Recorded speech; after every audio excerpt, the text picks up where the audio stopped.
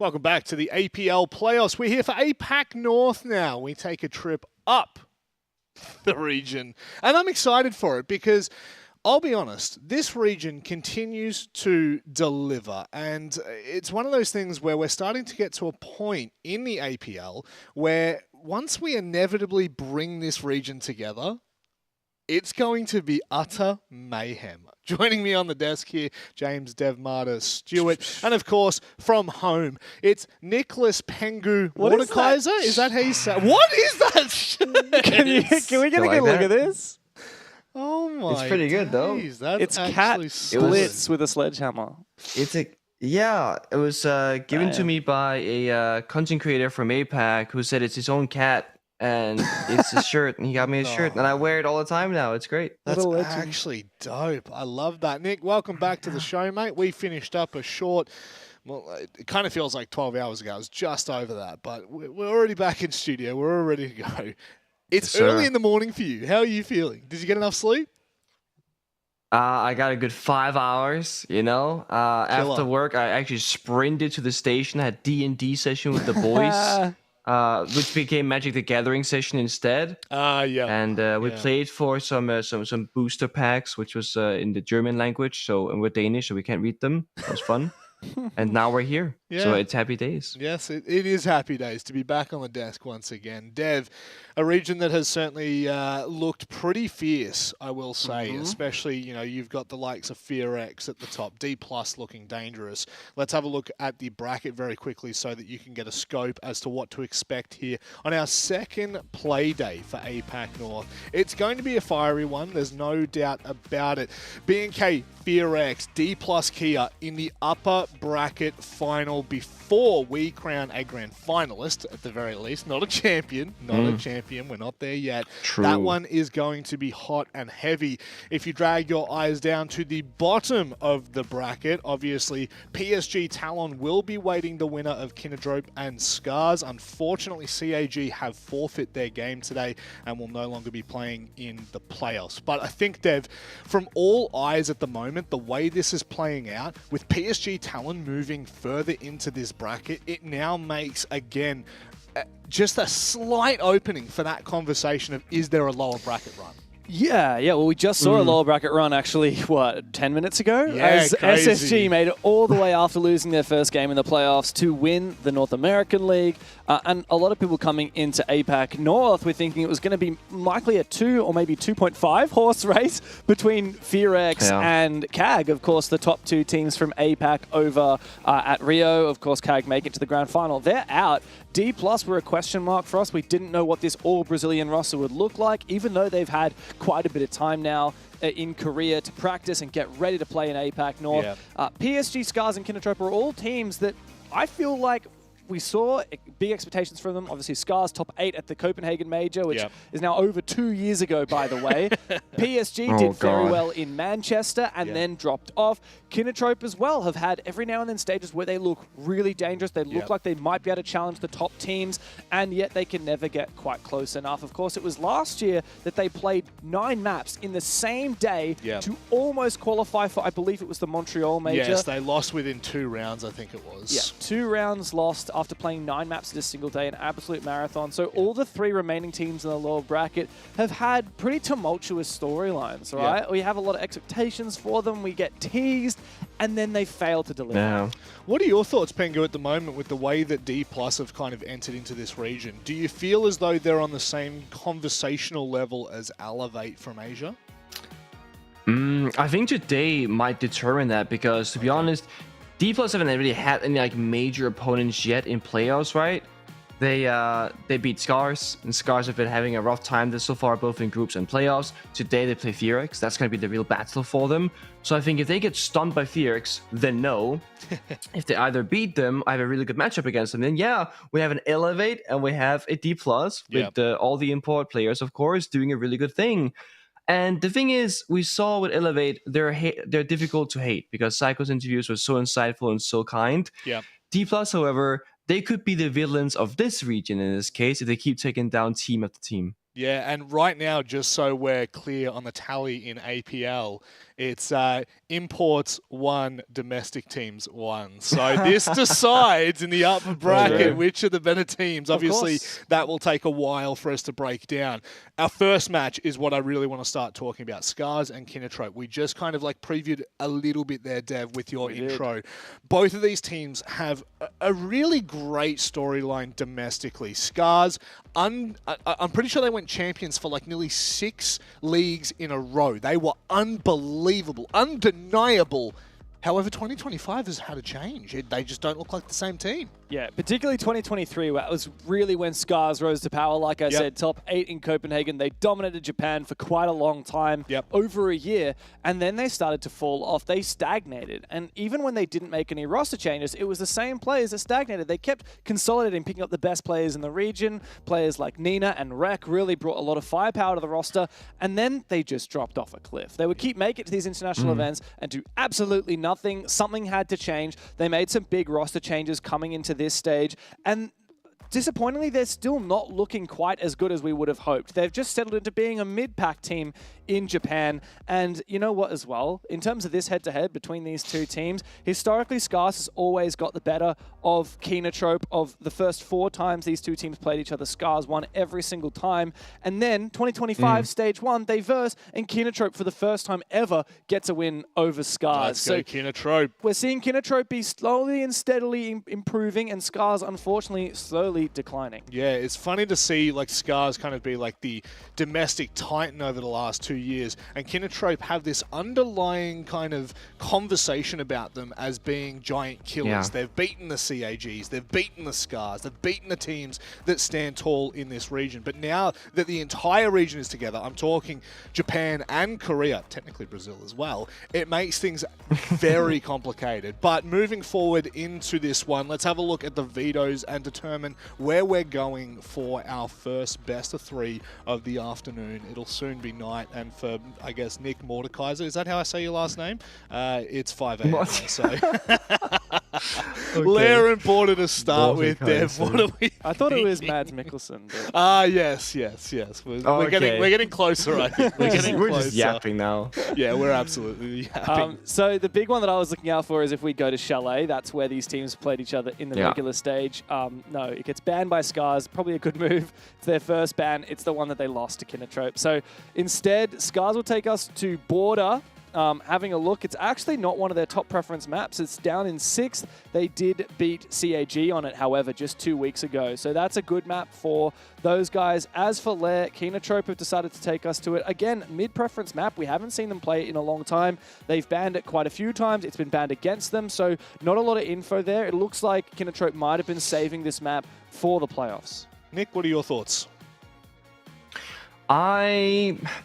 How both teams got here was a bit of a battle of disappointments, and today's matchup is actually going to be about the learnings of improvement, right? Because both Scarz and Kinotrope have not played at the level that we expect from either of those 2 teams, and I think going to Lair, Border, and possibly Cafe are great maps to showcase if they really brush up on the fundamentals, the trading, the playing together, the map clearing, the executions. It's not going to be easy, but this isn't about ease. It's about who is actually better in this one. Yep, it certainly is. And time and time again, we have seen this story play out. Kinotrope have been on the outskirts of the top 2 in Japan for such a long time, but this is APAC North now. They have a chance to make a statement. They have a chance to take down the reigning back-to-back Japanese champions. Whether they will be able to do it or not, we are still so uncertain, but Scarz, they have a legacy to uphold here in this best of 3. We start off on Lair. Wow. I got chills from that, Rob. A legacy to uphold. That is the story of Scarz. But of course, Kinotrope, they've proven a lot in their recent history. They're gunning to take another scalp here and continue their campaign. Of course, we have quite a few games left to go in the bracket, and whoever wins this will be playing PSG Talon in our 3rd match later today. We dig into Lair. Now, this is where Kinotrope have decided to take us to. It's one that they have squirreled away for a cloudy day like today. A map that they have hidden from their opponents. They now take Scarz here. Scarz do not like this map. At least they certainly haven't shown that they like it. so far throughout the playoffs and the group stage of APAC North. So this is the best chance that Kinotrope have got. However, we do have one problem. I've heard that there is actually a substitution in the Kinotrope roster today. Oh. They're going to be playing without, I'm not sure exactly which player it is. We'll get confirmation of that in a sec. But so I have heard we've lost either Kawao or a Caillou, I believe, which is going to really make things a lot more difficult for this. Oh, okay. Apparently, the PC problems that were going to force Kinotrope to have a substitute have actually been fixed. So Oh, lovely. everything is fine now, but yeah, I actually heard the call yesterday that one of these players from Kinotrope wouldn't be able to be loading up into the server for today. So thank goodness that they got their 5-man roster, because I actually have a feeling that they are going to be the favorite team in this matchup. Oh, really? You reckon over a best of 3 with Lair, Border, and Cafe into Scarz, that they'll actually be favored to take it? I kind of dismissed this game already when I heard that there was going to be a substitution. I thought, okay, well, it's going to be Scarz. Fair. But, I mean, looking at the maps, right, I know that Border is pretty good for Scarz, but I think Kinotrope are going to be the more favored team on both map 1 and map 3. Yeah. Particularly Lair, like I said, they've hidden this. Scarz are not particularly good on it. And what's more, of course, we have that recent head-to-head between these two teams. Scarz really struggled against Kinotrope. So I think this is the time for the up-and-comers. I think Scarz have had a target on their back for a while. They're going to have to play defensively. And, of course, that mirrors what's happening in the server right now, starting on the defense of Lair. The mirror, the clash, a bunch of different things to play behind. And Kinotrope, they're a team that I quite enjoy watching. I started casting them last year in Stage 2 with you, James, and they have a lot of fun, small mini executes on the attacking side, a lot of different pocket strats, different operators they like to bring out. And I don't know if you guys know or follow Kava and his YouTube channel, but he posts a bunch of different small C4 lineups, drones, tricks, angles, all these small tips and tricks, essentially. And I actually watch those myself, often to stay on track on all the things you can do at the highest level. And we see Kava trying to introduce those elements into pro play. Speaking of Kinotrope, they actually get the opening kill onto that mirror operator that we saw earlier. The C4 in the pocket of Aegida was already spent, so at least that doesn't really go anywhere. But still, this means Kinotrope early advantage while playing the Blitz and the Ying. Very aggressive operators that of course benefit from having less guns facing their direction as they might try and go for an execute later on. It's pretty expected to see Yukiz finding those opening kills. He is the top-rated player for Kinotrope, 15 opening kills so far in this stage. That's +4. Scarz, on the other hand, they have quite a dangerous lineup. Players like Washoy and Choppy have been in form at the moment. It's Choppy at the moment who's holding his position with the Warden. A Candela comes out, won't affect that Warden. Shoddy in hand. He might be baited here. Akayu, meanwhile, is going deep into the side, but the guard break comes through. The fire is making things awkward, but he does secure that kill regardless. He has the diffuser now. And Choppy, on these lobby stairs, is one of the last defenders remaining for Scarz. Curious what's happening here. The plant is not going down right dead. now. They're pushing the hallways instead. Gets a freebie. Gets a second. Okay. The Warden shotgun stands no chance. He was worried about the rotate as well as the door. And with no crossfire established from Scarz, Kinotrope, they take that first round pretty damn effortlessly. Yeah, that they do. A big 2K from Acerola on that Ying. Despite having a Warden on the board, that Ying still gets in, dodges through it, and finds the 2K on that backstab. Very hard to figure out how Kinotrope are going to be attacking when you got a Blitz coming in through one direction, a Ying from another, everyone from Kinotrope working together, but split. It's the good old split theory. That's what it is.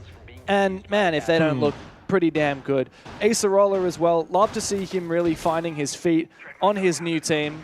Of course, it's been a while since he joined Kinotrope, but he is the newest addition to this roster, and he's looking like he's found quite a nice home here. A big thing I'm looking for is Scarz. They have a really good success story in the opening kill department. However, they are finding themselves, you know, 5th place, I believe, overall in the standings. In, 6th place, sorry. Dead last in groups to make it to the playoffs. And they are now, of course, in the lower bracket as well. So while they're having great success on opening kills, their conversion rate into round victories isn't looking all that great. What this means is even when Scarz get the first pick, they play 5 versus 4, they can't consistently make that into a round victory and leverage that to their advantage in that first opening round, we saw them lose the first player and start 4 versus 5, and it became pretty one-sided. So Scarz, really importantly, hold on strong in the early stages. If they go for an aggressive swing, make sure they do it together and gain some value in that round. They can't just take a 50-50 gunfight, die, and then that's it. This comes down to which team has learned the most. And when we talk about them, it's about the fundamentals. Who can play better together, make the proper decisions, and not fall apart in the mid stages of the round. I want to see Scarz problem solve better today than they have so far this entire stage. So loose roam here for Scarz. Ooh, that's a nice long angle here. The cutoff. A little spray from Choppy is all that's needed. But it's not a favoured gunfight, so he's not going to contest it. Meanwhile, Kinotrope has started their march on down. The Blackbeard makes things a bit difficult, and Mau does find that long angle onto Choppy. Really good reply, though. Rek needed to find that headshot. Blackbeard is down. Still 1 shield remaining in that blitz. It might have been a case there where Rek was like, guys, I'm falling back, I'm staying alive. Oh, Choppy died. I guess I'm going for a swing first, and then he falls back shortly after. It's a good one. Taking down Blackbeard, losing the Fenrir. I'm going to say a worthy trade. No clear favor. But as I said earlier, Kinotrope, they like their mini executes, their pocket strats. They got their Aura as well as the Blitz. That's going to be the bomb site execute, right? Blitz can go for a plant. Aura can close those bomb site doors. But before we get there, they also have the Ram as well as the Dokkaebi. Of course, got to get that verticality done. All Boogie Jones has already been used for the Ram.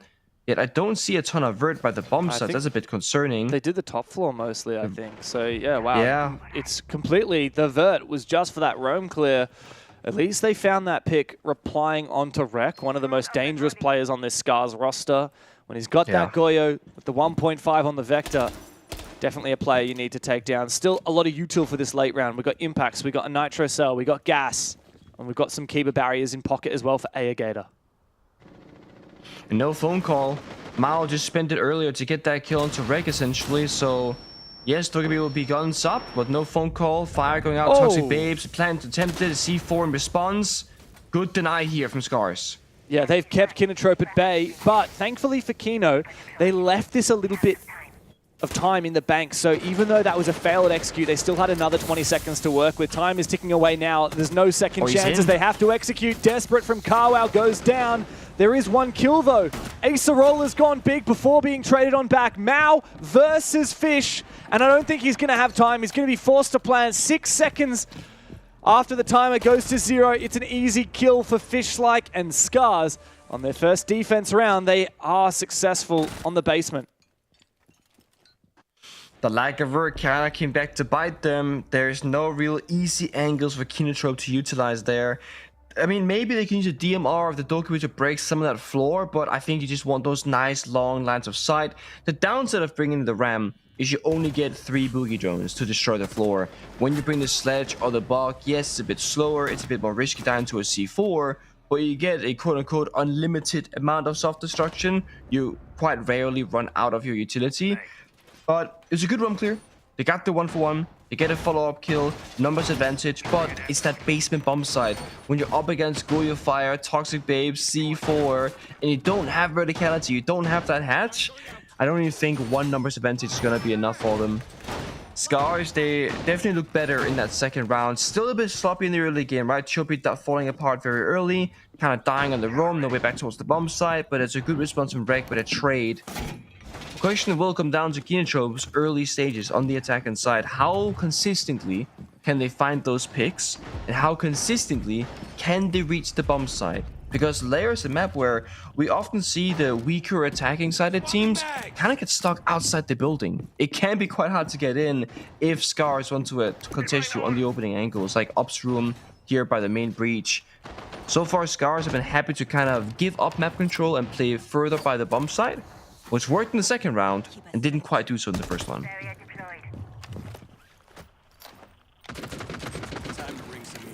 It's probably my favorite bomb site on Lair, this one. It's ground floor, so many different ways that you can deny that plant on the site. Out goes a breach on the main wall. Nice and early for Kino. But of course, we tend to see teams deny from above. That's why we've got a lot of players on this top floor. What's the way you're going to deal with that, Kino? Looks like the Blackbeard of Yukiz once again in the building, looking for a few scalps. But he's going to be met with a lot of contention. Ayagator, though, feeling a bit of pressure here, sees that Blackbeard, sees the breach outside. It's going to force him on back. You almost always see teams play Sense here to try and get the plant down, just go for a bomb site rush, essentially. But I like this approach instead. A rare map roam clear where they're contesting top floor. If they get top floor control on this attack, it's kind of like playing border ventilation and workshop. You get access to the site beneath it with all the verticality, all the soft destruction, the hatch. A swing out again from the castle of Ayagator, but there's a Blackbeard, a shield facing him. Joby finds him out, taking Thermite down early. Although after the hard breaching has mostly been done, should be okay. Rex should be able to find a kill there. I mean, he's in a very off angle, hidden behind the window. He might not be checked. Ooh. This is a big kill opportunity here for Acerola, and he does find it. Rek needs to come through here in his hidden position. He needs to get more than one kill here, especially as Acerola has just gone absolutely nuclear. Evening up things again. Ayagator finds one. It's all up to Acerola now, and he can't get it done. Scarz, a solid defense. That top floor could not fully be taken despite some heroics from Acerola. Yeah, they stick around. Scarz certainly had an attempt there if they wanted to drop down the hatch, play downstairs, play by the side, but they say, you know what, we have numbers. We got the Fenrir mines, the nearsightedness, and they had Reg in a great corner by Museum Window, who was completely unnoticed the entire round, waiting for him to get a kill. He finds the final one. He confirms the round for his team. It very much looks like, yes, that opening pick, so important for both teams. Scarz opting to ban the Blitz here. I think it was between the Blitz and the Blackbeard probably, if anything. Just get that shield removed, get the utility, the entry capabilities. Kinotrope actually banning out the Asami. So they're prioritizing protection from Scarz, the ability to fortify positions, deny lines of sight. Potentially Kinotrope now can play further outside the building, play longer angles, now that the keepers are gone. This does mean the Warden, Mira is still going to be in action. The Mute, which can be problematic to deal with if you play droning, for example, to get information, can be a problem. Yeah. Yeah, no, if anything, I'm just surprised that the Mira's been left in. Scarz like to bring it. It can be very powerful, especially if you don't bring hard counters to it. Like, these days, there are a lot of hard counters to Mira, right? Your Ashe, your Kali, even your Zero will all break the glass. You can get rid of them with the Ace Selmas as well, but often Ace ends up using most of his hard breach for the actual hard breach of the external walls on the bomb site. So, yeah, maybe there could have been a better target here, especially because these days with how many DMRs get picked, Pengu, I feel like most people are pretty comfortable counting Azami in a lot of positions, especially on this bomb site and this map. But regardless, that's what Kinotrope elected to go with. Scarz, on the other hand, they've let the Blackbeard through, got rid of the Blitz. Blackbeard is going to be picked here, as is the Twitch, which, speaking of Mira counters, I mean, technically is a counter, but it's so hard to get those Twitch drones in position, especially on this bomb site. Very few ways that you're going to be able to take down those Mira windows. A little bit surprised we don't see the Ashe being picked up here, just to simplify the process. That's a weird Mira, by the way. Twitch can be, yeah. I mean, like, there's no Bandit or Kaid, so this external wall should be free, more or less. It's a mute jammer, but it'd be pretty easy to clear this. It does complicate the breaching, though, right? Because you only have 3 Selmas, and you got 3 walls, like the exterior wall of the bomb site, the interior wall of the bomb site, and the ops room wall as well. If one Selma charge from the Ace gets C4'd, or he misses one, or he dies before using all 3, they don't really have a way in besides the bomb site doors, which are brutal. It's just left, right, straight ahead, triple crossfire. Yes, you got a Blackbeard, but bro's only got a shield covering his front. It's not the simplest way in. It doesn't seem to be an ops take anyway. They're actually centering around R6 room right now with the Buck down below. See, C4 going out, bunch of damage onto Blackbeard. If there's a second C4 follow-up or a bit of Toxic Babe damage, then he dies. This grenade could be good. No, runs away. No damage done. Toxic Babe pops to stall things out. Kinotrope, the slowest attack so far. While Buck is downstairs doing a fair bit of vertical work, he hasn't found the damage yet. Yeah, in fact, he's just taken a bunch of damage. Fishlike is doing a good job here, dancing around the holes in the floor and the nades. Kinotrope need to play together to get rid of this player. They need to make sure that the nade comes through with the timing of the bark peeking the floor from below. But Fishlike, he's not taken even a single point of damage so far. Akayu needs to coordinate this nade with Yukiz on the bark, and Fishlike manages to escape and get back inside again. This is just a disaster for Kino. Fishlike has done so much damage, a little bit more there onto Yukiz, and eventually Aegator is the one to find that kill on that mirror from up above. Washoy comes to life with his SMG-11. It's not a good look here for Kinotrope, and a Nucleus C4 from downtown more or less seals the deal for Scarz. Carwow left alone, 1 versus 5, still outside the building. It's Sojova. Swing with the confirmation, they're coming for him. 1, 2, 3 guys by the window, I run out by the door. They won't get the kill, but the timer runs out. Scarz are good for 3 in a row. And Kinotrope, I think they had a pretty good approach to things there, but if anything, you have to be a little bit critical of how they chose to do the verticality from the buck combined with the Blackbeard.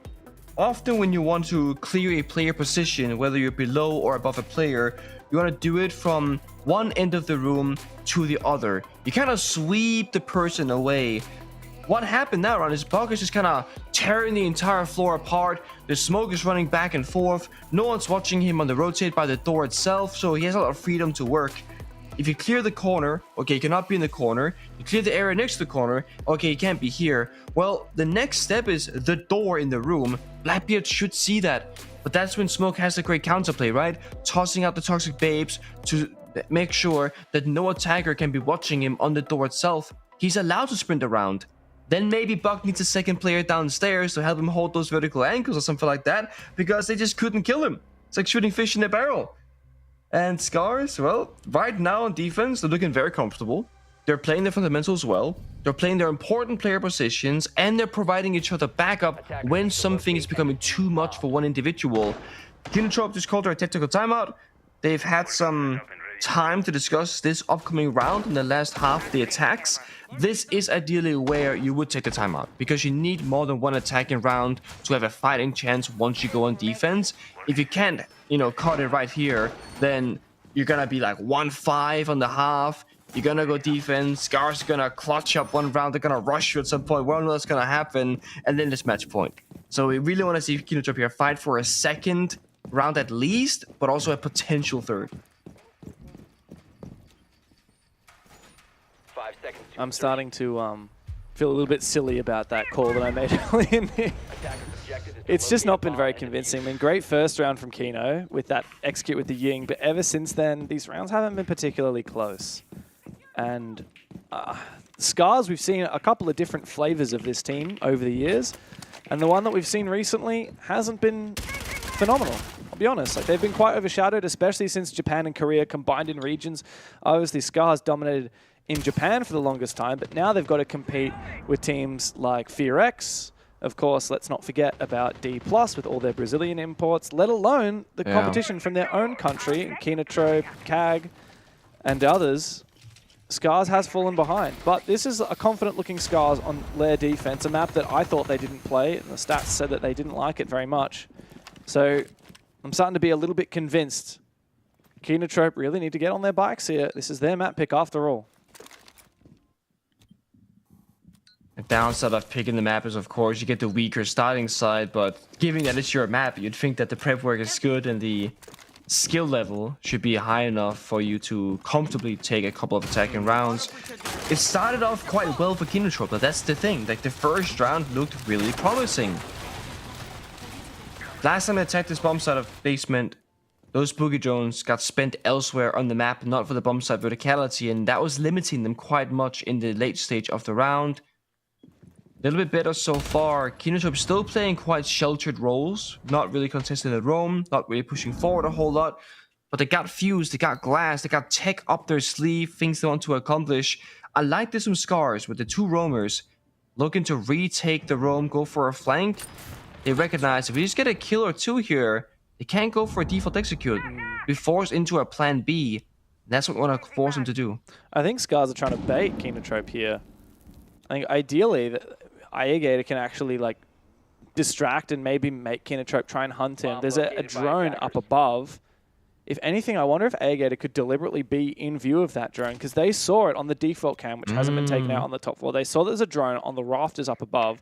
If Alligator could himself expose to it and bait Kinotrope to then go for a kill, Choppy might be able to find it, but at the moment, Kinotrope is so focused on sight, and Scarz are not overplaying their hand here. They're just holding their positions. They can always go for a flank of the vert in the late round to deny the plant, which is likely what they're going to be going for. Meanwhile, the flashes come in, and the entries as well for Kinotrope. It's a double kill. Alligator above. He's been dismantled. Choppy finds one before he's traded on back. Unsuccessful is the retake up above for Scarz, and Kinotrope have dominated the bomb site, leaving nothing left for the defense.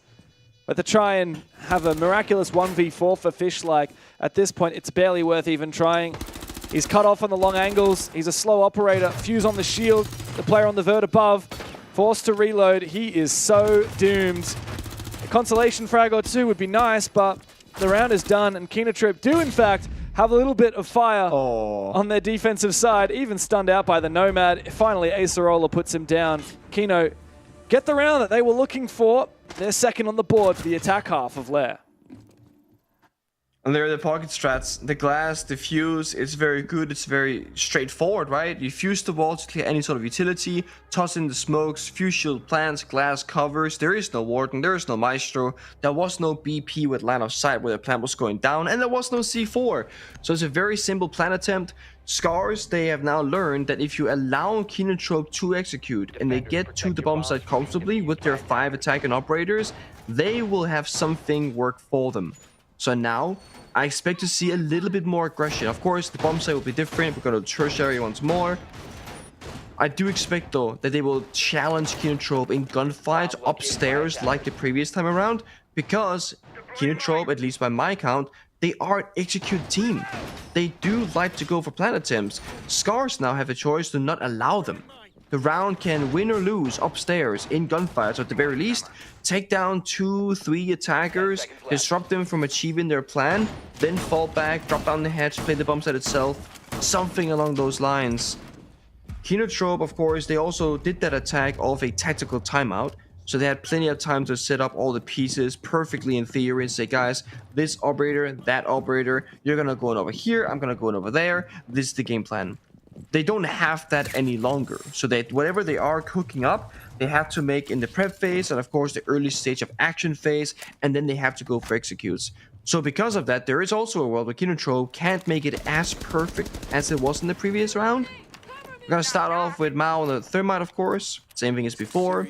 Exothermic charge, secondary MP in pocket of Acerola on the Grim. That's gonna guarantee the wall opening, as there is no Kaid or Bandit, as those were both banned out by Kinotrope earlier on. And look, Pengu, if they go 3-3 here, that's potentially exceeding expectation. Yeah, not just good enough, but great. Yeah, something you'd expect for a map that they've picked that we didn't think Scarz were good on. It's funny how things can flip. You go from a 1-3 scoreline to potentially, oh, actually, no, Kinotrope are looking really good. It's the whiplash that we get sometimes, especially with through crafting like how defender-sided maps are. The only downside is, as mentioned, they did cost them their tactical timeout, which means if things don't work out for Kinotrope on defense, they have no parachute to say, what do we do now? How do we fix it? At least not with their support staff involved, only the players in the server. It's a very quiet round so far. Yuki's on the Nook looking for a potential sneak play in Ops room. Agela had his presence heard, sprinting around the castle, will fall back, barricade the door. Very similar positions for for Scarz rather as previously, as Rex he's in the hallway. Yeah. Hello? Sees the Twitch drone. He's actually going to go for this. With the Bailiff, no less. He falls. It's a Bailiff v Bailiff battle that Acerola will win. He's still low. But man, he's popped off. 10 kills so far in just 6 rounds. Choppy above the bomb site, just watching for an entry. Fishlike eventually will push, take down that Twitch. Acerola still upstairs. It's Choppy looking to fight him at the moment. He finds a Caillou first. Good shot with the Warden, not worried about those flashes. Still putting his attention onto the bomb site. Acerola going deep. He finds Choppy but gets downed. An Alligator though to trade. Make it very difficult on the top floor. Down to a 1v1 here. Mao brings it back for Scarz, or rather for Kinotrope. And for Scarz, it's just Washoy downstairs. You might have a bit of info, though. There's bulletproof cameras in bunks on the bomb site. Yeah. How does Mal play Spare this? Valk in pocket. Could toss it out, get some more intel. He's playing by breach, so yeah, he can go upstairs. Perfect rotation. Defenders have vert control. Attackers have the bomb site. Yeah, he's got the yellow ping as well. This should be a free kill. No, Mal gets off, but there's no way that this will be safe. There's no way really to plant. Takes a desperate position in the corner, but the hatch drop here is on for Washoy. He drops on the 0-0, spots him, takes him down. It's a 4-2 split for Scarz on defense. It's a kind of cold flank upstairs. Walks in, gets 1 kill, and says, I can either fall back, maybe die, or just take down the injured player with me and guarantee a 1 versus 1. We have information on the bomb side. Washoy can then go upstairs. And it's one of those really frustrating 1v1s as an attacker. If you stay upstairs on the vertical, well, 1, you don't have information to work with, and 2, Washoy, who's playing Valkyrie, can just stay off the bomb side. The second you go downstairs to the bomb site as the attacker, which you have to since you have to plant down that diffuser, Washoy can just walk up the staircase and retake the vert. And now you got those cameras working against you as the thermite player downstairs. And then either you gotta go back up and take the gunfight, but guess what? Valkyrie drops down the hatch. It's a game of cat and mouse. And as long as Scarz played that one correctly with the intel game, there's no realistic way they should lose that round, and they don't. They get the 4-2 expected half for defense. Scarz, by my count, they're great on defense. They're great at playing together when things are flowing and working well. But the same thing can be said for them when they are awake on the attacking side. I still have fond memories of last year's Stage 2 Scarz on Bank, where they are in the building, they are roam clearing, they're taking gunfights in 20 seconds time, and they own that map. Lair, of course, can be a bit more tricky to roam clear, but given the operator bans, double shield from Kinotrope and double wall deny from Scarz, you're leaving open the fast operators like the Dokkaebi, like the Deimos, and you still also have the Blackbeard. If Scarz want to pick up those kinds of operators, they can certainly play this like a bank and get in that building quickly, if that's what their game plan is going to be. And you know what, Pengu? Behind the region's top 2 in D+ and B&K FearX, Scarz are actually the best attacking team. They're far more attacking favored than defensive favored. Yeah, that's right. 53% attack win rate, 45% defense win rate. So funnily enough, they're actually below average on their defense and above average on their attacking side. They have a pretty decent plant percentage as well. 25% of their attack rounds, they're winning that plant. They're also a very good entry team, the best entry team in the league at 58%. Kinotrope all the way down on 45%, the second worst in the league. So in these opening engagements, Scarz are ahead. When it comes to getting that bomb down, when it comes to going for those really strong and convincing attacks, they are definitely the better team here. So as we switch into the second half, 4-2 split. Yeah, it's not your map pick, but you're on the attack. You're pretty damn good at your attack. I mean, on the flip side of that, you got players like Acerola who are absolutely farming right now. Kinotrope's lead fragger on 12-4 at the moment. As Agator gets back into the server, I don't know, despite some heroics from select players on Kinotrope, despite a couple of 1v1s, I am feeling Scarz. Oh, there comes the Deimos out, possibly. Just waiting for the final call. We say live, so we are back in action. That's a very quick reconnect there. I appreciate that. Yeah, credit to There's nothing worse when a player goes, 1 second, let me just leave real quick. And then it's like, oh, I can't reconnect. The PC crashed, the blue screen, and then 20 minutes later. Yeah, nah, good on Agator. It's a funny, Agator was one of those players who for many, many years played on that Kagasaka roster. Like, for the longest time, they had the same 5 players on that team. I think it was for 2.5 years, maybe 3. More than the longest running 5-player roster of any region at the Tier 1 level anywhere in the world in Siege, which is absolutely balmy, right? Then they finally made some big roster changes when they started having success. That included dropping Agator, who bounced around a bit, found his home on Scarz, and credit to him. Right now, he's looking pretty solid. This Scarz roster clearly needed some changes. And it's funny because this Scarz roster had kind of picked up the best players in the region for a long time. You know, they picked up Rek when he was the best player on Northception, if I recall. They picked up Nina when he was the best player on his team as well. Obviously, Nina's now gone. You got Choppy, who I think is a solid player, but he never stood out to me as, like, you know, king of Japan. Same for Agator. And yet, here they are. They're looking really solid. And much more of a team effort as well compared to Kinotrope, who've got one player on 12 kills and two players actually on donuts. Double donut is kind of crazy. I mean, that's the start of attack, I guess, where your job is to do either planting work or some utility coverage. Yeah, 2 players have 0 kills on Kino. 2 players have 9 between them, and then Acerola has 12. That is not a well-balanced team right now. Acerola doesn't find all those incredible amounts of kills, and it's like, do they even get 2 rounds? Like, what does that look like? That's the danger part. Now, Kawa is playing in an important position here. He's been that same small box by the bomb site that we saw Smoke in when Scarz were defending, surviving the Vert, surviving the nade, surviving the Blackbeard. He has to try and do the exact same thing. The longer he stays alive for, the more damage you can do, whether it be kill it. Oh, and we just swing. What? That's your 12k player right there. That's the only deadly player on Kinotrope. A Nitro Cell does a bit of damage to Wreck, but he takes as well as he deals. Oh, here comes that shotgun, but no, Wreck on a narrow angle finds Carwow's head. Scarz off to a flying start on this attack. Yeah, they've got the entries that we said that they were good at. They've got the numbers advantage.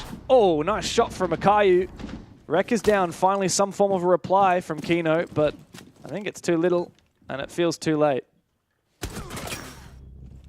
Flank attempt, shot down, spare reinforcement not used. Blackbeard 1v1. What do you do here? Do you go close? Do you go far? Do you run away?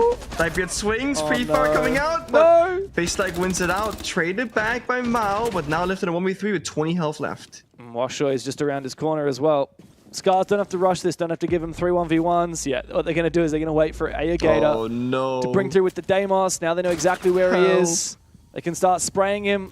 They can time it together. Nade goes in. He's worried about the peak. Ayagator comes through, hunts him down.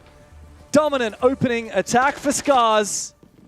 And it seems like Kinotrope are nothing without Acerola fragging.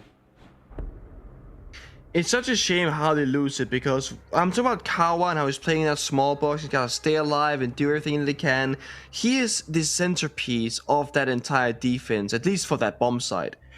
And how you want to play that typically is that you play around Kawa. If you need somebody to watch his door to his right, you watch the door to his right. Same with the door on the left. You cover his position.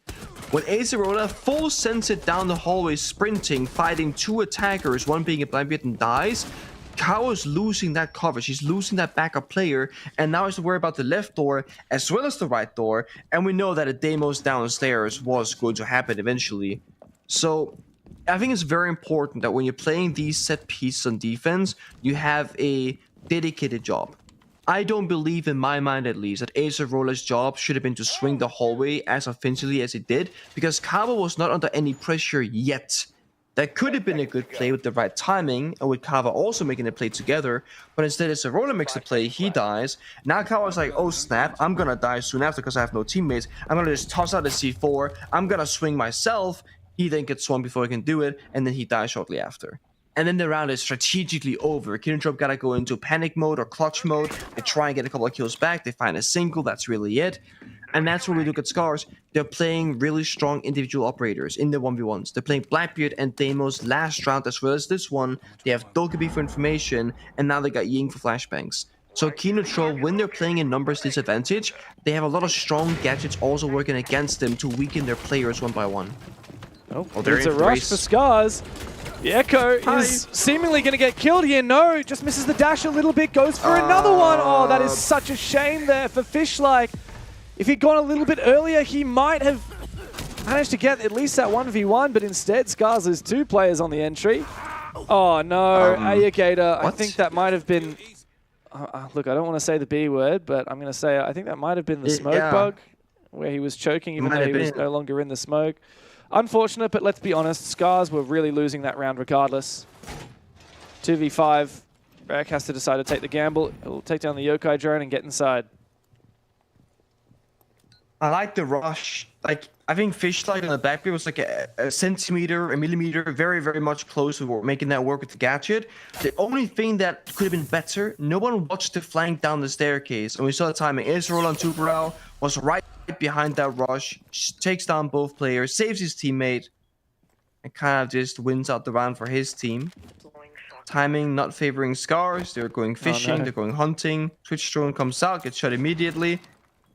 Smoke off one angle and fight the other. Yeah, he was going to try and Twitch drone the Dread Mine for his teammate, but maybe Rek doesn't need it. Takes down the top fragger from Kino. One more smoke remaining. Oh! Flicks the angle just before the smoke comes through, but Yukiz with the boss G will trade all up to Choppy now. Bit of damage as well. I'm not sure where that was from. Perhaps through the smoke. Low on HP, allowing Kinotrope to reposition. It was a nice idea there for Scarz, but yeah.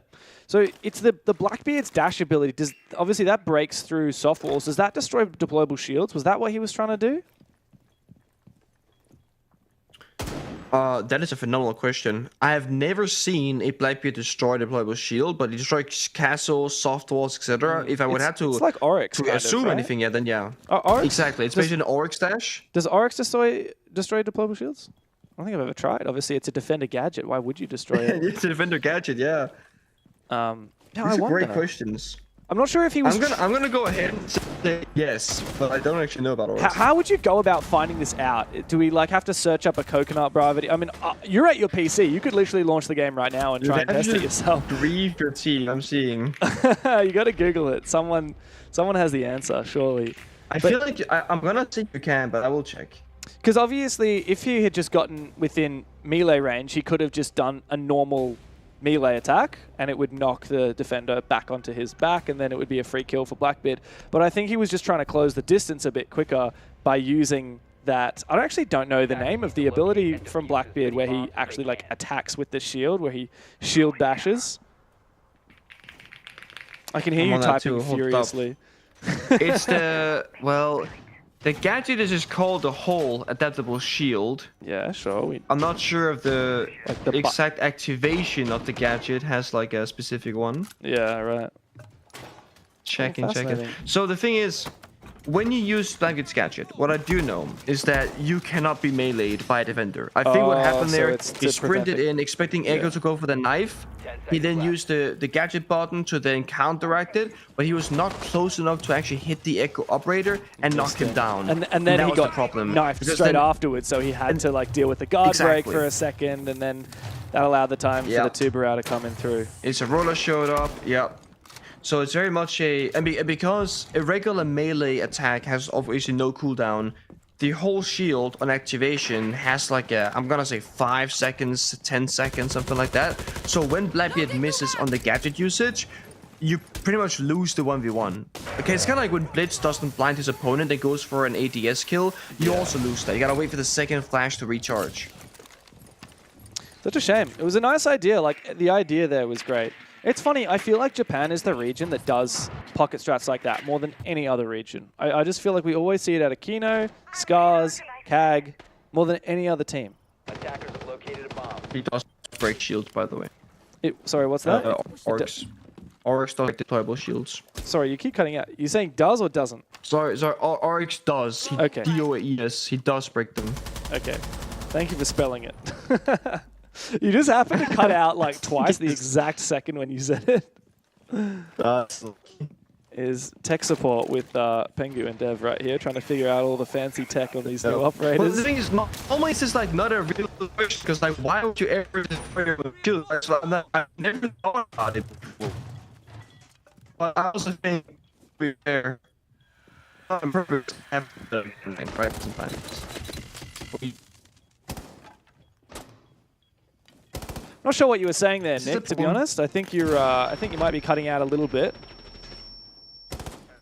But we'll get the producers onto that. For now, I'll take control of this round as Kinotrope start to take control here. They've got a player advantage as Rek has fallen.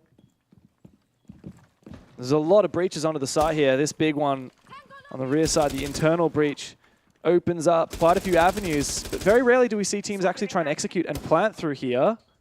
Carwell holding with the bullet hose, but he's exposed to the breach outside. This is so well played by Scarz. Despite losing that opening player, they've actually handled the situation really well, opening up as many avenues towards the side as possible to expose these anchors. Problem is, 4 of the Kinotrope defenders are upstairs, and they can essentially deny the plant wherever it may be. 35 seconds. What is the play from Scarz?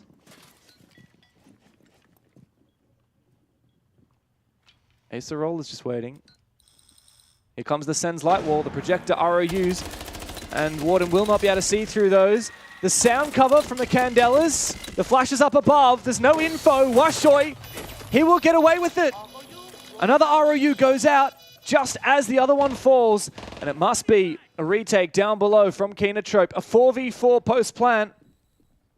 Acerola taking a hell of a lot of damage. He goes down. Fishlike is just waiting patiently on the Nomad here. Near his air jab, he finds a double. The perfect flank watch. Akayu cannot survive. And Scarz, a beautiful attack there. A very unconventional one, but it ended the way we always expect it to. In with the light walls and out with the execute. I mean, the thing about Scarz is that whatever we can talk about them, they are exhilarating. Like, they are so good in rushes when it comes to the chaos effect. It kind of brings me back to, I don't want to say prime CAG, because really they kind of peaked, you know, obviously in Rio. But when CAG first made international grounds, playing Monty, drop shotting, doing crazy stuff, Scarz have always been a similar team. When they can just do crazy stuff, they all invest in the same thing, they all believe in it, they're all fired up. That's when they are the very best version of themselves. Going to Lair, which is a map that they don't typically play, having solid defenses, getting the 4-2-half, now going attack and also doing this, that's what we've been missing from them the entire stage thus far. Now, this is lower bracket, but the fact that they're able to go for this and pull it off, that's the first step for them. This right here is the beginning journey for either Kinotrope or Scarz to make that lower bracket run, and the winner will of course have another match later against PSG. So this is the final test before you play PSG. If you beat them, of course, you go further and further, but it's only gonna ramp up. It's only gonna get more difficult from here. Yeah, 3 match points, or map points, I should say. What do we call it in tennis if you win on your opponent's... So if you win your opponent's service game in tennis, because obviously serving is an advantage in tennis, so you always expect to lose your service games. If you win your opponent's service game, we call it a break. So we have a break point. What do we call it when you win your opponent's map pick? We need a fancy word. Come on, we got to pioneer that. We do need a fancy word for that. Yeah. You're right, we haven't done that before. Well, it's whatever that is. I usually use the word break point when it's 5-5. What did you say? Yeah, the breaking point. I was gonna say, counterpoint to the serving thing, Stefan, Easy, and I, we played tennis for the first time when he was here. Oh, really? Whoever was serving was not making it happen, okay? I'm just saying. And at a lower level of play, it is not an advantage. It's hard, okay? Yeah. I love tennis. I would love to play again. It's not tennis season. We have the Australian Open here in Melbourne where I live. And every time the Australian Open rolls around, I get tennis fever. Got to play sometime. I get that. You're right, we do need a term for that. Breaking point is when it's 5-5 and you break to match point, right? That's how you use it? That's what I usually use it, especially because when we have like regulation stages where you get extra points for overtime, then it makes sense because it's like that 5-5, someone is about to get a point on the leaderboards. But yeah, I mean, I always love tennis. I always love bringing it into Siege because there are a couple of analogies that work out. And we, of course, have famous tennis player Medvedev who owns M80 and has his own skin in the game on Bandit. No Bandit, though, in this round, as he is banned. They banned it. They banned it, the Bandit. And here come the Grimm's Bees. Why are you bringing out the Bailiff, my friend? The Bailiff. He wants to sprint. I think that's what he's going for. He's got to time this with his teammates, though. It's a Warden shotgun, though. I mean, there's no way, surely, right? You need a distraction of some sort, a grenade, but there's an AD. Reg is completely alone. He's got the ping information now outdated. You can be rest assured, Warden is still there. And so, Rek is waiting. Is he going to get away with it? The death mark has failed. They're just trying to time this well. The kill comes out. Bit of damage, but the Bailiff is not one shot. At least there's a refrag from Ayagator here with the Vendetta. He's coming up with a vengeance, but he is traded back again. Washoy in an awkward position. What is going on? Choppy comes up, retakes it, finds 2 kills. It's up to Carwow now in a 1 versus 2. SMG 11 in hand. After his C4 missed, Choppy is low. It's match point here for Scarz. Carwow must clutch up for Kino.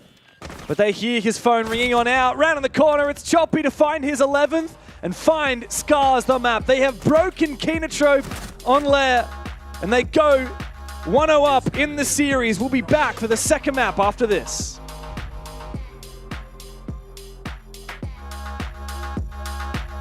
It's gonna get personal. Don't give me this. Don't give me this. That's what you get when you act this way. You're gonna get free. Better watch your back. It's gonna get personal.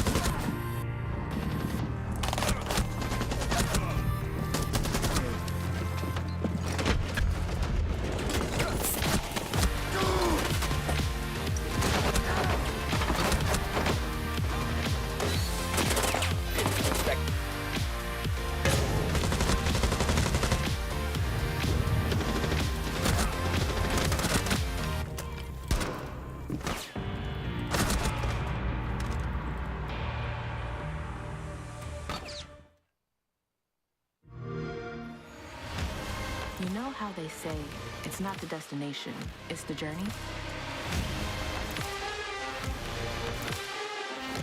And the journey of 1,000 miles begins with a single step. And you know what? They're right.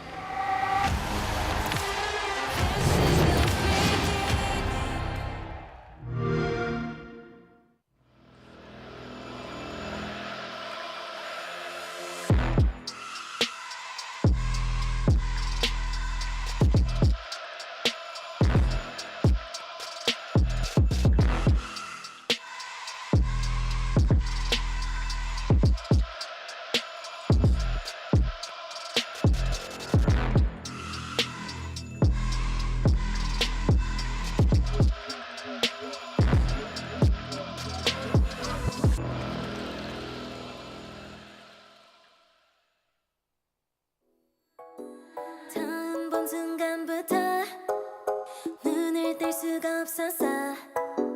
이 세상 하나뿐인 너 처음 봤으니까 빠졌으니까 Then you got me sinking low. 사랑이란 단어로 썸도 아닌 썸을 타며 행복한 줄로 친구들이 다들 바보래. 사랑 표현 못한 벙어리 한 번도 안 해봐서 어떡해 honestly. Cause 1, 2, 3 중요한 건 you and me. 내 곁에만 있다면 Baby can't you see. 자꾸 쳐다보면 boy 말이라도 걸어봐. 속마음을 표현해. I know it's gonna be alright. 손이라도 잡을까 봄에 안겨볼까. Whatever your love language, I know it's gonna be alright. Can't take all this hot and cold. Love shouldn't be this hard. I know 뭐라고 있는지도 모르겠잖아. 어렵지 않아. 무슨 생각한지도 정말 진심인지도 Guess like I've never guessed before. 나 좋아하는 건 맞아. 친구들이 다들 바보래. 사랑 표현 못한 벙어리 한 번도 안 해봐서 어떡해 honestly. Cause 1, 2, 3 중요한 건 you and me. 내 곁에만 있다면 Baby can't you see. 자꾸 쳐다보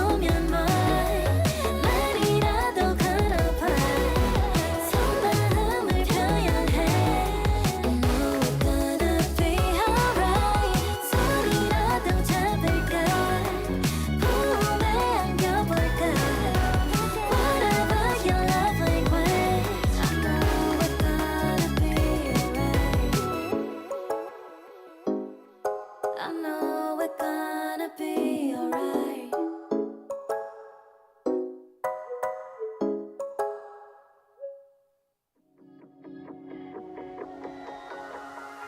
I had a feeling, why am I not surprised? Shattered the ceiling, the glass in my eyes. I'm turning gold, why you so cold to me? Some of the words get harder to find. Swallow my feelings, they don't sit quite right. I'm like, what's the point? You disappoint me. Only showing up when it's convenient. Why is no one here to save me? Moving pieces across the board like it's a game. Oh, what a way to frame me. I know I shouldn't care, but I'm over being you. And maybe it's all in my head, 'cause it's time for something new. I'm not even famous, but all you blaming on some lame excuse. And maybe it's all in my head, 'cause it's time for something new. I needed new friends when you didn't show. Poured out my heart while you say home. And I tell you something, it broke my confidence. When these thoughts are toxic, it's darkness. Only showing up when it's convenient. Why is no one here to save me? Moving pieces across the board like it's a game. Oh, what a way to frame me. I know I shouldn't care, but I'm over being you. And maybe it's all in my head, 'cause it's time for something new. I'm not even famous, but all you blaming on some lame excuse. And maybe it's all in my head, 'cause it's time for something.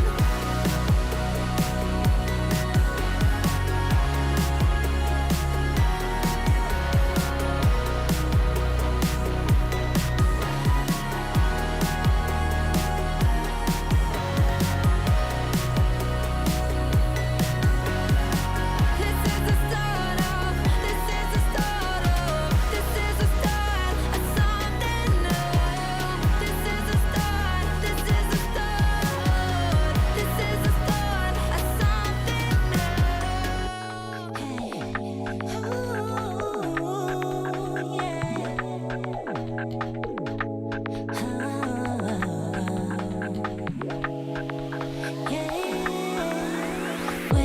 네 앞에서 no way. 날 기억하고 맡길 수 없는 걸. Yeah, you are the only thing I need. I can feel 뭐라고 해도 여기 you and I. You're my world. 모두 다 스쳐갔던 난 영원한 your generation. 노래 나의 미래, 노래 다음엔 니네. No, oh, it's your generation. 새로운 generation. It's your generation. 새로운 generation.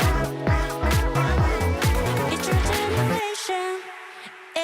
나로 나의 긴 시간 어제와 내일 또 지나 어디까지 갈까 한계치 몰라 무한한 루머 열린 꿈 미래를 꿰뚫어 view 다른 의미 you're my rule 다시 펼쳐보는 데서 부까지 feel so good 나 여기 you and I. You're my world 모두 다 스쳐갔던 난 영원한 your generation. 노래 나의 미래,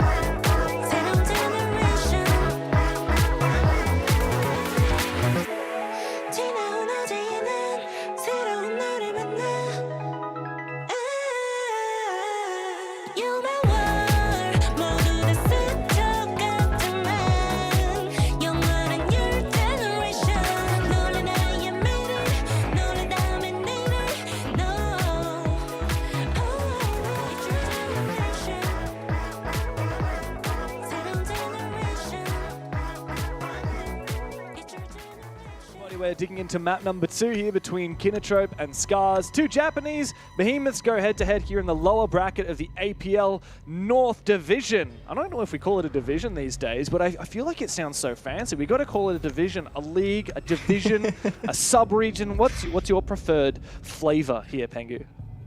I like league, but that's also like very basic, right? Because there's leagues everywhere. And North American League, European League. And APL, that already has league in it, right? APAC, Asia Pacific League. And that's why I have don't... divisions in the league. Yeah, because we got 3, sub-regions, if you want to call it. That's the word we used to use back in the Pro League days of APAC. We've got APAC North. But even then, I just want to call it North, because we already have APAC in APL. Like if you say, welcome to the APL APAC North, it's welcome to the Asia Pacific League, Asia Pacific North. That's a lot of Asia Pacifics, isn't it? It is. I like sub-regions a lot, actually. I just like thinking about esports in general, not just for Siege itself. I think sub-regions for me just like touches a nice part of my brain going, yeah, that's the word. Yeah, no, I feel you. Scratches that itch for you. Well, hopefully this series is scratching an itch for you as well, Pengu, because we're digging into Border, which one of my favorite maps to cast. We had such a fun board. I'm trying to remember, what was the border we casted yesterday? It was a really fun game. Very hectic. Was it the Weibo versus Elevate it was the game? Elevate Weibo. Yeah. That was fun. That was ridiculous. 8-7 by the end of it. Elevate were flying out of windows, running out of doors. They were going nuts. And if there's any teams that we know like to go for cheeky executes on small maps like Border, it's the Japanese. And that's what we've got. Kinotrope and Scarz head-to-head today on map number 2, with Scarz already flying through the first map, 7-3. I think Kawa has some tech here. It's gonna fire, they're gonna Selma the wall, and then they can fire through it next time. Okay. Face them gonna run out, okay. So they're gonna smoke, they're gonna Selma the wall. Then they can shoot a fire arrow through that breach on towards east there, so Rek is playing smoke. Was it reinforced? And force him to move away. Yeah, it was reinforced. Didn't work. And it got not worked. Yeah, that's a bit weird. I'm not sure that's an impact or if that's a Selma popping off or what that is, but yeah. Fascinating. Yeah, how unsuccessful. Did Washoy just shoot it off from below? I think he did. Yeah, he must have. Oh, it is possible. Oh, he has an impact. I reckon he impacted it from above. Yeah. That's gnarly. Yeah. What the hell is that tech, dude? So, how many layers are to this, Pengu? We've got like a gnarly as Capitao fire lineup to clear east stairs from outside of Passport Door on the other side of the map. Then we have the counter to that, reinforcing this wall. And then we have the counter to that, breaching the wall. And then we have the counter to it being shot off, the smoke. And then we have the counter to that, an impact from above. That is just like some crazy tech back and forth. Yeah, and the most impactful thing this round is Fishlight walked out the building and got the opening kill onto Dokabi. Like, there's all the strat on that side, and there's Fishlight's got, someone's just monkeying about on the other side of the map. Yeah. Yep. I love that. The two sides of Border. And now, Kinotrope, as I said, they love the pocket strats. They love the mini executes. That is what the Capitao Ace is, but look at that. It's another freebie. Washoy swings out. Fishlight with a second. Oh. The entire round falling apart. A good melee onto Fishlight, takes him down, but 4v2 now favoring Scarz in defense. They're sitting nice and tight. Well, what's the law of Border? When in doubt, send it up main stairs and die. Send it up main stairs and get one kill before dying. Acerola went Nuki on Lair. What, 12 kills in the first 6 rounds, if I'm not wrong? And now he's got the Monty with the diffuser in a 1v3. James bonding it, dude. No shield in the hand. I mean, you do generate less noise and you're technically faster at ADSing, but you're also much more vulnerable. He's also faster at walking, if I'm not wrong, right? There's shield speed debuff as well, is there not? I'm gonna hit. Oh, doesn't matter right now. Gets triple crossfire by the way and swung out by. Am I crazy? Scarz. I thought shield adds a speed debuff, and if you put it on your back. Well, technically there is, because you walk faster with a pistol in your hand. But if you're, let's say you're a 3-speed with an AR or an LMG. Well, LMG is actually slower than an AR. Yeah, if you're exactly. If you're 1-speed with a regular AR, you're the same speed as your shield walking around. But because the shield has a pistol, if you're a 1-speed operator with a pistol out, you would be faster than a 1-speed with an AR out, right? Because pistol buff. You know what we need is we need the Siege Olympic Games, and we need to boot up Stadium and do a race between every single operator and see who wins. Fun fact. I believe Titanium Rolo Did they do that? literally did this thing No. last year or the year before. No way. I believe so. Oh, I love They that. for hosted Rolo. this like the Olympics where they were sprinting and doing different things and all kind of on stadium. So they had this whole thing going. They do like drone throwing competition and stuff like that. Yeah. Drone racing and drone throwing and That's like throw awesome. like a gadget from a certain distance or get closest to this target. They did all kinds of stuff. That's it was so all sick. streamed. That's awesome. I had no idea that existed. Damn, I really missed out. The closest that we had to that down under was, I'm going to say it was end of 2021. I reckon right before Mandy started casting with me, actually. She was the observer for our Oceanic Nationals. And we did this challenge where each of the members of the talent team had to try and do some drone parkour that one of our pro players had, like, said, how do you get your drone from here to here? And then the last one, it was kind of a joke one. It was the starting point was the bottom of Cafe, and the end point was the very top, the roof of Cafe. And all of us casters, like we did joke versions, like some of us picked up our drones and threw them to the top. Some of us, picked up the drone, rappelled up, whatever. Mandy literally went through the entire map. She spent 45 minutes. She sent me the full video, 45 minutes, jumping off little pot plants and ledges and railings, and she actually got all the way to the top of Cafe just with her drone from the very bottom. Wait, she actually did it? She did it, no shit. Okay, I honestly didn't think it was possible. I thought that was a joke. Fair enough. It's time to do. I mean, I know I can do it on Skyscraper. I can go from the spawn to the roof. Yeah. That's dope. I found some tech there. And there's a dragon drone on the roof that you can use. That's pretty nice to get there in prep phase.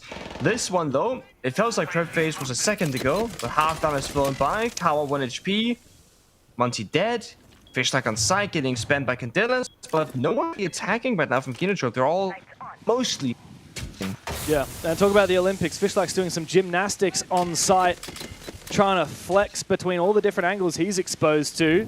Kinotrope trying to just close the net on this Warden without taking a head-to-head gunfight. They want to expose him rather than targeting him in a 50-50. But unfortunately for Kino, they haven't found a lot for it. Like you said, Monty died. Carwow's low on HP. There's not a lot of ground taken here by the attacking side. Scarz still have break room control. Finally, Yukiz wants to start pushing on forward into CCTV, but time's ticking away. There's so many roamers on the top floor. Our site player for Scarz is still feeling pretty healthy. This has just not been enough progress here for Kinotrope. And as they start to move on forward, they need to win these fights. They do onto Washoy. Big kill. Still 2 players in office to deal with. Acerola finds another kill. That's big for him. He's been so instrumental for Kinotrope today, finding frag after frag. Igator is trapped in the corner of office. He's sprayed down through the soft wall. Doesn't seem to matter that Kinotrope have left it late, unless if this slippery little rat in the corner from Choppy can clutch up. Mao is about to cover his angle. He finds him. It's a 1v2 though after Carwell takes down Fishlike. Carwell has to find a safe plant position. 2 seconds, 1 second, smoke goes down, and he goes for that default plant spot. Scarz, no, Choppy, he's in the wrong position. It's not that plant spot, not by the window, no, it's deep, inside of Tellers. And so Yukiz and Carwell in the post plant look to hold it. And it's not an easy task here for the Fenrir. Nigh impossible here for Choppy. They know his position. His 2 players of Kino separated. If he knew, he could just wallbang Yukiz right now. But Carwow is in this deep position. Yukiz is playing to save his life, playing to delay time. And Carwow will find the final kill. Doesn't matter that they've done just about nothing for the first 2 minutes of the round, because in the last 40 seconds, Kinotrope come to life.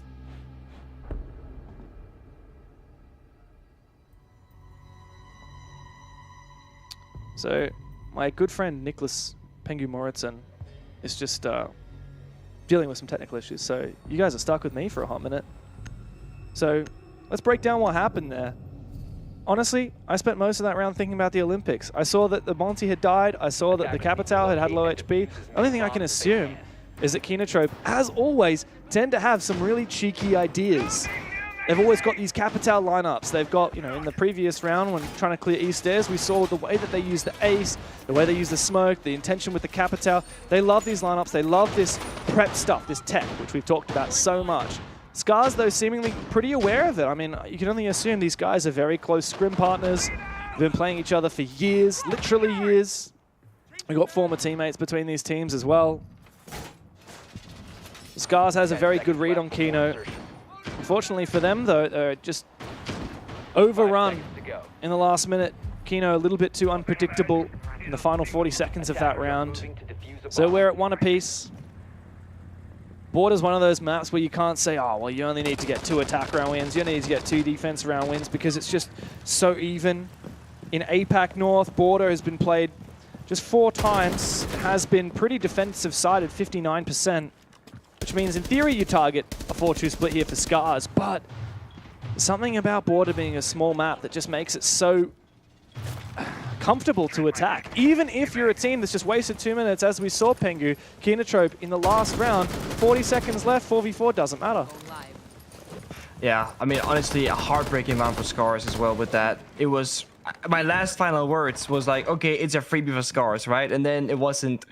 The gymnastics, the training didn't really pay off on the bomb side for Fishlike. This time, it's Choppy anchoring downstairs with Smoke, waiting for the first blow from Kinotrope.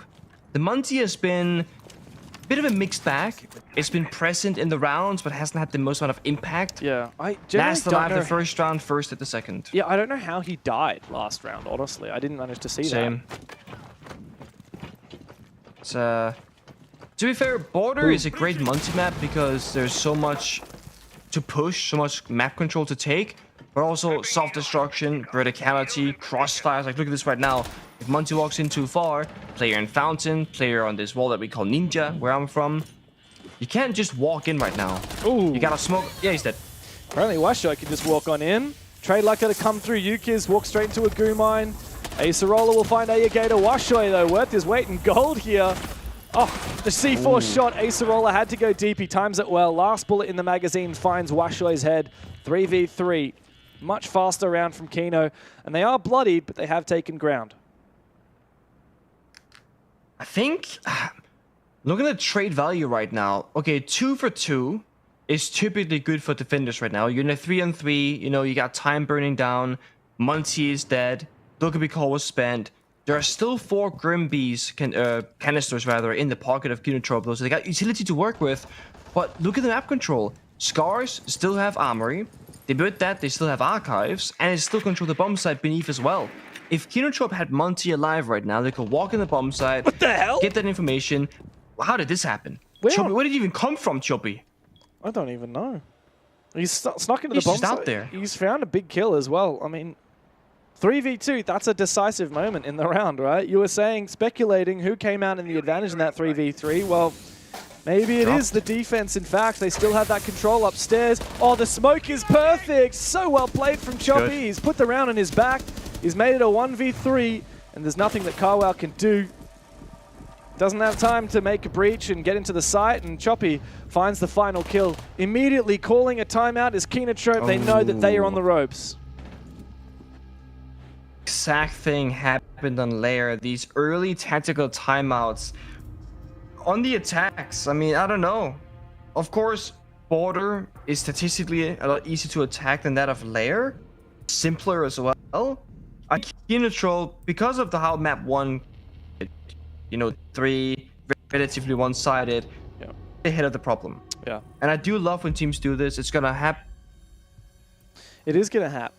I genuinely don't know what point you were making there, Pengu. I respect the authority that your voice carries, your beautiful Danish sultry notes as you speculate what's going on in the minds of these players, but I personally cannot understand. You may as well be speaking Danish when the robot takes over. That's the thing, guys. In the age of AI, robots are taking over. They've found their way into Pengu's apartment. They've started trying to turn him into a Cyberman. They're not quite there yet. We've got our production team on it. They're sending in the EMPs right now to try and, Matrix-style fight them. It's like Matrix Revolutions right now in Pengu's apartment. our production team is doing everything they can to bring Pengu back from the robot overlords as we focus up on Kinotrope. With their tactical timeout, it's not quite been good enough. Of course, it's hard to attack on border. Statistically, we've seen that. But with rounds going that way, when they just feed choppy, there's a little bit of a lack of direction. Ironically, the only round Kinotrope has won was not because they had a nice little bit of preparation. They've been counted every time that's the case. No, it was because they pulled the rabbit out of the hat. They pulled a round out of their asses on that 4v5 in the late round, in the second round on that Teller's attack. Now we go to Armory. This is really where you stereotypically see your set pieces. I mean, what, in your ranked games back home, what are you expecting when you go for an Armory attack? If you're not going to do a slow and steady, take CCTV, take office, take armor, execute, break the wall, what are you doing? If, like, you're logging into a ranked game, it's first round attack on border, and then one of the guys in your Discord calls like, hey, guys, let's go archives. Let's go for an execute. And you're saying, okay, you play the Monty, you play the Glaz, I'm going to sit on the sandwich window, on the lockers window, I'm going to do this. Oh, no, they got a Goyo. How are we going to clear all this util? That's fine, guys. You know, I'm bringing the Gon 6, I'm bringing the Twitch, whatever it is. I'm wondering whether Kinotrope are going to be going for an execute-based attack like that, or it's more slow and steady business, because frankly, the slow and steady, particularly the Monty being slow and steady, it hasn't worked for them. 2 rounds in a row, he's been the first to fall for the attacking side. And that's not quite good enough here for Kinotrope. And you're dancing around which player's playing it as well. I mean, you look, it's Acerola, the guy who was hard carrying on map number 1, the only guy that was really finding many multi-kills. He's now got a pistol. He was left last alive in that first round, did absolutely nothing. He's been pretty useless ever since when it was on Akayu. Now it's back to Acerola again. Armory Archives. What is the plan? Last time this was played, this bomb site, Scarz got the opening kill onto Yukiz. This time it's onto Mawu. Acerola does find his kill at the top of these stairs, and the exchange is well and truly won. Big from Akayu here. A massive 2K. Scarz are finally on the ropes. It's a 3K for Akayu. Round is done. Choppy, nice shot there with the Vector on the ACOG. He finds Akayu, gets revenge after that 3K, but with the Monty in tow, with the drone coming through, with almost 2 minutes left, really the only way that this gets won by Scarz is if Kinotrope keep throwing like that. I mean, Pengu, how on earth do they throw this? This looks a lot more like a border attacking round until Choppy started showing up. I like this from Monty though. Just kind of getting information, backstabbing a little bit, being annoying. The Goo Mine exposes Yuki's position. Office window jump in. Choppy can mostly ignore the Monty, but a wallbang goes through and confirms the round. Kinotrope looking alive in that one, finally showing up. Even the score count 2-2. That tactical timeout might just have saved them enough to get enough rounds on the attack to make this map competitive. Yeah. Funny thing though, I mean, we've had 4 rounds played out. Every single round, it's been Scarz finding that opening kill, which mirrors what we were talking about, how Scarz are the best, or one of the best opening kill teams. Yeah, their conversion's a little bit slippery though, right? They're only 50% conversion in this game so far, this map, I should say. Yeah. I don't know, that was a weird round, Pengu. Like, we saw, you know, they lose a player, they take his stairs control, and then suddenly Kayu's found, what, 3 kills from outside a break room. I mean, that has been Scar's issue, even on Lair. They can get... Sometimes they can overstep their welcome a little bit, right? You can say, okay, this player, Akayu, got a kills outside the break room. That's him holding a good angle, but Scarz have to be moving into that line of sight and contest him or be unaware of his positioning for that to occur. The thing about Border, though, very much like Coastline, if you go far enough back in time in Pro League history, it's a map where defenders can't just let go of the mouse and keyboard and AFK by the bomb site. This is a map where you have to fight for map control, you have to fight for space. So even when you get like a 5 versus 4 or 5 versus 3, you can't just do nothing. You need to still fight for space. And that's what's giving Kinotrope a chance back in these rounds at times. And what's also forcing Scarz to keep on fighting. That's why I love the Monty. And that's why I'm so confused. Not confused. I'm surprised that the Scarz rather opted to ban the Dokkaebi. Yes, Dokkaebi sucks. But right now, I feel like there's a bigger problem with the Monty because they don't bring a lot of counters in these rounds. Smoke is either playing East Stairs or playing by the bomb site, so Monty gets a free reign on the roam-in tree. And Lee Shin Mines, they can be annoying for Monty, but they're not gonna get him killed, just do a bit of damage. And right now, Legion's playing an office on TCC. So now, Kinotrope once more should have free access to that first room. In they go on CC. The goo mine is making things difficult. Uh-oh, he's actually going to keep tanking damage here while he tries to find a safe spot. Falls on back. He's still somewhat vulnerable.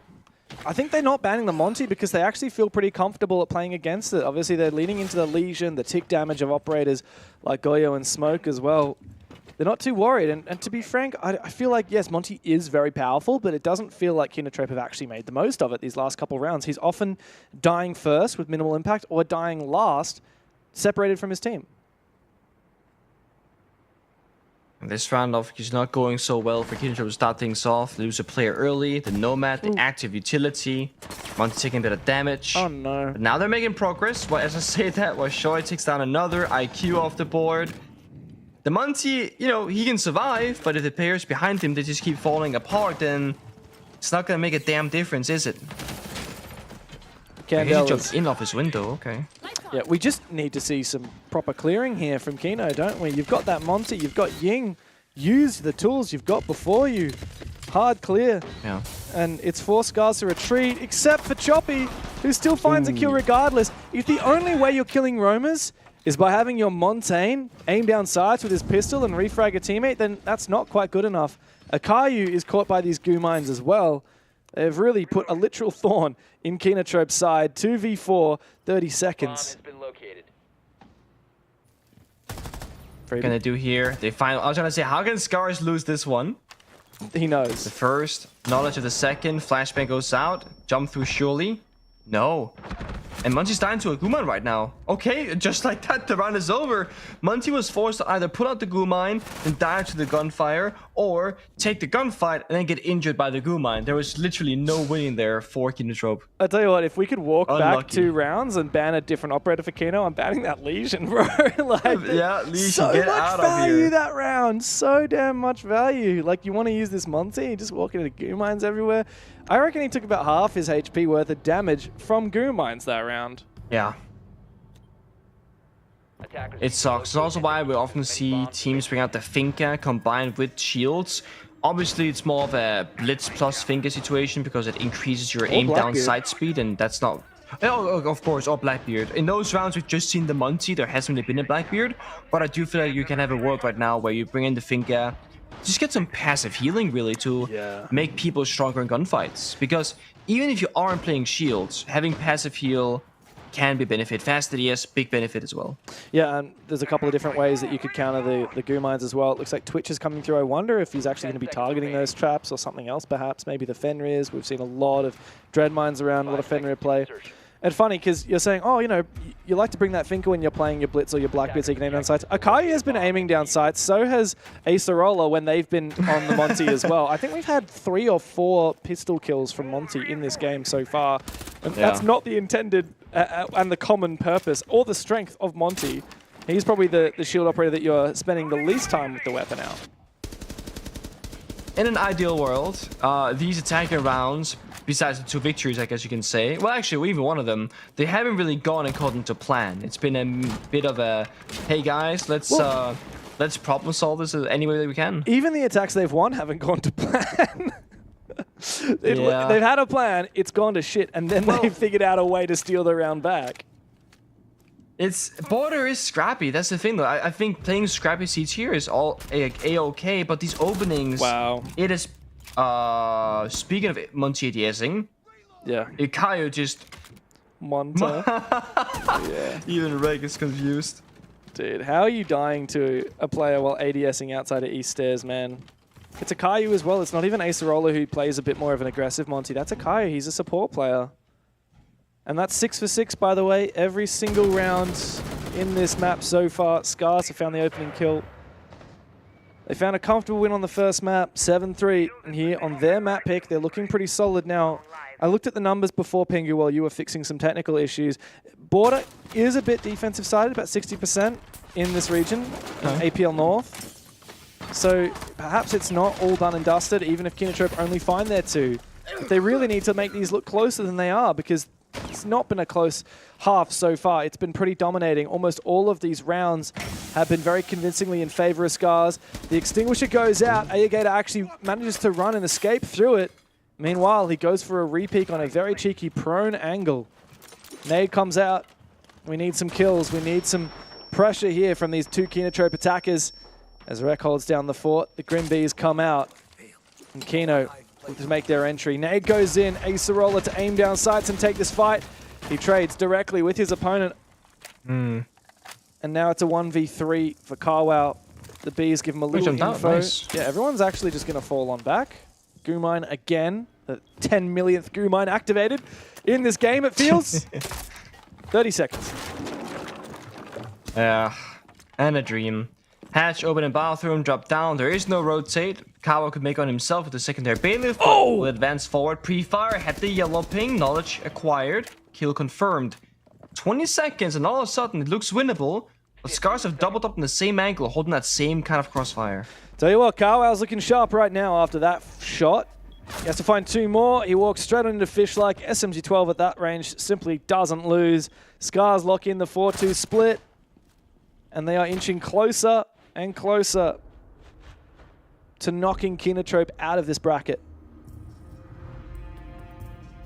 Speaking of the sides, yeah, it might be defender favorite, but if Scarz looks like the better team, the stronger combatant, and also them being an attacker favorite team overall statistically, I think that's the final nail in the coffin for Kinotrope. I mean, they gotta go absolutely massive on defense, or Scarz would need to be unable to pick these rounds apart.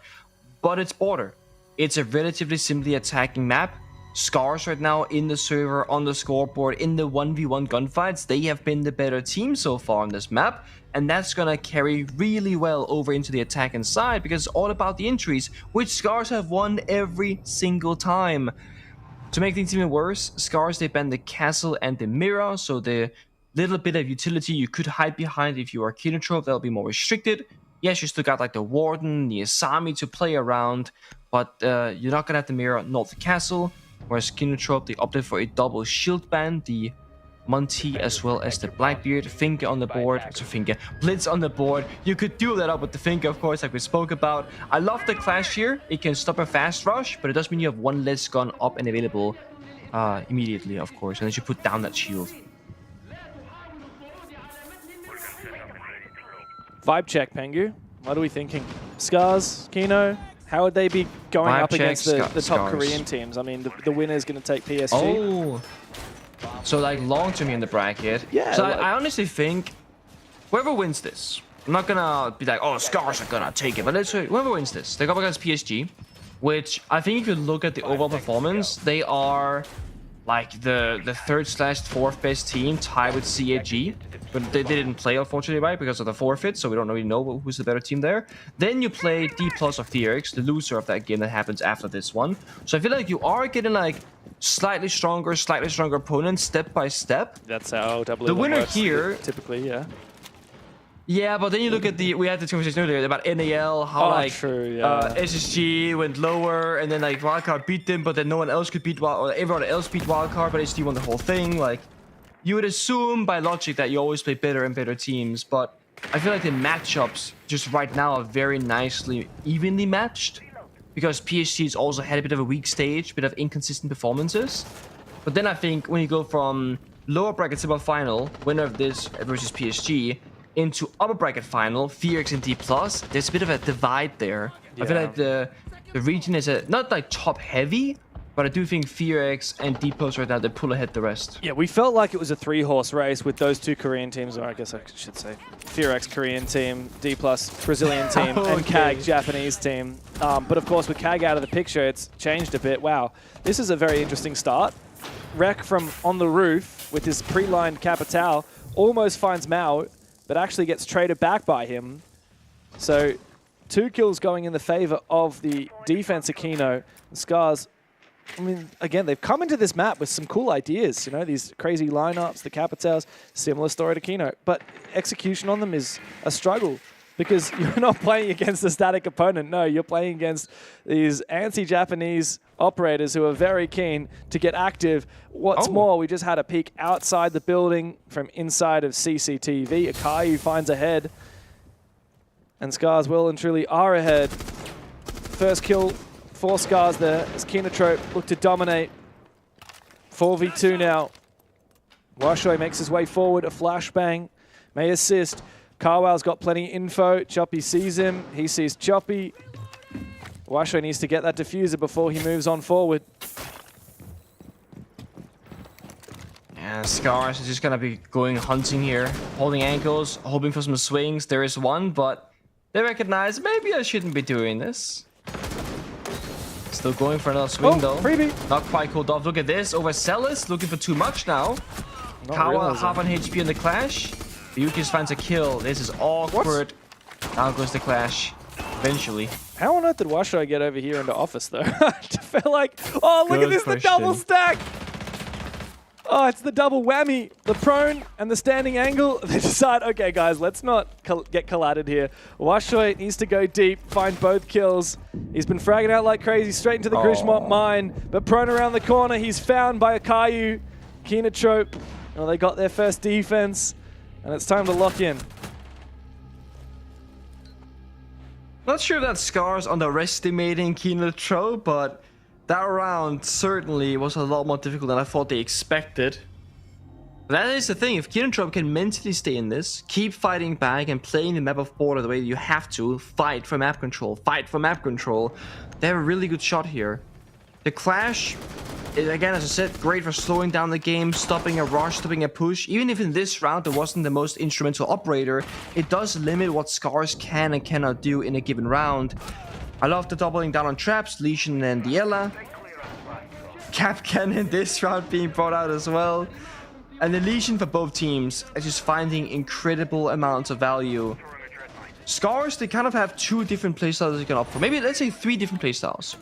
They can play, regular border attacks where you take the map control, you push on over, you roam clear into bomb site. They can do it with and without the shields. That's two playstyles. Then they got the direct bomb site attacks, the rushes if you will, which is completely doable because you have Dokkaebi, Sense, Glass, Grim, Ying, and you still have a shield and blitz and fuse. And border is probably the most rushable map in the entire Pro League map pool right now because every bomb site has external direct access, either it being a window, a door, or a breach. So Scarz have different paces they can choose between right now.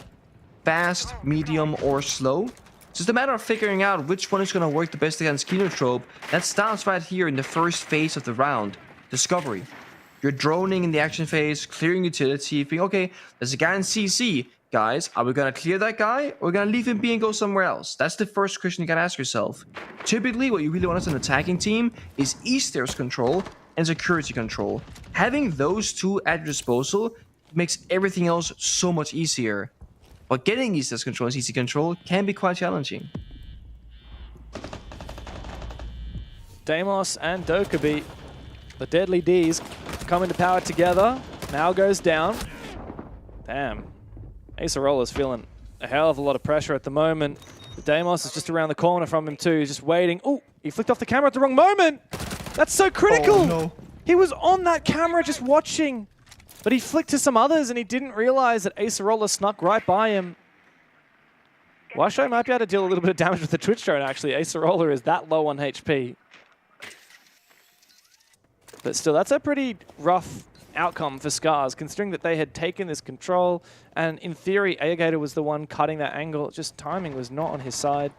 I think if you slow down the footage, you probably see that Acerola did appear on his screen for a brief moment. Might not matter for Scarz, though, if they can find control elsewhere, and that comes in the form of this top floor. It comes in the form of punishing an over-aggressive smoke at East Stairs. Yuki's falling without too much of a fight. Akayu's down in Archives too. He's dropped down into Workshop. Not likely he'll be revived, though. Carwow's in Bathroom. He's the closest player, but it'll be so risky to go for that revive right now. Is he going to go for it? Surely not. Nah, he'll be naded out. Yeah. Played nice and safe. Confirm that kill with a grenade instead. Last Dokkaebi call went out as well. Acerola still ringing. One player in Bathroom, one player in Customs. So no crossfire established, no teamwork can be enabled. With 40 seconds to go, Scarz, I mean, they look like they're in a prime hatch drop position here, if anything. They're still doing some bit of verticality, scouting for information. Time could become a problem if they don't go soon. The benefit for Scarz is Arola down on like 1 bullet worth of health. Not really primed for a gunfight. But yeah, hatch trap here, surely it's going to be the play. It's going to be late. It's going to be desperate. Oh, And he's it's waiting. going to be Carwow just waiting. SMG-12 in hand. The glass is active. The flashbangs come through. Oh, he fluffs the first one. Is there going to be a trade from up above? Washoy finds him. 5 seconds. He needed to get a double there. Can he sneak on through and deny the plan? That's all he's got to do. Wreck to cover. He just comes in, swoops in when he's needed most. And Scarz, my God, you'd be holding your breath for that one. But they do get the round on the board. A very critical attack here on border. Scarz wanting to play that round perfectly in the 4v2 almost ended up being the reason why they lost. They took all those extra seconds to do soft destruction, check the IQ scanner, toss out the smoke, toss out the flashbang, then they dropped the hatch. There were less than 2 seconds left when the round ended, so if that's the plans are going down and you sprint away, survive the verticality above you, you will win on time. Scarz, they look good in the early stages typically. It's about their mid game, that's the big focus. They got the opening, they got CT control, they get flanked downstairs by the Lesion. Deimos dies early. Very important operator to keep alive rather for as long as possible to make use of those death mark trackers. Kinotrope are now playing heavy utility. They're playing ventilation workshop bomb site, but with a bit of a twist on it. Because typically you'll play top floor with the intention of holding that for as long as possible, then dropping down the hatches, and now you play on the bomb site and first floor. But because of the castle and mirror ban, they are likely going to play with the hatches reinforced instead. Then they're playing Kai Tuberau, so that they can just simply start top floor, fall back, and then because the hatches are reinforced, they can Kai Claw them, Tuberau trick them, and not giving Scarz any easy way in towards the side. So they're fortifying the spot. Then they're doubling down with the bandit as well to deny the armory wall, hold on for as long as possible. If Scarz don't recognize this and speed up their pace a little bit, time this round could definitely be a problem. I just love it when the Japanese teams decide to cook when they've got some kind of an execute planned. C4 goes over, the E1D signals Scarz are making their way forward and goes fish like a second nitro cell. Finds him, all up to Aegator. The round is flipped. Kinotrope did an excellent job to repel this aggressive attack. That nade might help Aegator confirm at least the first kill here onto Carwow. One slug lands. Eventually, the kill comes through for the attack. 2 more to find. This is a very winnable clutch. Hatch is open as well, actually, so not as much of a turtle as I thought it was going to be. Oh, this is Crossfire here has to be solid. They're watching the walk-in. good nade. Great nade. Oh, Aegator! Oh! Look at this play! Incredible nade, the spray, and the transfer onto the second one. He really is the GOAT. Rek is getting active in the oil chat. He can't believe it. Massive round for Scarz, and it propels them onto match point 6-3. Wow. Heartbreaker. Heartbreaker. 2v1, a great crossfire, the option to fall back, the option to reposition, and it comes down to a very tiny detail that is foresight. When you're in a 2v1, which operator are you up against? Deimos. Okay, has Deimos used any grenades so far? Well, we can count at least one, used on the Archives player just moments earlier. Does he have a second? Well, we don't know. And if you don't know, of course, you can stay in that corner or move away. Obviously, the hindsight, they should have moved. Let's have a look at this one back. Nade. Spray. Transfer. Boom. Bang. You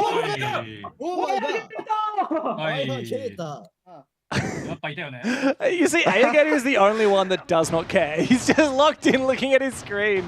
Oh, man. Bomb located by attacker. Oh, that's I gnarly. would have been more excited if I was a player. I'd been like, yo, you're the best, man. Like, Dude, it was like an explosive rush strat that didn't work, and then Aegator 1 versus 3s.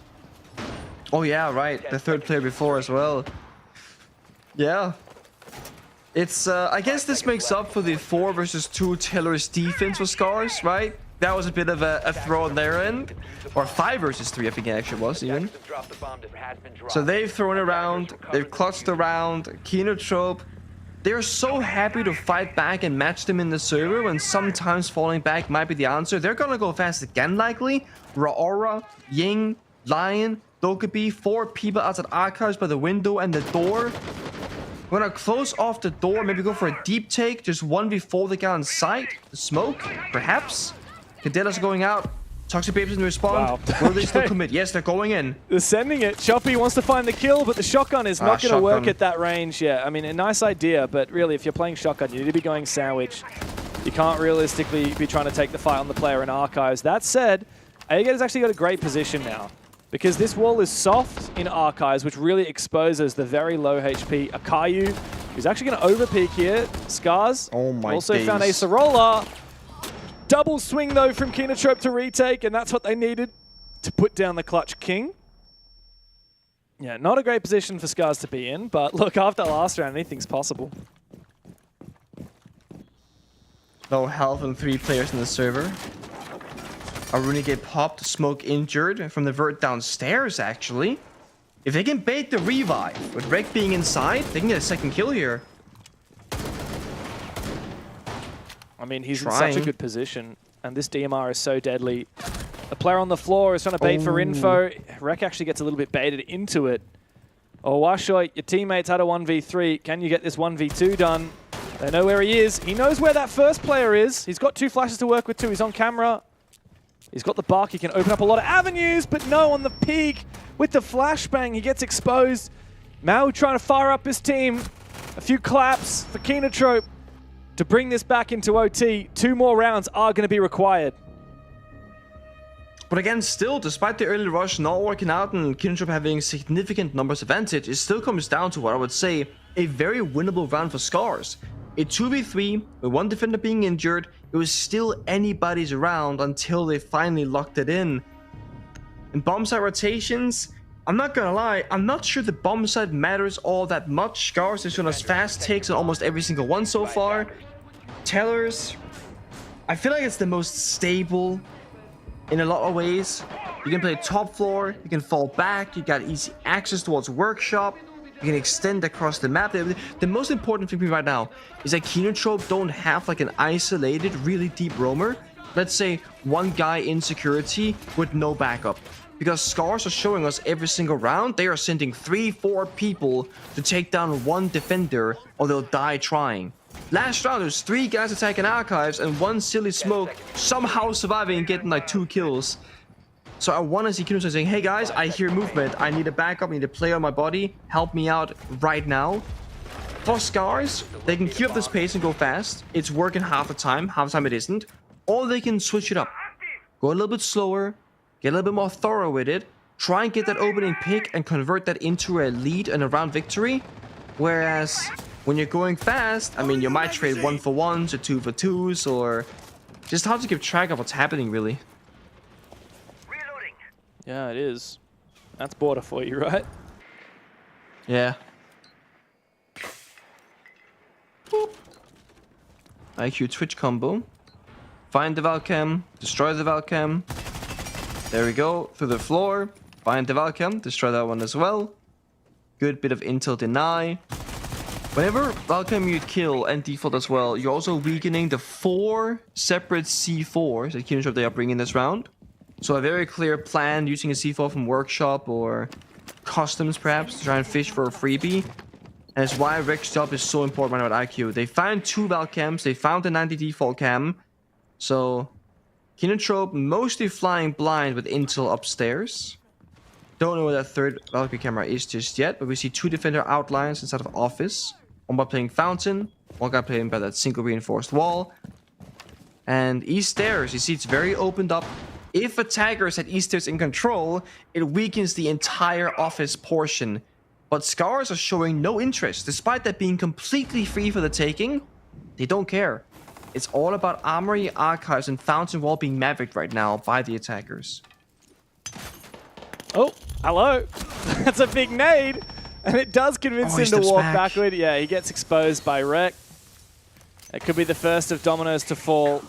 Oh, he's so good on this second one as well. He knows exactly where this player is. Everyone from Kinotrope, one by one they fall. They deal a little bit of damage in their wake. Poor Akayu is on just a sliver of HP as he tries to get back to sight. He's been concussed by the fire extinguisher and he's just around the corner from that sneaky little player, the Dokkaebi, making his way forward. Kawao holding down the fort in Bathroom, but it comes down to a 1v2 for the Warden. Fish like an alligator on the verge of knocking out Kinotrope from the APL. And Kawao's just waiting with the SMG-12, his phone ringing, let it ring. But Fishlike has snuck into position. The sound from these grenades has masked it, and he needs to win this fight, but he can't get it done. And Kinotrope cannot withstand the might of Scarz. You might have said their eras have passed, but no, they are not done yet. And they got a date with PSG in the lower bracket. They've done a great job working on this lower bracket run so far, bringing out Lair, showing good performance, being good on both the defense and the attack. Kinotrope, not the stage 2 of last year that we all kind of were hoping for. Also not the first stage in this year so far. Having a weak group stage performance. Now in playoffs going lower bracket and falling to Scarz the way that they did, not getting a single map. It's a tough one. I want to see more from them. I'm excited to keep supporting them, but there's something not clicking that they gotta figure out for the future. Few things to work on for Kino, but right now the focus is on Scarz. Man, how the mighty have fallen, but they have another chance at redemption if they can fight through the Koreans in the rest of this bracket, and of course, potentially the Brazilians as well. Rob, Scarz get it done in 2. And it looked very comfortable for Scarz, all things considered. I think I agree a lot with what you're saying there, Nick. There is an element to Kinotrope that seems to be a little missing. Last year, they were the explosive, in-your-face team. The thing with that is, like, it works when it converts. Do you know what I mean? Like, it's a great playstyle when it works, but when it doesn't, it just leaves you out to dry. And I feel like there were so many rounds here that Kinotrope just lost due to, no, I'm not going to say over-aggression necessarily, but just to their playstyle not clicking the way it has in the past. Yeah, we use this term a lot, and it's very broad. We say fundamentals, and it feels like Kinotrope's fundamentals, they are in the S tier right now. Yeah. What that refers to is, you know, the 2v1s, the 2v2s, the crossfires, the small decision makings in the server. But when your fundamentals are on the weaker side, it's negatively impacting so many different areas of your gameplay. And I think right here, that was the big divide between Kinotrope's performance and that of Scarz. Yeah, that's a phenomenal point about fundamentals, because Kinotrope have always been the team.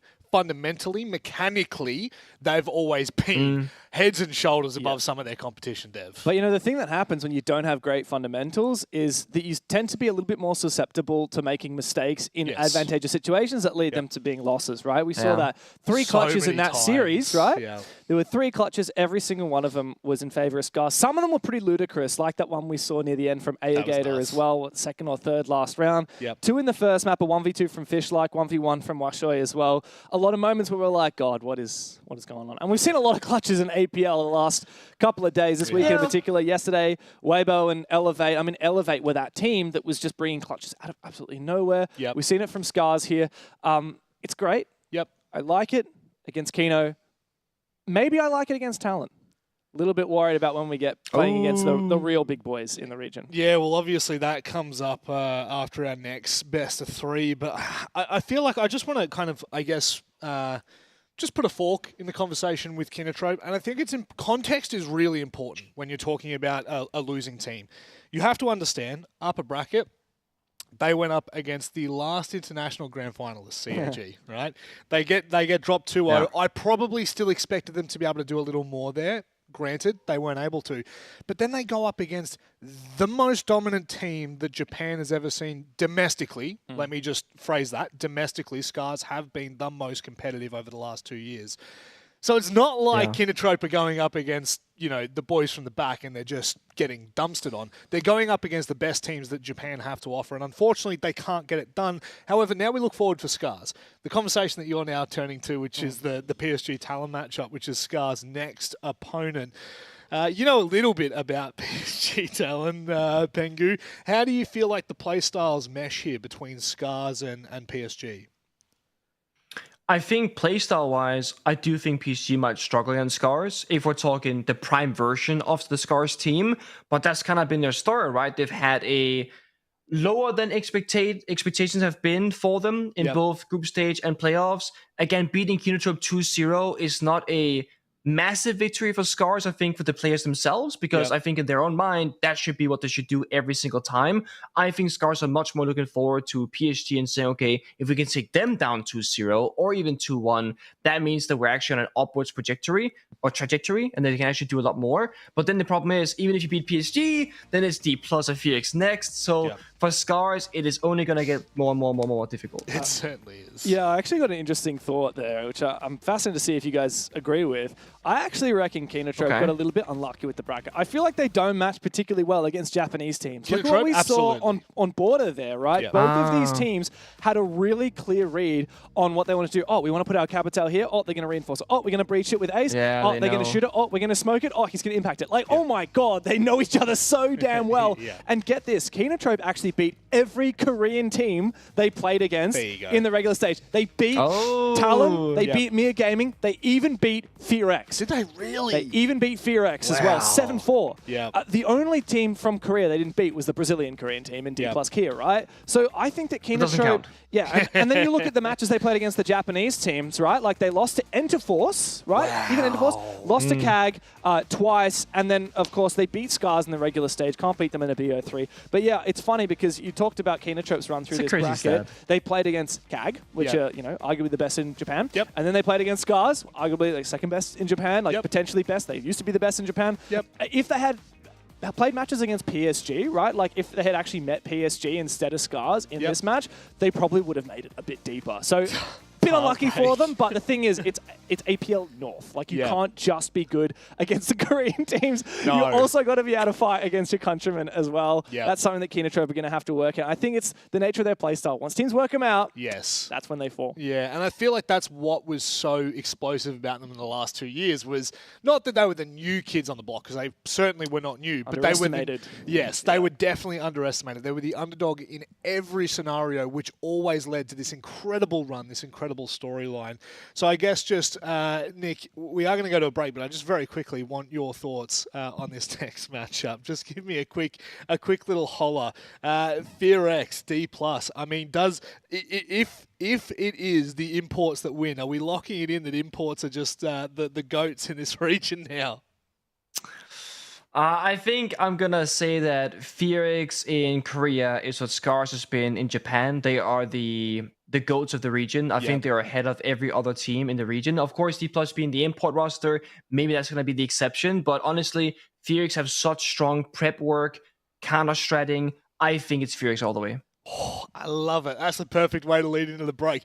Do not go anywhere. You do not want to miss what's on the other side of this short break.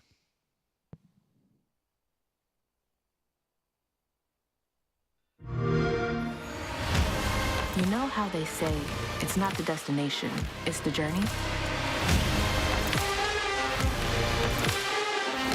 And the journey of 1,000 miles begins with a single step.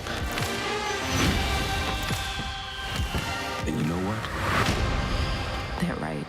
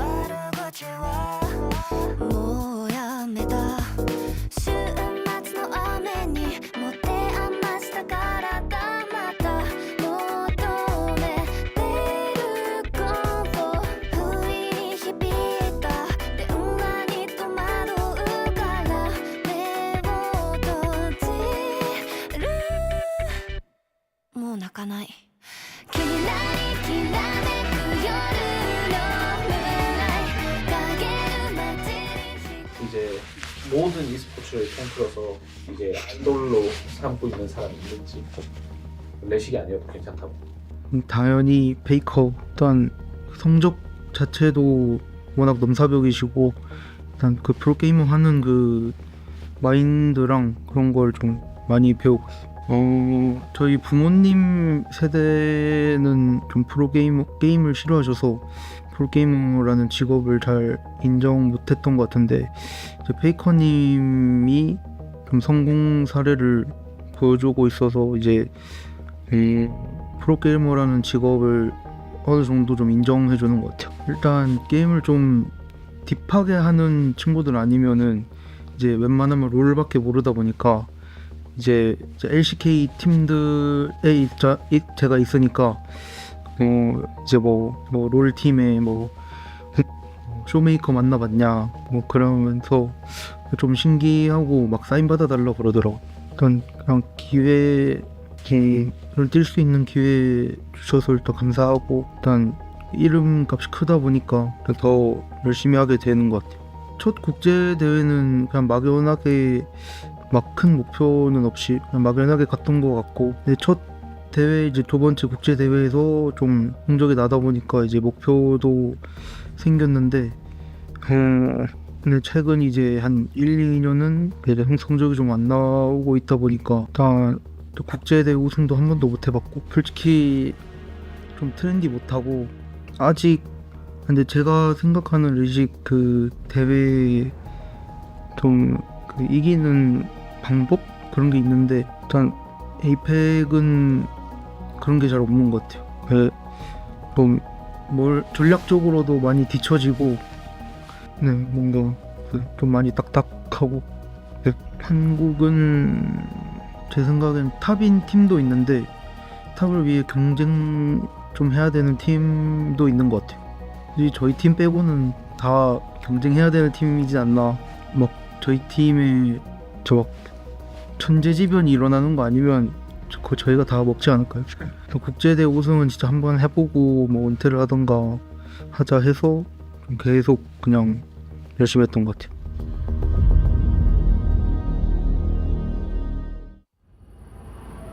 Some good insight into Woogie Man and just his life in general. I think that one thing that we're very fortunate about for these pieces of content is you actually get to see what the players are like. And some of them are very modest. Some of them are how they present. Most of them. Most of them. However, I will say Rek was a cheeky scoundrel. He was very cheeky on camera. The entire time we were doing those interviews, behind the scenes, he's just a really lovely guy. Love that. Really lovely guy. And it's also, like, it needs to be known, the only translation we had between us was just Yubi Japan helping out with the conversation. So, like, we're waiting for everything to get translated, and it's still, like, it still feels like you're part of it. So, no, it is a good, it's always nice to have insight into players, into their life, into anything that they're doing, because it kind of conceptualizes the region a little bit better than what we can just on broadcast. However, this next matchup does include Woogie Man, and it does include what we have been saying, Nick, is probably the best team in the region, period, at the moment. I think that, in my eyes anyway, it's between Weibo and FearX. But that's just for... No love for all Enterprise. No, look, I think, well, the thing is, I think Enterprise will definitely have a place, but I need to see them at either an international event or I need to see them in APAC. Get him out. I know, I should, honestly, I should with leave. you on this. After the bias I've had for OS the last couple of years, I think I need to reel it in a little bit. I do think that, like, representing the APAC region, FearX is probably going to be one of the strongest teams that we can have, and they are going up against arguably the other strongest team that we are going to see in this bracket. But here you have it. We know them, we love them. It's a mix, and it's a bit of a grudge match, bit of a revenge match for two of these players, Dev. But ultimately, this roster has come together so quickly and so confidently that it kind of scares me a little. It was kind of like, why did they not do this earlier, right? Like, why did we not just consolidate the two best teams in the region into a super team? Meanwhile, like, kind of reform that dumb on Kia of old that went to Yavle and was 1 kill away from making it to the grand final and knocking out who would be the eventual champions in FaZe Clan. Of course, that was Coded, Wookieman, and Rin on that Damwon Kia roster. Rin had a few spouts on various different teams before he landed on FearX with Mephi and Good Boy.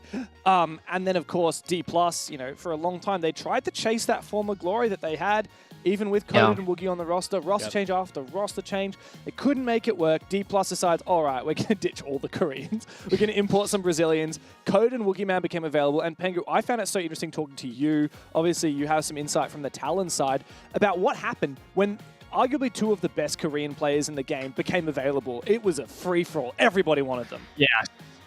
Everybody was trying to get them. PSG as well tried for a very long time. It was awkward because if memory serves me right, it was like pretty much everyone qualified for the same event. But so it's like, you're playing this event, we're playing that event. So obviously there's no transfer window, and then players gotta be available in contracts, negotiations, and they got different offers. They want to weigh their options. The reason why this didn't happen sooner is because both of those former teams thought they could be the best one. You didn't need to merge because you thought you're better than the other. Yeah. But when D+ said, you know what, we're not going to stick around right now, and they became a free market, that's when this became a reality. And I love what FearX has done with the roster. I actually really appreciate Dark as a coach, as a support member, with prep work, the strats, because I think he's the one that has elevated these guys from a mechanical prowess to a strategical counter team with great mechanical skill on top. Yeah, B&K FearX for me are kind of the epitome of the Korean culture. They work so hard. Like, I cannot clearly state how hard this team works and how many hours they put into the game at events, offline. It doesn't matter. They are just so locked in, and it makes for an incredible team. However, they are going up against, I would have to say, it's just the number 2 in the region at the moment, potentially even number 1. The Brazilians have stormed into the scene here. Now, unlike Elevate, I would say that there have been a couple of question marks around their performance in the stage just as a whole. However, D+ Kia is still at their best day going to, I think they're going to clean the floor with most of APAC Dev, and that just needs to be stated off the bat. Well, just the caliber of teams here. I mean, particularly Bullet, obviously, he's been, for such a long time, one of the best players on one of the best teams in Brazil. He's made his way around the region before coming here to APAC. Falls, Levi, however you want to say it, also have a lot of experience. The names that you've heard before if you've been watching the Brazilian region. And then Niers has had his fair share of really highlight moments as well. Just a well-rounded roster. The thing is, like, you could pick 5 random Brazilian players who are like on any top 8 team in that region. Put them not just in APAC, but anywhere in the world, and they'd probably do pretty damn good. There's just so much talent in Brazil, so much fire and passion and confidence, and they carry that confidence, that dedication to the game wherever they go. Yeah, they certainly do. Pengu, in this series in particular, how does this roster stack up? They stack up pretty well. Obviously, coming from Brazil, they have a much higher understanding of the game, maybe at an individual player level. But I think we can learn maybe from Elevate here in Psycho's interview, where he said, we are new to the region. We don't really know our opponents that well, what maps they play, what kind of performance they have, how scrims they work. D+, obviously coming, the players from Brazil, will have a similar circumstance. The only big difference with this very specific matchup, FearX have gone to a lot of international events, right?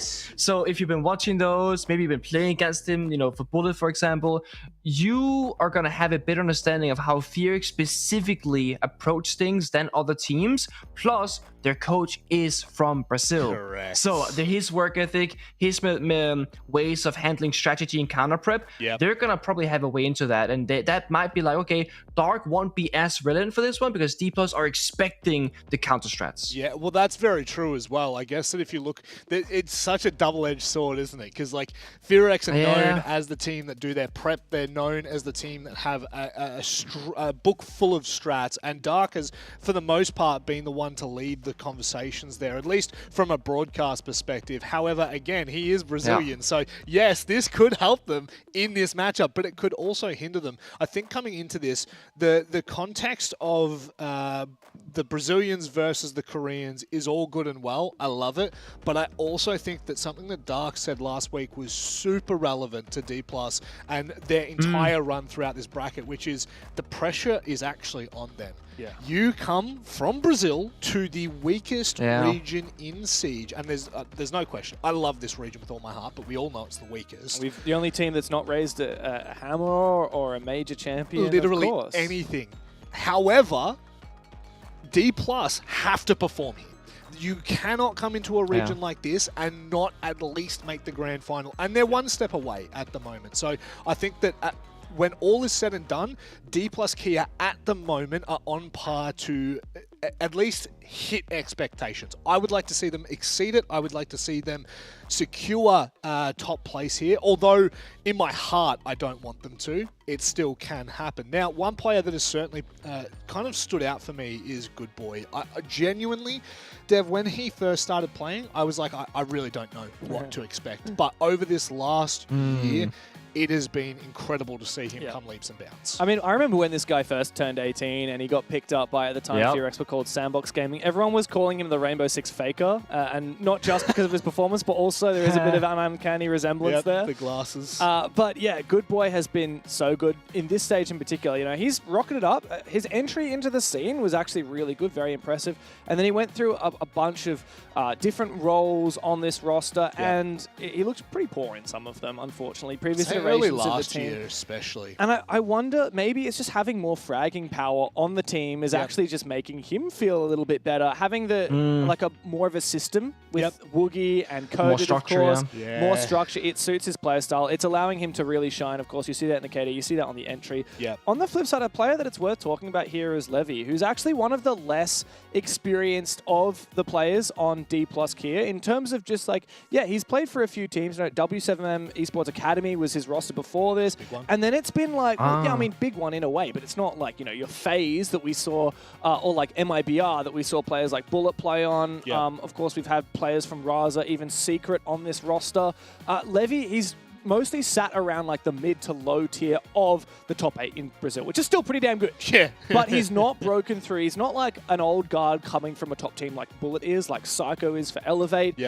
He's still in his prime. He's still looking really good. 70% cost is pretty insane. The entry stats for both these players are nuts. I think this is going to be a really dangerous battle on the front line between Good Boy and Levy. Well, let's have a look at how things pan out in the map veto so that we can get this one underway here for the upper bracket final. Of course, the winner of this goes through to the grand final. The loser will drop down into the lower bracket, and it will force them to play 2 best-of-3s back-to-back next weekend. So it's incredibly important for everyone to know at home the context is actually kind of dire. It's between going straight through to the grand final and playing potentially 6 maps of Siege to finish first in your region. We start off with a Chalet pick from D+, and then into Cafe for BNK FearX. I think I'll leave this one in your capable hands, Dev, and then let Pengu do his thing. Yeah, well, I mean, just having a look at Chalet first up, we saw a good win from FearX just a week ago against CAG on this very map. Of course, that's a very strong team to be taking here, so that's an impressive result. D+ are pretty gutsy for taking FearX to a map that they have such a prominent recent result on, but of course, I'm sure that they watch that very closely and they've been counter-strateging, and it is one of their favorite maps already. Though they haven't played it for 3 weeks, they beat Enterforce there, obviously one of the lower tier teams in the league. When these teams did face off in the regular stage, they played in Playday 1, and FearX just barely won that 5-7. So it's really about what D+ have been in the meantime, what they've been working on, and credit to them. They're going to a map where they know their opponents are good. Let's hope that they've done their prep work. Nick, what are your thoughts? There's a player that we haven't really mentioned a whole lot of, and I think he deserves mention, and that is Rin.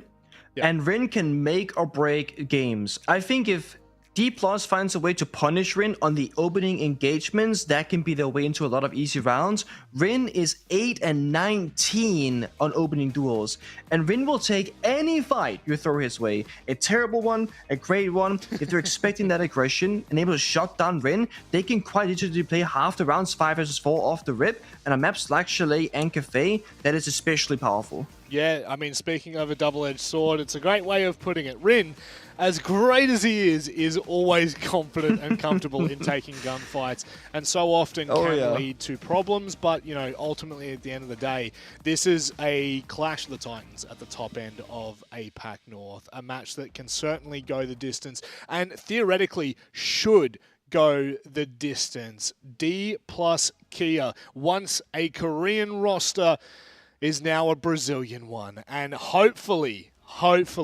we get exactly what should be delivered in this series, which should be none other than an absolute barn burner.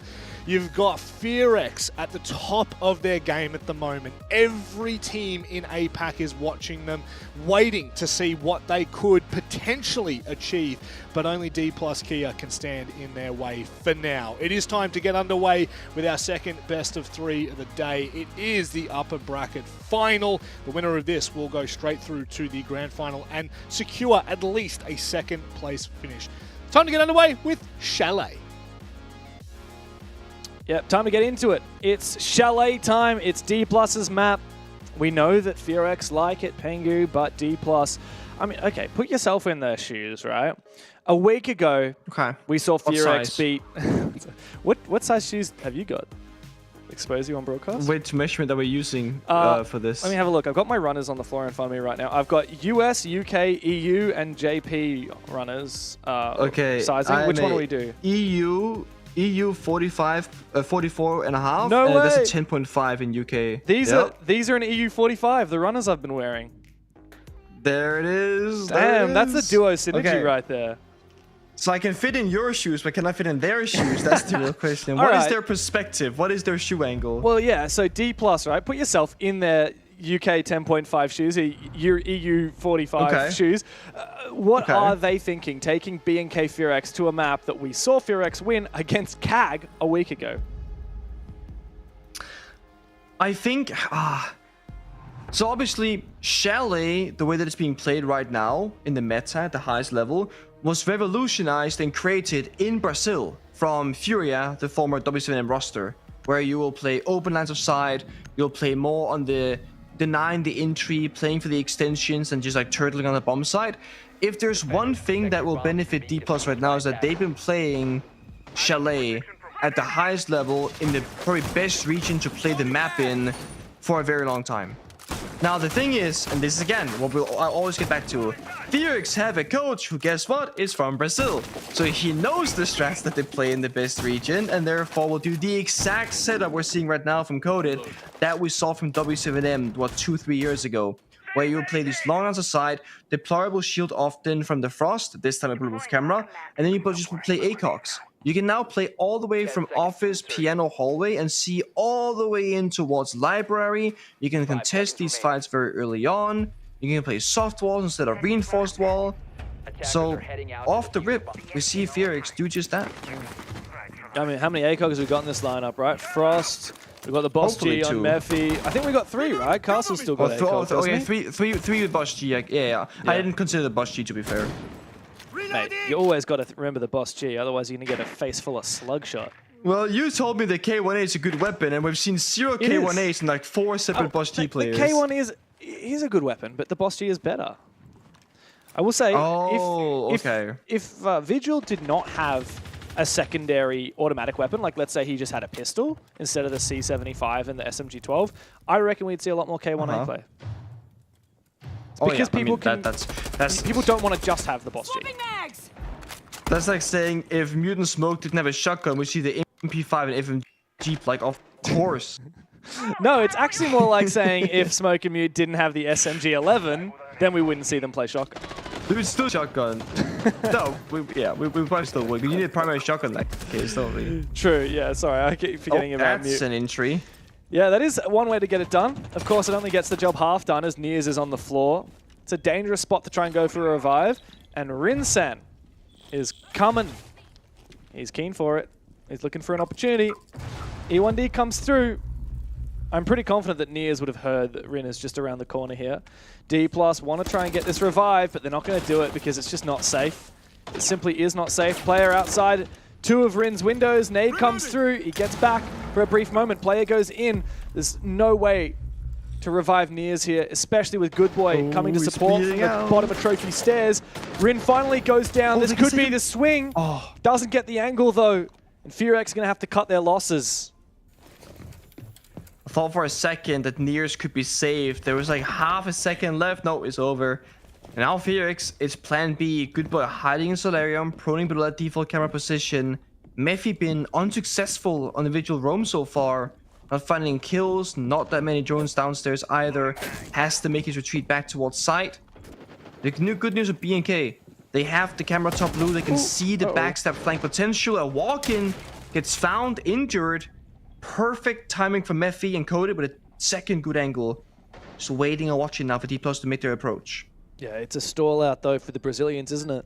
They have the numbers advantage. Very much so. They don't have enough drones. I think that's why Good Boy decided to make this play. There's 3 drones in the field. Falls, finds one. There's the trigger discipline one. to not shoot straight away. And Good Boy finds the double. And the rat play pays off for FearX as they steal the first round on Chalet. Looking mighty comfortable. Now the, what was I gonna say? I had a point. Oh yeah, you're correct by the way. The weapons analogy, you're right. If Mutant Smoke didn't have SMG-11, we'd see probably just more MP5K and FMG instead of more shotgun. You are correct and I'm wrong. I'm owning my mistake. Wow. Attackers need to Can you locate imagine the 2019 Pengu uttering those words? You were correct and No, I'm wrong. no, no. I remember your I don't think interviews back in 2021 the day. people could either. Dude, retirement's done a lot for you, hasn't it? It has perspective, old age, wisdom, etc. A few stern I think admitting warnings when you're from Yubi wrong- back in the day when you were whining a little bit too much as a player. It's been a long time. Okay, that's like 2018. Okay, that's really far back in the archives here. I remember it. But yeah, You made I yourself still really think- easy to hate as a player, by the way. Fabian and I were both like such easy villains, but Fabian was like for a good reason, and I was for a bad reason. And I don't know why it's so hard in the past to admit fail, but I still to this day, Fabian will always say, "You could never admit you're wrong." And it's like, Fabian, it's like 7 years ago. Like, you're completely correct, but like, let me grow out of that version of myself I'm all and grow for it. into. Yeah. I'm all for it. I think it's important to... I think I saw this quote one time that be nice to everyone because everyone has something they can teach you. In the simple thing that we don't know everything about every single aspect of the world, right? And even if you know a lot about one topic, even I will not know everything correctly about Rainbow Six Siege specifically, even if I think I do. You asked me earlier, can Oryx dash through his own deployable shield? I'm like, I don't no idea. You know? Nah, you're Not a meant to know clue. everything, dude. What do you mean? That's why you're my colorcaster. I certainly don't know everything. Certainly don't know much about. But combined, we might know most things. Yeah, how are you on pi? How many digits of pi do you know? 3.14, and then we're done right there. 3.14159265335. I'm not here to check you, but if you keep practicing and keep going further and further, I mean, straight in the bomb site. Yeah, Levy's clearly done his work. He's been prone, and Midi erupting straight into the bomb site. A big rug pull here from D+ as FearX fall apart on the bomb site. Mephi finished off as well. It's a complete unlock as the onslaught from the D+ players steals away the site. Rin is traded on the top floor after he finds the player on the window. All about Good Boy now on this retake. And he's about to meet a face full of blitz. Easy lockout for Nears. And a dominant round. What a play from D+. The rush from Trophy. In a very strong way, an impressive way. Resounding victory in their second attack. The beauty of best of 3 is that first map, when it's a completely even scoreline and map line, you can just do the craziest stuff with no care in the world. I mean, D+ has said, you know what, it's time to go 1, 2, 3, full send it.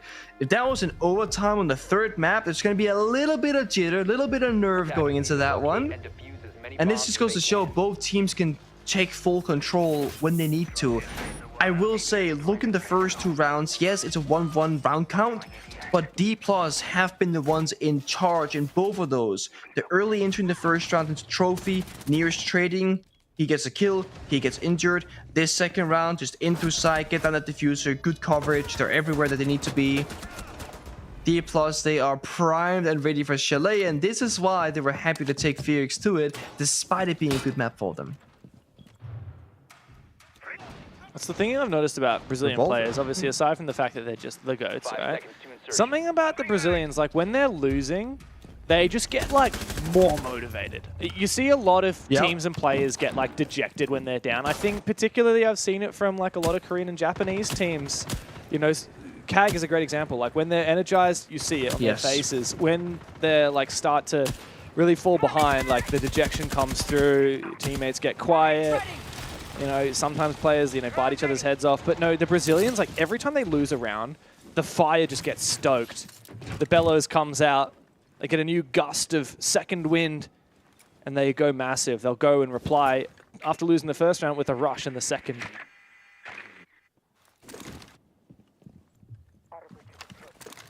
Something that you'd think every team and every player would have, because it's such a great skill. It's a cultural thing, to have at your disposal. Yeah, exactly. It's a cultural thing, and also players are all very different mentally. The challenges that they face, how they perceive things to be.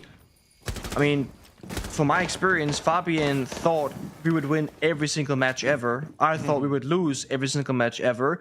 And the way that you think about that affects players differently. I had to bring my 100% A game every day because I thought we were going to lose.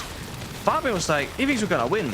He needed that confidence and false belief to lead his team the best that he possibly could.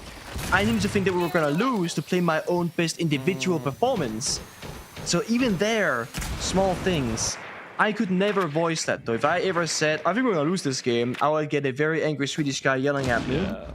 And of course, if a guy says, guys, we're down 0-6, we got this, we're better, do you believe in me? You're gonna go, yeah, of course. You lose 0-7, right? It's fine. You can't sit there and go, no, actually, we're not the better team. Oh, here we go. Clash getting in all around it. Oh, Nears! He snuck into the bomb site, and he's read them like a book. He's now getting aggressive playing against the Clash. He sees another one! Oh my god, Jesus! Nears! Get that bearing 9 out of here! He's tearing apart the Koreans! It's Rin versus the world! Levy! A flawless round! Nears is so hyped up his bloody camera's fallen over! What a round from D+! Out of nowhere, that right there is a classic case of off-pace play. Basically, they're doing something way before they're supposed to. If you're a player in FearX, you're thinking, they're still missing verticality, they gotta drone the bomb site, they gotta throw out the utility, then they gotta go. So in your head, you're waiting for the next step for your opponent. And then all of a sudden, we see Nears literally just in the bomb site, pushing Trench against the Clash fearlessly. And he uses the Clash pressure as a distraction, goes in, turns around, kills the guy trying to help the Clash, then takes down the Clash shortly after, and the teammate before that. He played this perfectly. Even if Nears were to die right here with 0 kills, the plant goes down. And D+ plays a 4 versus 5 post plant, which is also favored. But because Nears absolutely pops off, he gets all the kills, the bomb goes down, and it's flawless. FearX, they're going to be scrambling right now, figuring out, okay, what type of bomb site rotation do we go for? Because Chalet is a little bit unique in the sense that all 4 bomb sites are, I would say, equally playable. Of course, it depends on the operator bands, what you're good at, what the enemy is good at, but you can totally play kitchen, top floor, bar, or basement. And with how D+ are picking apart some of these attacking rounds, you might want to try and avoid those bomb sites because they got that under a lock and key.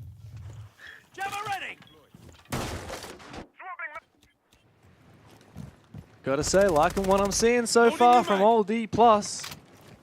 They love to find opportunities to exploit weaknesses. 2 rounds now, both have basically been rushes, even if not at the start of the round. FearX need to keep their cool. Just because you keep getting rushed doesn't mean you have to get too antsy, doesn't mean you have to overpeak in your positions, good boy.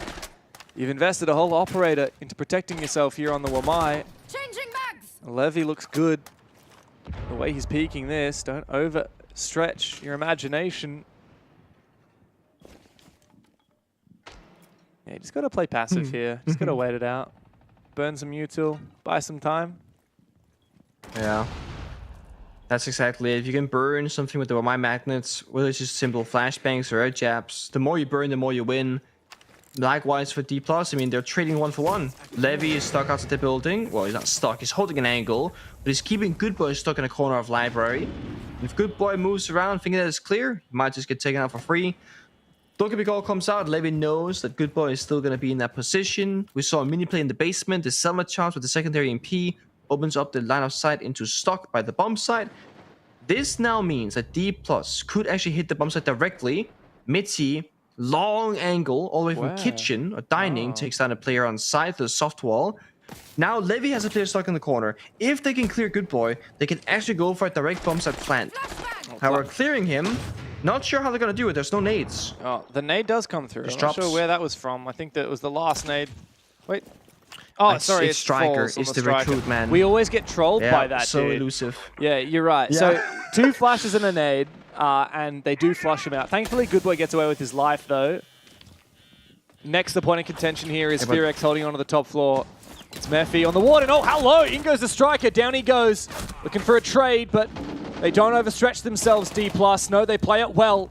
Coded in off angle, finds Levy dropping back to the bomb site. It's a 2v3 for the Koreans, and plenty of time for D+. Ooh. A reset now. Trying to get into some stable positions, dropping away from the bomb site, going doesn't know. downstairs. They don't know. I didn't hear He it. throws it against them. No, he Needs has the an skill, inkling. but now they have any information. He's going to check the angle. Hard Oh, left. he loses it! Oh, Coded! Might have done what's needed, but no, the trade comes through thick and fast. Meanwhile, Rin falls. And D+, well, they've stretched B and K FearX thin, and they've forced them to take their tactical timeout to get a handle of Chalet. I love this. I love early tactical timeouts. FearX, of course. I have a lot of faith in Dark as a coach. And right now, you see him in the background, it's gonna be about what they're discussing before the match, what they are doing correctly, and what they aren't doing correctly. And likely talking about what we're seeing from D+ specifically, saying, guys, we might have thought they were gonna go for this more passive style, they're actually gonna go aggressive, now these are gonna be our adaptations. Or it's gonna be, guys, they're going aggressive, just like we discussed about, so make sure you don't forget X, Y, Z. There's a very clear game plan here in mind for FearX. It hasn't come to fruition. It's come down to D+ being the better team and better individuals in the server and always making FearX fight with a numbers disadvantage. And they're just scrambling to get things back together. In that 2v3, they're both evacuating the bomb site, trying to go for solo kills instead of playing together. Because they know D+, they have a good way to execute. They need to try and stop them from executing by getting the kill first, then they can play a normal round. But they're just not winning those gunfights. Attackers need to I locate mean, Niers has barely lost a gunfight. He's 7-1, by the way. Yeah. That Deimos now. It's a tough position to be in. We know that Chalet is pretty hard to defend, right? Like, this is one of those maps. Yeah, it is. One of those maps that's similar to Border in a way that it's claustrophobic. It does have its fair share of differences to Border, but you can spend 2/3 of the round outside the building and achieve so much on the attacking side. And if you're a defensive player, like you're playing in a hard-to-play position, whether it's top of mezzanine or whether it's inside a library or in solar on the solar stairs, like these are hell in a cell positions that you try and play to die, hope to get a kill or two, but often it's going to be just you, maybe sustaining a crossfire with someone on the other side in another hell in a cell position, and then you've got the entire team working together to kill you. Yeah. That's exactly it. Trying to watch the switch up here. Operator-wise, no major change, I would say, for FearX. I spoke to Rob a little bit, saying how Rin could be a deciding factor, or at the very least, a person to exploit for D+. Rin, as we all know and love, is very happy to take a gunfight, right? Yeah, but if you open a window, he often comes running.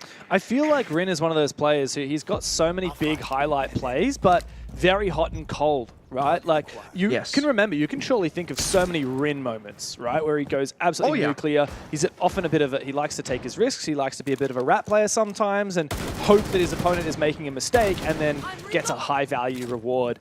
But on average, he has to keep his head above the water because so far, he's actually the lowest rated player on his team. His KD is only +2. He's -11 on entry. So he's a bit of a hit and miss player, and unfortunately this map has been missed for him. Thankfully, his teammate Woogieman has stepped up, taken a lot of damage, but he's finished off the top fragger from D+ pretty early on in the round and nullified that Deimos. Yeah, it's a huge gadget to remove from action. Falling back, Woogieman is now towards Master Bedroom. That means they've surrendered Solarium control to the attackers. Timing there from Falls. As we saw somebody drop down the hatch. I think that's Rin actually. Yeah, now downstairs in the wine cellar. So FearX right now say, guys, we got the opening pick. We can actually surrender map control, go for a flank later in the round, and just hold on towards the bomb side. Now the Plus are working from behind, and they gotta still take map control. They still gotta try and find a kill somewhere before they can execute. So I like this from FearX, recognizing, guys, it's time to play more passive. Woogieman finds a second on the vert as well. Yeah. It's nice. I mean, a lot of people, especially in ranked, you'd probably... you think about the old way that we used to play Siege was you think about roamers and anchors, right? And the anchors are typically not doing a lot aside from flicking cams when they're on site. But these days, especially on a map like Chalet, Woogieman, he's an anchor. He can find 2 kills at the start of the round by playing off a vert, by supporting his roaming teammates. However, he is eventually traded before he's able to get the most out of his gas. So a little bit of an unfortunate turn of events, and now the second kill falls, flips the round over. It's bathroom control. It's also solar. D+ are very close to this bomb site. FearX figuring out how do they play this. Do they swing? Do they exercise patience? 15 seconds. Code is getting very aggressive. He falls. 2 falls. Is now the last one remaining. 1v2. He's got Rin right around the corner. Rather, that's Mephi. Oh, Mephi with a drop shot somehow wins the gunfight. The bleeding has been stopped for a brief moment after that tactical timeout. FearX find their second round. Very good timings there from FearX when they lash out together, and it looked a little bit shaky at first because you had Good Boy middle of the bathroom just kind of dying alone holding a solo angle, and I'm thinking, okay, FearX, I just said how the plan was to fall back, play passive angles, go for a backstep and lash out together.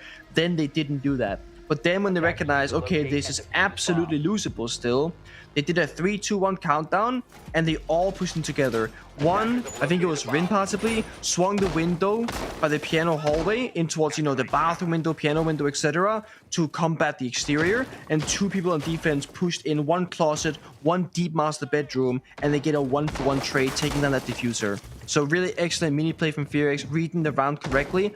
That kind of play only works because they have numbers disadvantage very early on due to Woogieman finding those 2 kills. And you're right, the way that the game has evolved over years is that we don't really have roles the same way as we used to be. Back when you were a hard support, back when Thermite was the only hard breacher, you could not afford to die. You could take 0 risk. You just undrones the entire round holding a dead angle, because if Thermite died, you can't breach anything.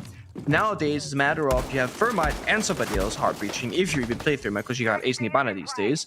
And then the second you've done your hard breaching, you become an entry. Congratulations, you can now die, or you can go for a plant. Then you have flex players, when you play utility like, let's say, Grim, Cabotao, Ying, etc. But if you're in a 5v5, those exact operators become entry.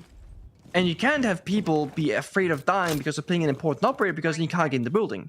So it feels like everyone is kind of taking turns playing the entry, the anchor, the roamer. It's much less operator and role-specific jobs nowadays, and more about positionings and timing-based what your role is in a given round. And one last round here for FearX. Ooh, off angle for Coded. If he had one of his teammates baiting, he might be more favored here. Ooh. Not sure if Levy saw him there. Oh, what is that? The timing immediately. Coded runs into a Claymore, so at least that situation trades itself out. It's a lot of util to lose, though, on the striker. And what's more, even at Nears, he was 7-1 before. He's now 7-3. He's struggling at the end of this half.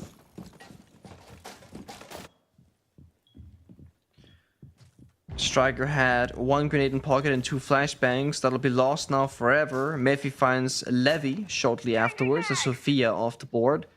So we got a Grim, a Nook, and a Gridlock. Good for 1 is Mitty in the piano hallway. Advancing forward.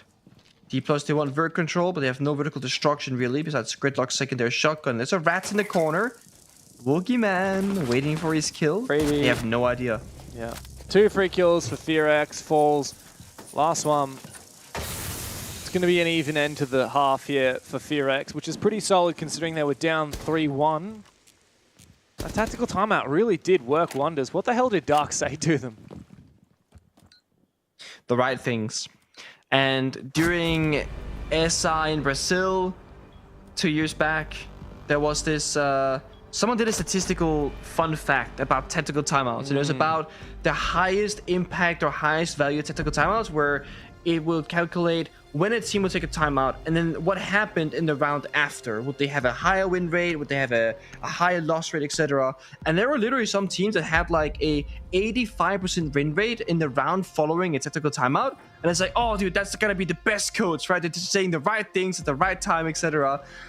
How much of a truth there is that kind of stat, I'm not entirely sure, but I will say this: whenever FearX they take a tactical timeout, there's a big switch up in performance and outcome in a positive way. And I think it goes to show how much prep work plays into this and how much overall Dark has in this team. And it can be a double-edged sword. It's great when you can remember those things and execute it from the player's perspective, but if they cannot figure it out in the server adaptively on the fly, Dark literally needs to call a tactical timeout and hope that the players understand it the second time around. And if they don't, that could be the map over, right? So sure. FearX arguably little bit reliant on their coach, but not necessarily in the worst of ways. Yeah, for sure. But also, I mean, you got to give them credit. Like, it's one thing to be told what to do or being given some ideas by your coach or some motivation. It's another thing to actually be able to implement that immediately. Like, you don't have long. Yes. And what's more, there is obviously a pretty big language barrier here. FearX, most of them don't speak English. I know that Coded's English is very good. I'm not sure about the rest of them. But yeah, a lot of the Korean players don't speak much English. Obviously, you know what it's like talking to the Talon boys. Like, they've had to work really hard just to get enough English to have a good conversation, let alone talk about some pretty complicated in-game stuff. And Dark, obviously, English isn't his first language either. That would be Portuguese. So it's language barrier against language barrier just to try and make things work. But he's been working with these players for a long time. He knows them very well. As we switch into the second half, see if FearX can maintain that momentum they got from winning the last 2 defensive rounds after the timeout. D+ on the defense. They got a nice setup here. Wow, they've extended so much, haven't they? There's a hell of a lot of util upstairs as well in the bathtub. 3 ADSs and a shield. Coded's watching for anyone to enter that position at the moment. Bullet's actually about to jump in, I think. He seems suspicious. Oh, wow. Nice try. I mean, that's 2 bullets landing, by the way. Yeah. If only you had a Doc or a Thunderbird now, huh? Yeah. Oh, Doc would be Both massive very here, low picket operators. It really does change how Bullet can play this. Now Operator bans double shield from D+, and FearX banning Asami and the Clash. Asami because you used that to extend over and across, and in Bullet's position right now, he's stuck in the bathtub. He was stuck in the bathtub, rather. You can then, he still is actually. Is this master bedroom? Or is this bathroom? I can't read. That's master my problem. bathroom. Actually. No mind. It's alright. Bathroom. English is your second language too, so. Yeah, it's fine. Had you had Asami here, you could keep it off the window and Bullet could escape with his life intact. Now he is quite literally stuck, and we're just waiting for a grenade here being tossed on out. There's 3 ADSs 3 there. ADSs, you say? Last one There's will a flash, work. a nade, he jumps and dead. Yep. Had there been an Asami, he can survive. Had there been a Clash, he could survive. That's why those are great operator bans. Is it a... What is this smoke on towards the balcony? Could be for the jump out, for the swing when it goes to the rappel on. But yeah, great problem solving here from Wow. Oh yeah, FearX. he's smoking off both of the potential runouts onto him. Wow. The ideas here from FearX, they're so smart. They're so expectant of that lobby. Yeah. Prep work. Fluke Balk run out. Yeah, a lot of prep work. However, it's not really changed a lot. Obviously, those smokes don't last forever. It's not like they've executed on the back of it. Oh, this is a gnarly angle. Levy actually wins the fight against Coded down below. He was trying to watch for the retake here in bathroom. Oh, no. He's gotten into this oh-so-powerful position in the bathtub now. And if FearX aren't careful, Levy is going to deal a lot of damage. What can he do, though? Once he can't quite get in, maybe found an angle, finds one. Has to find more, though. No, doesn't get it. Doesn't get it. Still at a standstill, though, especially with Levy in the bathtub. It's forcing Rin to go aggressive. Wookie, though, does find a big kill. Midi and Levy now, the last two remaining. Rin low on HP on this Monty, but he gets into a plant position.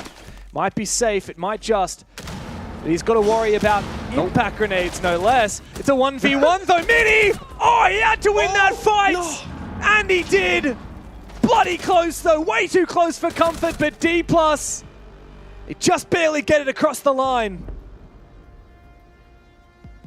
Very small things there. It was a clear vision from FearX. Smoke off the run out, toss out the Candelas, get Mephi in the building. But one thing went the wrong way as they were executing. The only person covering bathroom was a Bog DMR downstairs holding the verticality, and they retook the master bathroom, and with that, the Monty couldn't plant. They had Monty deep in master very early on. They had Mephi deep in master very early on as well. The plant by the bedroom or by the closet is completely clear, but because they had Levy just sneak in bathroom, they couldn't go for it any longer. So D+, they find the one gap they could exploit, and it forced Mephi to get aggressive, start swinging out with the Ying, expose his positions. Monty was rendered useless, couldn't do anything in that particular round. Despite the opening kill, despite the prediction, despite the read, D+ still find the way back. And it's through a simple gunfight on the vert. And 50-50 is sometimes all it takes in Siege. Yeah, man. That was a round and a half. I actually love the strategy. I mean, this is definitely two of the best teams in APL, especially in APL North. FearX and D+. I feel like this is the beginning of a beautiful budding rivalry here. It was always a rivalry between these two top teams in Korea, D+ and FearX.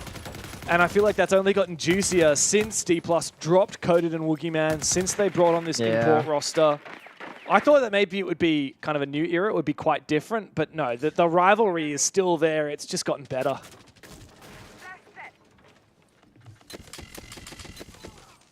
FearX, oh my god, a C4 out of nowhere. That C4 was a torpedo. Falls in the fadeaway. Yep. I mean, he was under rappel by the very edge of the balcony as well. That Striker done for. Opening pick again against FearX. Yes, they got a lash on the attack, but there are multiple rounds when FearX were defending where D+, they just strike first. These mini games have been so important for both teams, whether it's a C4 toss in a certain timing, a smoke grenade covering something else, like a run out. Oh. And now D+, they just... Oh, that's an Tagger. That's Woogieman and Sledge Shotgun. I thought there was a mute. Yeah, it looks like it, doesn't it? But no, Sledge Shotty, no SMG-11 anymore. He's actually right next to the bomb side! Hello, goodbye! Hello? Falls is the anchor, and he's been taken apart. FearX now have dominance over the bomb site. Midi looks for a retake. There's not a lot of ways that Woogie can play this, as he's restricted by having that shotgun and the pistol. It's all he's got available. Midi needs to take a longer range fight. Levy comes in to support. Plant will still go down. 2 in on the floor. Means that this is a 2 versus 2 now in the retake. Levy, is he going to get on the diffuser and hope that Midi can go for cover? Good Boy and Rin.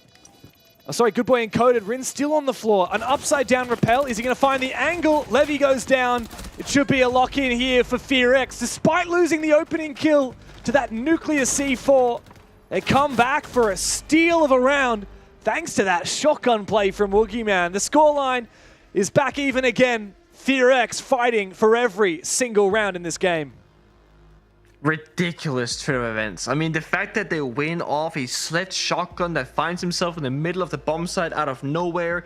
D+ were equally confused as well because they had no clue where he was at any moment in that round. I mean, he's blue stairs, he's in bar, he's in stock, he gets so much value, the plant goes down. Woogieman even stays alive for as long as he possibly could, not getting too crazy on swinging out with a shotgun and a pistol in hand. And yeah, it comes back to round by round. We had FearX take the very opening defensive round, then 3 straight for D+. Tactical timeout called. 3 straight for FearX, 2 on defense, 1 on attack. Sorry, 2 straight in the tactical timeout, then D+ struck back. And now, D+ back to a 4-4, sorry. It's been back and forth for most of this. Curious if the pace will change now. FearX, they only really went that fast, I believe, because they had to. Yeah. They lost a player early. They couldn't clear library necessarily with losing all the utils from Strike or dying. And then they said, okay, guys, I think I have a gap here. Or if not, I can absolutely create one. I mean, sure, but he always had the idea of bringing that shotgun. Like, that was from prep phase. And there's only a couple of places That's where great the for shotgun is really good. staircases and... But not Yeah. many staircases, because, like, look, if you want to come up from blue stairs, right, how are you going to get to the blue stairs? Because from Snowmobile, you've got a long hallway to walk down, and the only way to contest fights there is with the pistol. So it's a big risk. It's not like It's you're true. bringing shotgun on an operator that's got the SMG-11. It's funny you said it because Sledge used to have this from G11. Yeah, I wish. You know, Miss F those for days. my boy. But then again, you're walking in Mod Door, which has literally 2 very long hallways and a staircase, and that's where the shotgun came into play. Either way, it's a huge risk to take, and a big reward, of course, granted, given. Now, how do they get in the building? That's the question for FearX right now. Entering can be hard. They're mostly watching angles from the exterior. Or they got drones just spamming those red pings, hoping that Nears and Ella will make a move and mezzanine, but he knows the angle. As long as he stays right here where he is right now, he'll be Ooh. fine. And if he overmoves, Oh he my might God. get shut down. Maybe takes down Levy instead. I got to tell you, Nears is very lucky to have survived. Can I point out as well that this guy was 7-1. He's now died the last 4 rounds in a row with no kills. And Levy for Woogie, that's It's kind of rude. Hey, it's my job to point that out, man. Like, nothing against To him. be Sure, rude? he's a Okay. lovely guy. Yeah. Okay. I'm gonna use my newfound casting career as a way to be rude then as well. That's what casters do, man. It's in the job description. I'll be nice to you, Yeah. don't worry. You're beautiful today, by the way. Yeah, I'm not a player anymore. Thank you. It's 'cause You're a player to me, the man. fun looking shirt. Yeah, you know, fun fact, January next year I'll have been retired for longer than I was playing. That's insane, So dude. I've had a longer retirement period than a playing area very soon. How good is this, by the way? The I Rayora like this. Yeah. allowing an beautiful. unconventional exothermic that you usually wouldn't be able to go with. I'm loving the amount of Rayora that we've been seeing recently. Of course, that can then be opened up by the attack again. Second exothermic is going down on the main wall onto site. Usually you breach the office wall on the same angle that you're breaching the dining wall, but no, this is a curious, different way to play it, and I really do love it. Here comes the smoke. The Carly wants to go for it, and somehow Rin finds it despite the smoke. He's got good vision. He has a little gap, and the suppressive fire enables the plan to go down. It's now a post here, and D+ are desperate. They try to make their way forward. Midi here on the side in kitchen. This is a very exposed diffuser plant as well. He didn't plant right up against the bomb on the table. He went very shallow, very close to the breach, and it's allowing them to cover it with ease. All of these FearX players on Overwatch all the way back. There's nothing to be done for Bullet here. It's going to be picked apart from above. FearX retaking the top floor. And it's a great way for the Koreans to find their advantage here on Chalet. 1 round in the lead. I mean, it's beautiful. It's the small things again. The aura, the exothermic charge upstairs, and they go below, and they don't waste any time. That's what I love about FearX. Because the vision is so clear on what every single person's role is, they're all ready. Sometimes you will get teams, you know, they breach the upstairs wall, breach the downstairs wall. Now they got a drone. Now they gotta get this guy, you know, into the right position. Oh, the guy with smoke grenades, he's actually like really far away. Can you please get here? 20 seconds later. Okay, now we can execute. And when that happens, you're giving the defenders so much time to rotate and figure out what's about to happen, and they can then have the right counterplay. Because FearX was so quick, the Warden was in Trophy. He had to go from Trophy into Kitchen Hall, and then he's faced with the smoke grenades. He doesn't know necessarily if there's a glass in play, so he can't just, you know, really get aggressive with it. And the C4 wasn't in a position, because Warden had it, to deny the planter. So by the time the C4 got tossed out, the plant is already down. It doesn't matter any longer. FearX being rewarded again for how accurate they are strategically in the round, how quick they are, and how they are on the same exact wavelength when it comes to their timings. I think D+, their strength in this best of 3 is probably gonna be on Chalet. Because it's a map that can be quite chaotic, and you can force gunfights, you can always go for a kill attempt. And the reason why that's so important here is I think the best course of action is to try and get an early kill against FearX. Not because it's good to play man advantage, because that's like a duh. It's more because when you kill one of the 5 attacking operators, odds are you take down someone that would be required for them to execute. So just simply going for a 1-for-1 trade or a 2-for-2 trade, so you're playing 3 versus 3, now FearX don't have all the tools they need to get the plant down. And that's their goal every single round right now. So that could be a way forward. And on Cafe and Lair, that is much more difficult. It's a very different map formula and how you play it there. So if D+ can't figure this out on Chalet, I can totally see a FearX duo. Yeah, and what's more, this is D+'s map. Yeah. FearX won this and not long ago. I can't remember. Was it a week ago, I think I said? Yeah, a week ago. You said it so well. It's like, you know, taking them to this map is a risk factor because they're so good on it. Yeah, but you do it. You watch that game against CAG and you see how they beat them. And you figure it out. Yeah. You come up with counter strats. 7-3, I believe. Yeah, that's what you do if you're D+. So, I mean, I don't remember exactly. I think we casted that game. I just casted so many Siege in the last 2 weekends. But I can't remember if FearX were doing the same strats, more or less, if D+ have just... We did not watch the game. Oh, okay. I think I haven't cast FearX till now, at least. I'll really? check so fun, but I don't think so. Yeah. I can't recall whether they were doing these strats or whether this is new stuff that Dark has cooked up, but, man, D+, a little bit more than they bargained for. Let's see what they want this time. I mean, it looks simple, right? Monty walks in, goes for a plant, just like last time. What they need here, big window repel, they have that. Solarium, they have that. They're missing bathroom control. They don't need the full bathroom in control, but they need a player outside who can watch the bathroom door entry so that they cannot just walk in for free. Once they have that, Monty can walk in and go for a plant, but Ash has diffuser, so that's not going to be the plan, I guess. Oh, aggression from D+. They must have taken our comments personally. A flawless round. Far out, Pengu. I swear, you blink for a second and you miss it. A flawless. Yep. For the Brazilians, Bullet is absolutely fired up. We're back even again. 5 rounds apiece. Next round determines who finds map point. I'm still kind of confused what the overall game plan was there. I'm curious if Ash having the diffuser was a mistake or if that was intended, because Monty walked in towards the master bedroom bed where you would plant down the diffuser, but he doesn't have it. Ash is on the bathroom or outside the bathroom balcony, about to jump in bathroom window, which could be just death because there could be a guy hard right, didn't very clear that position. So I'm not sure if that was a misplay from FearX or not. But what I will say is D+ had the perfect reaction. They swung the smoke, shot through it. They swung the bathroom window at the exact same time. They won every single gunfight, and they got the perfect timing to make their counterplay. We're going Monty again. Technically, we've not seen Monty work at all for FearX because there's always been one small issue, or last round, every single issue. Technically, the 2 rounds that they've played are the 2 rounds that they've lost on this half, actually. But I mean, it's just, again, FearX, master bedroom. Every time there's a different idea, right? Like, and FearX are cooking something here. Ooh, Levy, where was that? I want to know where that run out was, or spawn pick. Was it just trophy window? I see. Oh, trophy no. window? No, downstairs in the big door. garage. Curious. Yeah, well, what I was going to say here is the Monty, you know, it's not alone. Something's cooking here with the Capitão Monty and the Sens. Particularly that Sens, we haven't seen it so far. I'm loving that every round, Pengu, it feels like FearX are bringing up a different ingredient. You know, we've seen the Ying a couple of times. We've seen the Rayora.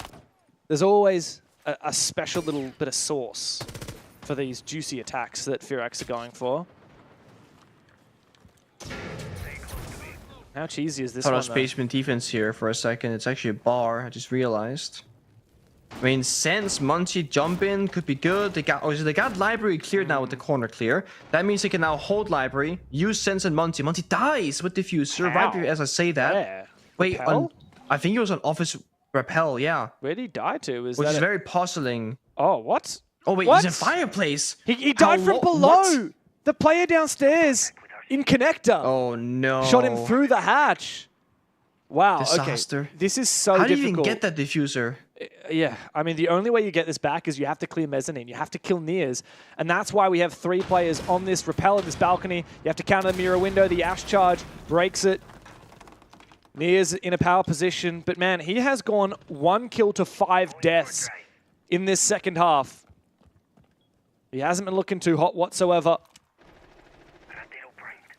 There's also a player deep inside of lobby just holding onto that diffuser. Ugly. I mean, D+ have 2 win conditions. Hold library or hold diffuser. Oh, They're doing both right now. Run out. It's clear. Run out. Oh my god. No. How do you come punished as well? Oh, that could be the round. Big play from Midi.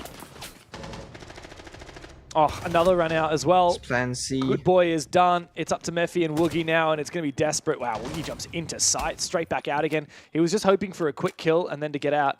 35 seconds, and this is not going to be a diffuser-centric round. This is going to be scrappy. It's going to be desperate. No. FearX need to put pressure everywhere. They need to find 1v1s. It's the only way they win this. And it comes down to what Woogie and Mephi can achieve.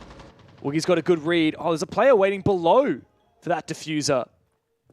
Bullet and Midi together, actually. They're just camping diffuser. I don't think there's any awareness from Mephi. He's going to walk straight into it. He dies to the same angle where his team lost the diffuser on the Monty. It's a great collapse from D+. Very well played. It all hinged on that Monty dying early. FearX could not figure out how to come back from such a deficit. It's, again, such a sad way to lose a round because there's a clear vision and they do all the typically difficult things first. They clear library, check. They have a clear way into the bomb site, check. They have Monty, they have sense, they have all the right operators. And we're just waiting for that right person to be in the right place. Monty walks in fireplace, dies from the hatch in basement, and with that also the diffuser. I am curious what the exact angle there was for Monty. I mean, are you gonna walk into side? Are you gonna walk up mezzanine stairs most likely there to try and pressure that player and then take full library control? That's probably more like the case. But then I'm also thinking, why not just attack from master bedroom and walk in piano hallway, and you can kind of achieve the exact same thing, but it's way riskier. And that's what I gotta say. FearX are trying to do things that you're not gonna be expecting and do the off play. And I think it's a really good idea. And I think that could have been a really good round for FearX had there not been a sneaky person in the basement of all places watching that damn hatch. Yeah. And I'm kind of sad we didn't get to see that attack come into fruition because I'm quite curious how clean that was actually going to be. That's the thing. You got cool ideas, but you actually need to be in position to execute them. And you need to have redundancies. Like, you always talk about your plan Bs, plan Cs. It doesn't have to be a plan. You just have to figure out how the hell you come back from it. And when you've lost your diffuser in the middle of the site, yeah, it's not gonna work for you. I think that's where the one thing I want to change. Like, if Monty didn't have the diffuser, so that in case he dies, you still have plan B to go for a plant, I think that's a lot easier to work with. Yeah. But he had the diffuser and he died. Well, it's down to the basement for what could be the final round of Chalet. FearX have looked really good here on D+'s map, but that critical error with the Monty may cost it for them. D+ have looked really good today. We've seen a lot of good siege out of them. They have a renewed confidence compared to the last time that they faced the best team in Korea. A backstab here from Rin. He's going fast about it. Worried about West Main. And he's got the read. Midi goes down. Big kills. 2 picks here for FearX. Nears and Falls, though, will fight back on the breach. It looks like FearX get a little bit overzealous. In Fireplace, Levy is so close to going for a jump out. Meanwhile, Nears almost loses his life. He's actually going to TP all the way to the top floor. And he's got impacts to work with, too. This means that 2 of the 3 defenders are actually off-site right now. Can always come back. Yes, verticality with the impacts like you mentioned. And right now, FearX have hit the restart button. They want to slow things down. Look at that. Caught. Levy is in Fireplace on the rotation. Now Nears being offside might not be as good, but actually I take that back. It's perfect. He finds one back to a 2-on-2. Oh, yeah. It's going to be a 1-on-2 for Woogie, though. Rin and Woogie were a little bit confused as to these final positions. Nears really clutched up massively with that Scopos TP. Oh, what a shot, though, from Woogie. Don't give him another 1v1. Oh, Falls Falls! You just gifted Woogie the chance to push us into overtime! How does this happen? How do they... Woogie becomes the hero of this team at an individual level so frequently. I mean, Woogie is here to lead, to call, to strategize, to stabilize. Yet he is the clutch factor. 2 rounds in this map alone. Mind you, he was the same sledge shotgun on the bar attack that single-handedly won the round. Now he's a Twitch DMR outside the building, walking in at 1v2 and clutches that one as well into OT. But damn, ridiculous. This is some good quality Siege, Pengu, I gotta say. You know, yeah. we treated to some really solid teams in the APL, and some that are going through a bit of a change and reforming and struggling a little bit. You know, we saw that from Scarz and Kinotrope. It's still a great match, but those teams are both in these kind of reconstruction eras. FearX and D+ are looking so good right now. Whichever one of these, if it is one of these 2 teams, that makes it through to international events, whether it's EWC or the major later this year, or even SI next year, like, man, they are in good form. They will be giving foreign teams a real run for their money. This isn't just a solid team for an APAC team. This is a solid international team. This is some very high-quality Siege. D+ and FearX going the distance here on map number 1. I can't say I'm too surprised. We knew he'd be treated here. The big thing is just how many... Oh my god, Woogie Man just keeps going. He's an Ash. He said, "Oh, give me Ash right now. Get me off the Twitch." How is it that they keep finding these early picks here for FearX? It's 3 rounds in a row. They've got a kill in the first, well, they got minute, a lot of drones, man. 30 seconds to a minute. Yeah, you're right. Man, they just know everything. The reads... D+, look to their credit, they're still playing so confidently. They're going for spawn peaks. I mean, that's what happened last round. Or 2 rounds ago, I should say.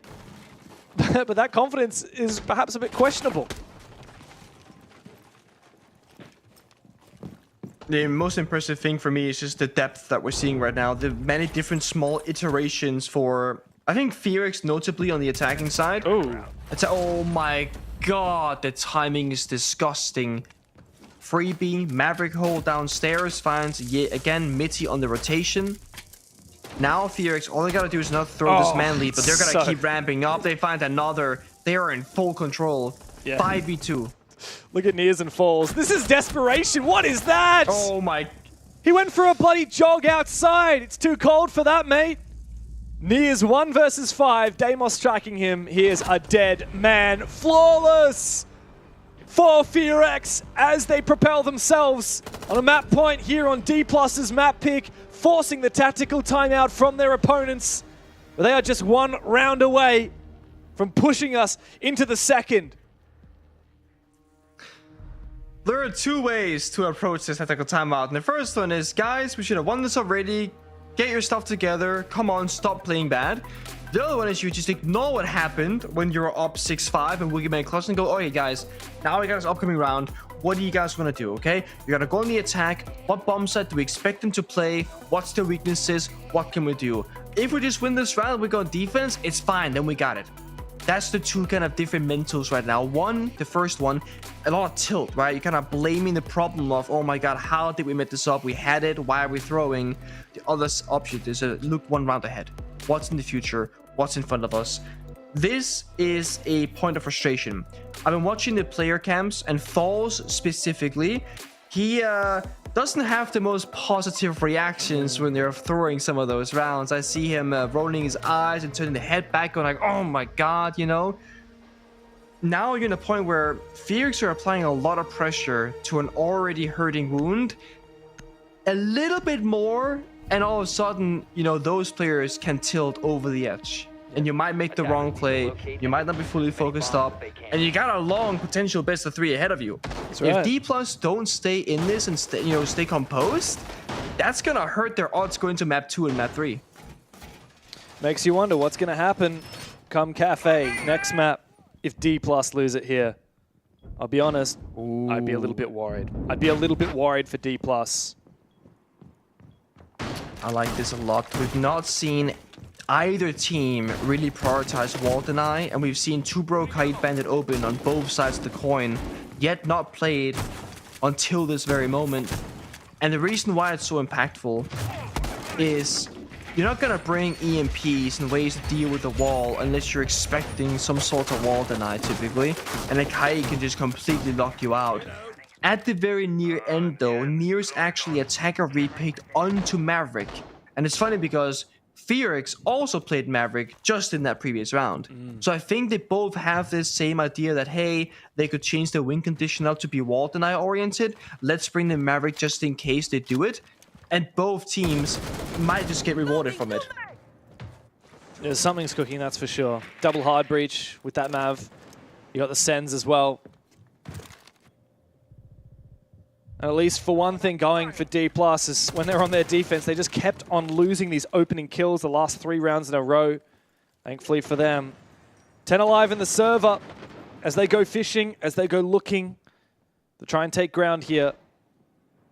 FearX is actually playing very spread out and very loose. Like, this isn't like a hard hold of Mezzanine or anything like that. It's a sneaky little Wookiee man running amok on the Valkyrie.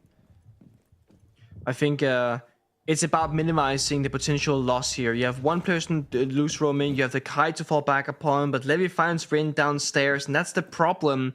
A loose cannon on Wookiee Man and Library, that's one thing. A loose cannon of Rin being allowed too much freedom, he might overstay his welcome and make that wrong decision. Wookiee Man has to go for it. He wins? I thought he lost that. I was so sure he was dead. We were specking Wookiee Man, and we just saw him like not really even clearing the angle. We thought he was going to die for sure. And then our observer switches to Levy because the observer is so convinced Levy's going to win it. And he gets absolutely shat on, deleted. Meanwhile, like you said, Rin fell. Oh, this is a little bit too much. Unfortunate for Mephi. A little bit too much from him. What's great about that for D+ is it's also opened the gates on that bomb site. No player playing on the half wall, but a reposition here. The smoke gets in. He's got the long range here. You can throw those gas a really long way. As the wall is now breached and there's a line of sight, Nears is starting to sneak on in. There's a C4 down below. This is not a mistake that you can afford to make for D+. They need to clear Woogie, otherwise he'll deny the plant from below. I'm not sure if he hears it. I'm not sure if he knows it. There's a yellow ping! The plant denied! D+ have to recompose! And they do. They go deep. Falls for 1. Traded back. 2 versus 2 as D+ flood the site. And they find themselves in the advantage again. Woogie gets caught on his flank. We're going to a 15th here. D+ will not lay down arms. Counterplay ever counterplay in response after response. You see it so perfectly there.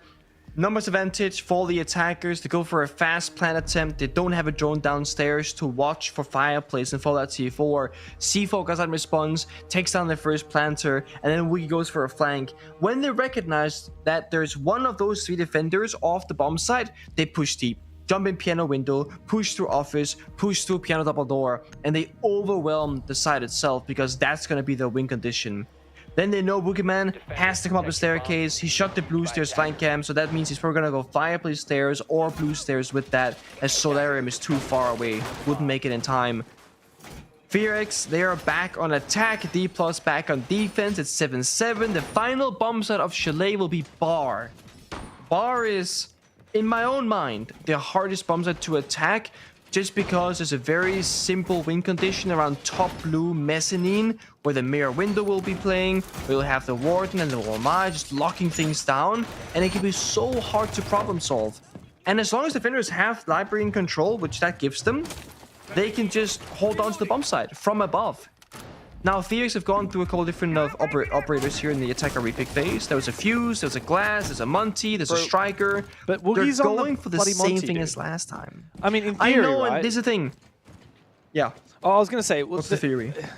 Well, the thing that's changed is that it's no longer coded on the Monty. He's the one that died in lobby, and obviously that was absolute disaster. So they've changed around the players playing them. But yeah, it's Woogie on Monty. He's like your top fragger. Well, I guess Mephi's actually technically got more kills, but I mean, Woogie has just been such a gamer. I don't want him on that pistol. Points. Oh, there's a camera here. I think in a perfect world, you'd have 5 flex operator, 5 flex players in a lineup, and Rin could play the Monty. You literally put the lowest fracking player on the most passive operator. But Rin is not like, that is not where Rin will excel as a player, right? He will be on a good gun, on a good gadget, where he can take gunfights. And Wookie Man now can excel with the IGLing, the leadership role, because he has free reign to think about the game at a high level. So this works out better for everybody. Dude, how is he alive? Midi has done such a good job. Question. He's so lucky every single time he's run on past. There's info though, because there's been this camera in Snowmobile the whole time. I'm not sure if it's been taken out yet, but there was a camera in blue for the longest time. It's still there, yeah. Okay, yeah. Well, D+, thankfully for them, they've actually burnt a lot of time here because FearX have been so focused on trying to hunt down that Roma, and they haven't actually achieved a lot as a result of it. Half HP damage doesn't mean much. How do they execute up here? Flash from Myburn, a smoke. A fire follows through shortly after. A small box wing from Levy. Good timing. Doesn't find anything though. Oh, and Falls is the first one to find a kill. Wow, this is aggressive from Wookie. He might be able to find something. Falls is the one on that site. He's worrying about this Monty. He's being duped back and forth. The dance with death here from Wookie Man, but Mephi comes in to support the top fragger for FearX. He finds a double. But numbers are even because D+ have fought tooth and nail back and forth. And they've got control of the top floor, which means even though FearX have 3 players on the site, oh my god, how the hell are they going to plant? It's utter claustrophobia in stock. The time is still on their side. How do FearX look for a plant? Smoke. With Nears still up above this hatch. They're trying to figure it out.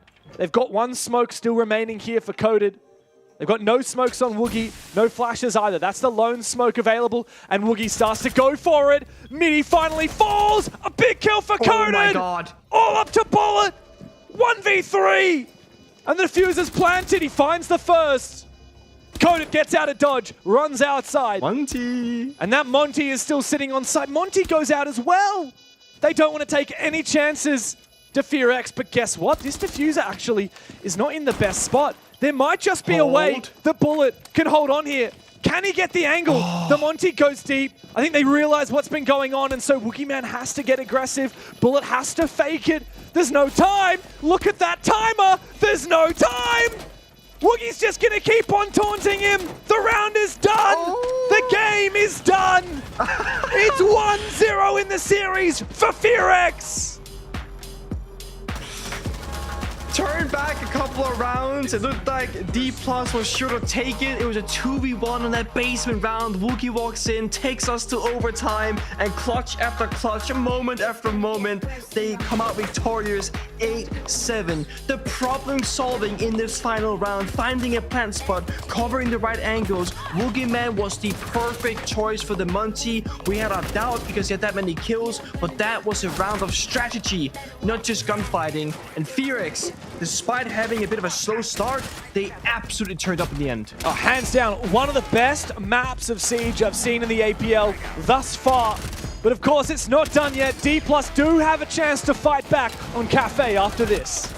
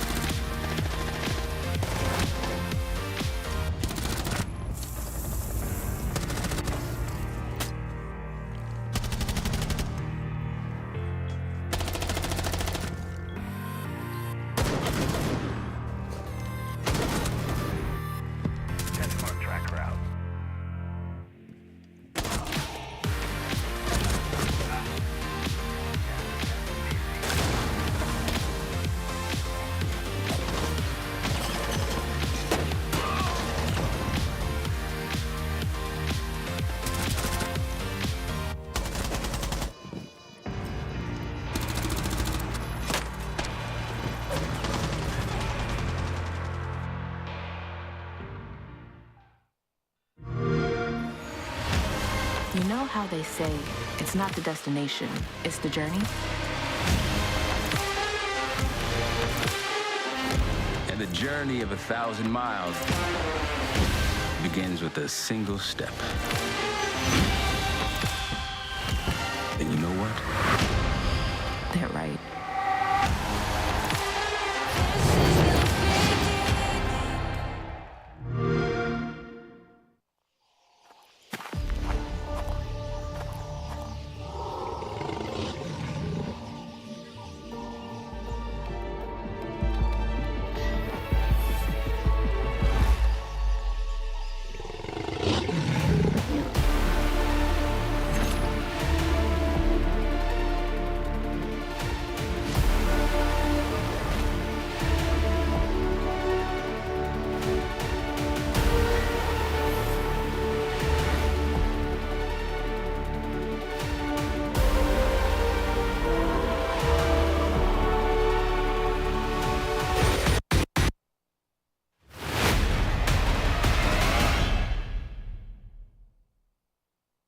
Sugar sweet, you got what I need.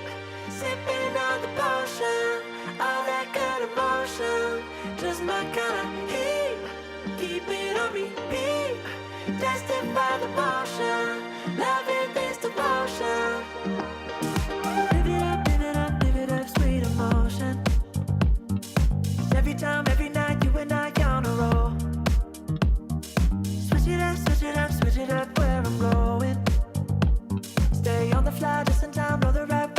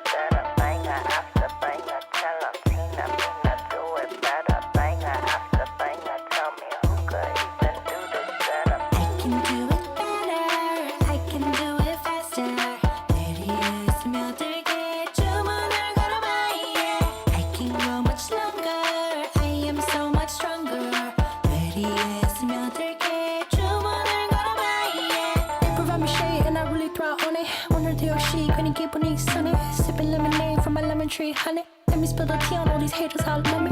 Broke up all the killing it, winning attitude. 당당하게 올라가, see my altitude. 나랑 맞서 싸우면 baby you would lose. If I wasn't me, I get it, I would hit me too. I can do it better, I can do it faster. 내리에 스며들게 주문을 걸어봐, yeah. I can go much longer, I am so much stronger. 내리에 스며들게 주문을 걸어봐, yeah. 자신과의 싸움에서 지면 야구르지. 매일매일 일어나서부터 보는 거지. Look in the mirror, say you're a winner. 주문을 걸어봐, yeah. In a bad mood, 바꿔버려 in a hurry. 꿀꿀한 기분 털어버려, I don't worry. Get through the weather, feeling get better. 주문을 걸어봐, yeah. I can do it better, I can do it faster. 내리에 스며들게 주문을 걸어봐, yeah. I can go much longer, I am so much stronger. 내리에 스며들게 주문을 걸어봐, yeah. Banger after banger, tell 'em Tina, me not do it better. Banger after banger, tell me who could even do that better. Banger after banger, banger after banger, banger after banger, banger after banger. Tina, me not do it better. Who could even do this better? I can do it faster. 내리에 스며들게 주문을 걸어봐, yeah. I can go much longer, I am so much stronger. 내리에 스며들게 주문을 걸어봐, yeah. Banger after banger, banger after banger, banger after banger. 주문을 걸어봐, yeah.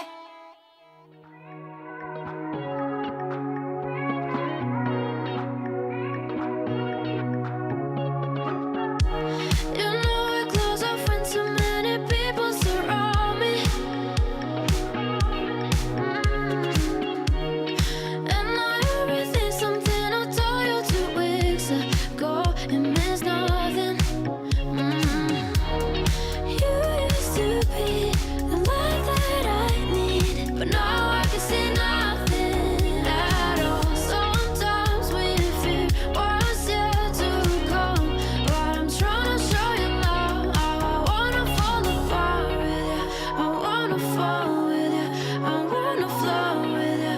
I need to know the truth, so tell me why you send me those signs filled with flowers and lies. Then you tear me to pieces and fade through the night. I broke down my walls and then you left me falling. I just wanna get you out of my life. You got flame in your eyes. Let's take it further tonight. We don't have to get bitten, so don't hold me back. We don't have my side. Why can't you be the light that Well, if Chalet was one of the best maps we've seen in APL so far this stage, then perhaps we're in for a real treat on Cafe as well.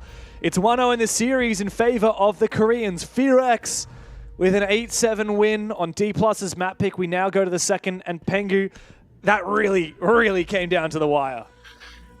Yeah, I think you said it perfectly. Probably the best stage, or the best map, sorry, of APL so far, at least by my account that I've seen. And it's not going to be over just yet. I do have a slight favoritism here towards FearX because, one, Cafe is all about the strategy and playing close together and problem solving. Very obviously, FearX with a better team at those specific things on Chalet. Plus, the mental situation, right? That should have been a, 7-5 win for D+. And they completely blundered the 2v1 against Woogie, which got the game into overtime and got us to this position. Yeah, that's actually crazy to think of. D+ had that match point. They had 2 map points. They fumbled both of them. Of course, a couple of clutches in that map one already. We had a good one from Meaty earlier on. We had the insane one from Woogieman. You know, the big players for FearX that map were Woogieman and Mephi also. Got 17 kills, by the way, +7. I was a little bit disappointed in Rin, actually. You know, he's meant to be that flex player. He's meant to be the lurker and a good fragger. 6 and 11, 47% KOST rating, 27% survival rating. Very, very rough day in the office for Rin. Yeah, I fully agree, and I want to dig a little bit deeper on that actually, because I don't even mind too much about the numbers, because Rin is, like you say, a hot or cold player, and I think FearX are very much okay with that, and I think it's fine to have a player that can play like that. However, the way that he was dying on defense, it was like FearX had a very clear strat, like, hey, let's not run too aggressive, let's fall back early, and then play like the wall deny, like the master bedroom defense in overtime. Rin overstayed his welcome, died in basement of all places, and then Woodman to clutch up again to make that possible. They still lost. Nears is just in. What is going on? Again. It's a rush. Force is dead. Bullet's dead. Yep. 40 seconds into the round, and they decide to send it on this cocktail. Execute. Diffuser is down on the ground. That's a nice nade from Nears. Banked off the wall. It finds Coded. And we're back to 3v3. Levy's going to make his way inside. There's a BPC watching his position. He's going to take it on down. The smoke covering him for now as Midi drops into the site as well. The Diffuser can start planting. Rin almost denies it. Doesn't quite get the kill. A lot of damage done as, unfortunately, Midi on his vault over gets down. Big shot from Rin. He's coming to life. It's up to Levy now. Spots out the Echo drone. It's just him in a 1v3. Rin's had a good round here. Must have heard us talking about him. Both Yokais down. Yep, finally. Levy takes a bit more damage from Rin with the absolute pea shooter of a weapon that he's got there. Woogie Man seals the deal. Look at that big sigh of relief from Coded, by the way. And also look at Woogie Man's monitor. Did you see how it was tilted to the side right there? Yeah. So yeah. We've seen this before. So the way FearX plays is Woogie Man is on the end of the desk, right? Right at the end with his monitor turned around so the whole team can see. Do you know why? So they can screen share, right? No, it's so that when he's clutching up, everyone can witness it. Oh my god. He's like, guys, watch this. guys, check this out. Oh my god. I mean, to be honest, if I am dead and there's no cams to watch, I am definitely turning my head and watching a Woogie point of view. Absolutely. I mean, that's the thing that coaches get well, when coaches are behind the players, it's not everyone's boot camping, not everyone's playing on land, of course. But when a coach is behind the players in person, they have the pleasure of watching all 5 point of view POVs in real time from the player's exact perspective. It's beautiful, and it's a privilege that you get that luxury. And imagine you stand there behind your player, you're feeling the emotions of the team, you're feeling the energy in the room, and you're just watching this intense moment play out. And it's why, you know, bro thinks he's on the team. You know, he's not a player, he's a coach. But the coach is feeling so many of those same emotions, and he's so much a part of those areas as well. Yeah, a lot of players turned coaches have said, I heard this most recently from Mentalist, like, I've done both, and holy crap, being a coach is way more stressful. Yeah. Yeah, you can't act the same way, right? Like you can see what's going on, but can't do anything about it. Yeah, it's like, guys, here, if only we plant in this spot. Or, oh, yeah, guys, he's flanking. I know he's flanking. You can't say anything. You can't help them. It's about teaching your students all the tools that they need to have and understand so they can execute those things themselves correctly in the server. And there has been times in the past where teams have been too reliant on a coach to the point where when they play at a LAN event and the coach can sneak in a word or two, because when you play in scrims, oh my god, coaches can speak freely, but it's a bad practice because it's not a realistic setting. Yeah. When you play pro matches or LAN events, you can't. It's not worth Woogie Man practicing gets bad a behaviors. steal of a kill. Exactly, you gotta practice the way you play, like for real. Otherwise you can't play when it matters the most. They're in again. Falls down. Weird engagement there. Balls does bring one back though, at least. Woogie Man, Good Boy eventually goes down. Yeah, weird exchange though, for sure. What happened there? Wait, who died from FearX? Good Boy. Oh, thank you. And now Woogie Man as well. It took me a second there because I saw a guy with the shotgun. I assumed he was a defender. I think that was Levy actually on the Deimos dying to Good Boy and then getting traded back. Yeah, I was a bit befuddled for a brief moment. I was just fishing for a compliment. That's all. My bad. You like being called a good boy, do you? Who doesn't? Praise is a good thing to have, and I mean, speaking of coaches, when you gotta praise your players, you know. You do. Good job, yeah. Let's go. You're the best. Well, DK Your has name been is pretty Good Boy. You can just kind of say that. yeah. Well, they brought it back from the 3v4 to a 3v2 here, by the way. Looking pretty good. Yeah. Just missing some easy damage, right? Like, imagine the impact grenades. Falls and Mitzi would both die to, well, 1 or 2 impact grenades here. Yeah. Instead, they're doing the rat play by the couch. Nate goes out to take down the Fenrir mine. That means... Oh, he's left the couch position. I was going to say that would have been perfect now instead. Blackbeard, oh, don't expose those feet. Falls will die to just 1 bullet to the feet here from this DMR. Oh, it's cover from Bullet.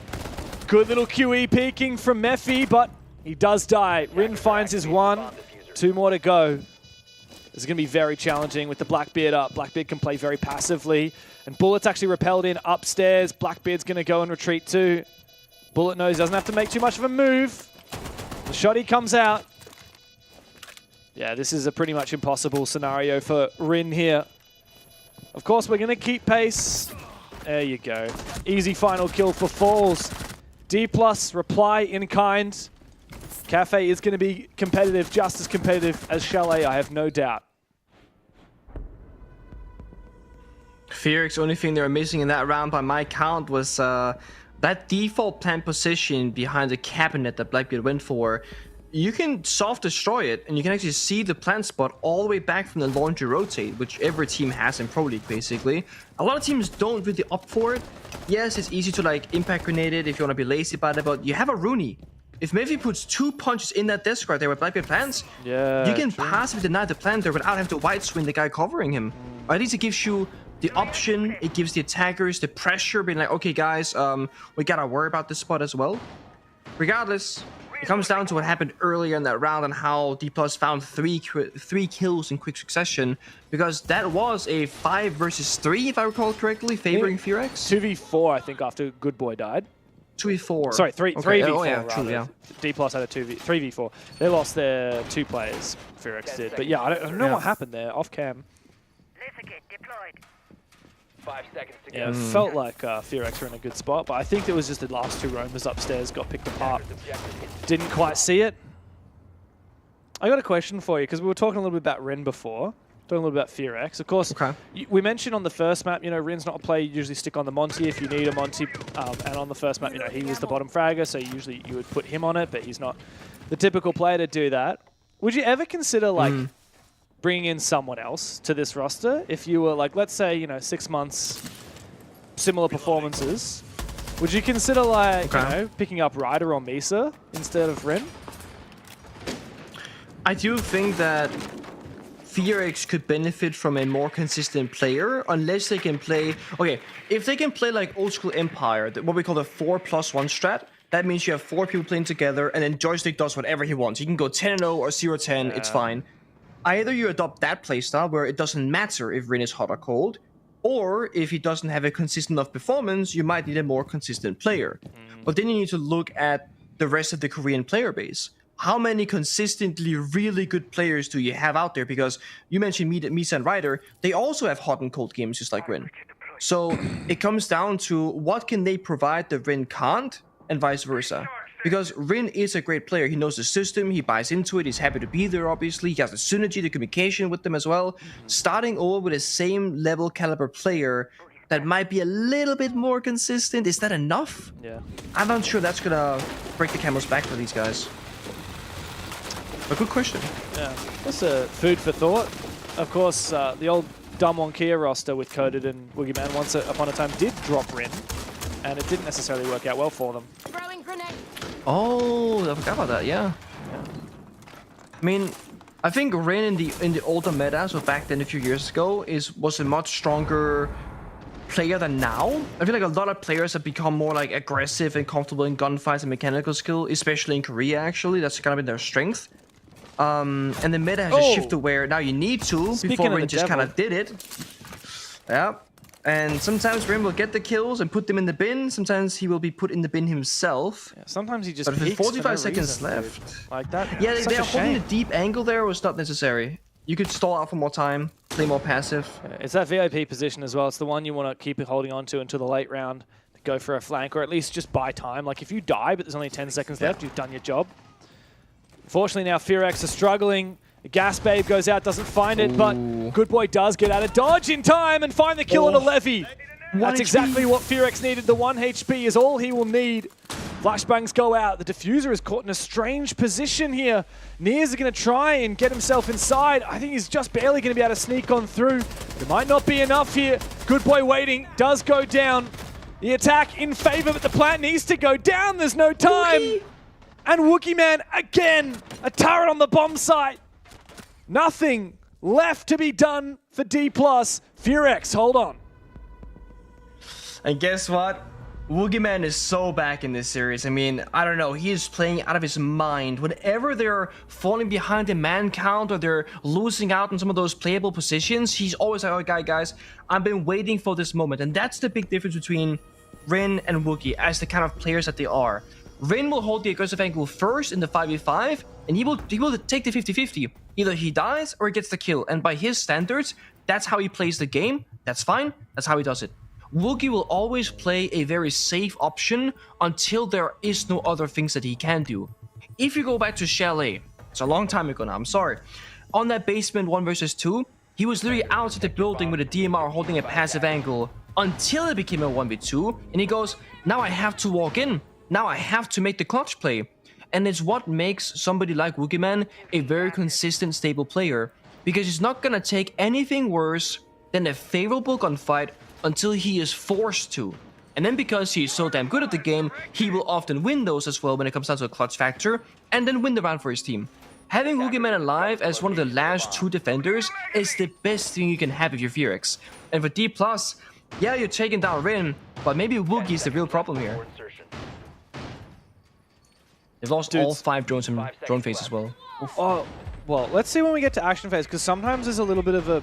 It looks like it's 4 out of 5. I've noticed, I think if the player... I've just noticed this on the overlay. If a player is like not on their drone anymore, let's say they're selecting their spawn, I think it makes it look like the drone is dead when it's in prep phase. I'm pretty sure that's why. I've seen a lot of prep phases where it looks like they've lost more drones and it switches to action phase and they're back. But I mean, there's already a drone down. So your point does stand. They lost 4 out of 5 drones in their prep phase, and the next one, you know, 5 seconds into the round. That is a bit of a failure from D+. I sure hope they got a lot of value out of it. Maybe they spotted a lot of these defenders, and that means that they'll have the ability for Levy to use his gadget on as many as possible. Yeah, that's exactly it. When you're playing the demos, you obviously need the red ping to confirm the operators, and sacrificing a couple of drones to ping more defenders will be more worth it. Speaking of Levy on demos, he's very aggressive down the red hall, and they have no idea. Methy dies to somebody else though. Coded dies to Methy, and now they're just pushing the bomb side. And Woogie's there. Yeah, that was an interesting play. Got the numbers advantage very early, and they get very aggressive on the back of it. Only a minute into the round, and well, DK are trying to force the issue on the site. They're losing players. They're trying to bait these roamers from D+ to fall back so that the player on the east balcony looking through the long hallway can find these roamers on the retreat. Hasn't worked. They've only got the one. As I say that, Falls does find his second. Adrenal Surge comes through from the Finker. That and the E1D in combination. His global gadgets. Ooh, Rin! Oh, that's what he needed. Big impact. Nears goes down. Numbers in favor of FearX once again as Falls and Bullet try to pick up the pieces of this round. Again, the stability of Woogie. Had he died to Levy on demos early on, they get full bombs at access, but because of that, the entire attack gets stalled out. Rin, great impact. Numbers advantage, 1 minute to go.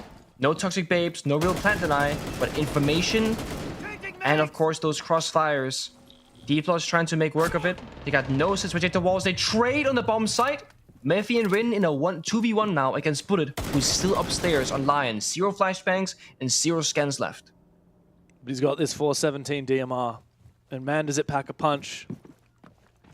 DMR and the diffuser now. Is that diffuser on the ground below him? I think it is. Oh, it's inside. I believe so. Yeah, he's going to have to go grab it. It's in the site. Goo mine pulled out. Keep in mind, Rin also has an impact here. And so the plant faked. Baits it out. With the bait reply from Rin. The double peek. Look at that timing from FearX. That is chemistry. Pure and simple. Double swing. And the round 3-1 for FearX. Small things right now are separating these two teams and who's gonna win the round. D+, they held on to their tactical timeout until overtime on Chalet. So back and forth. But right now, things are not going the way that they want them to go. So a little bit earlier one. They've lost the last 2 rounds in a row. They're on the attack. So in the end, how many rounds do they expect to get? Probably like a, 2-4 at best, 3-3.5.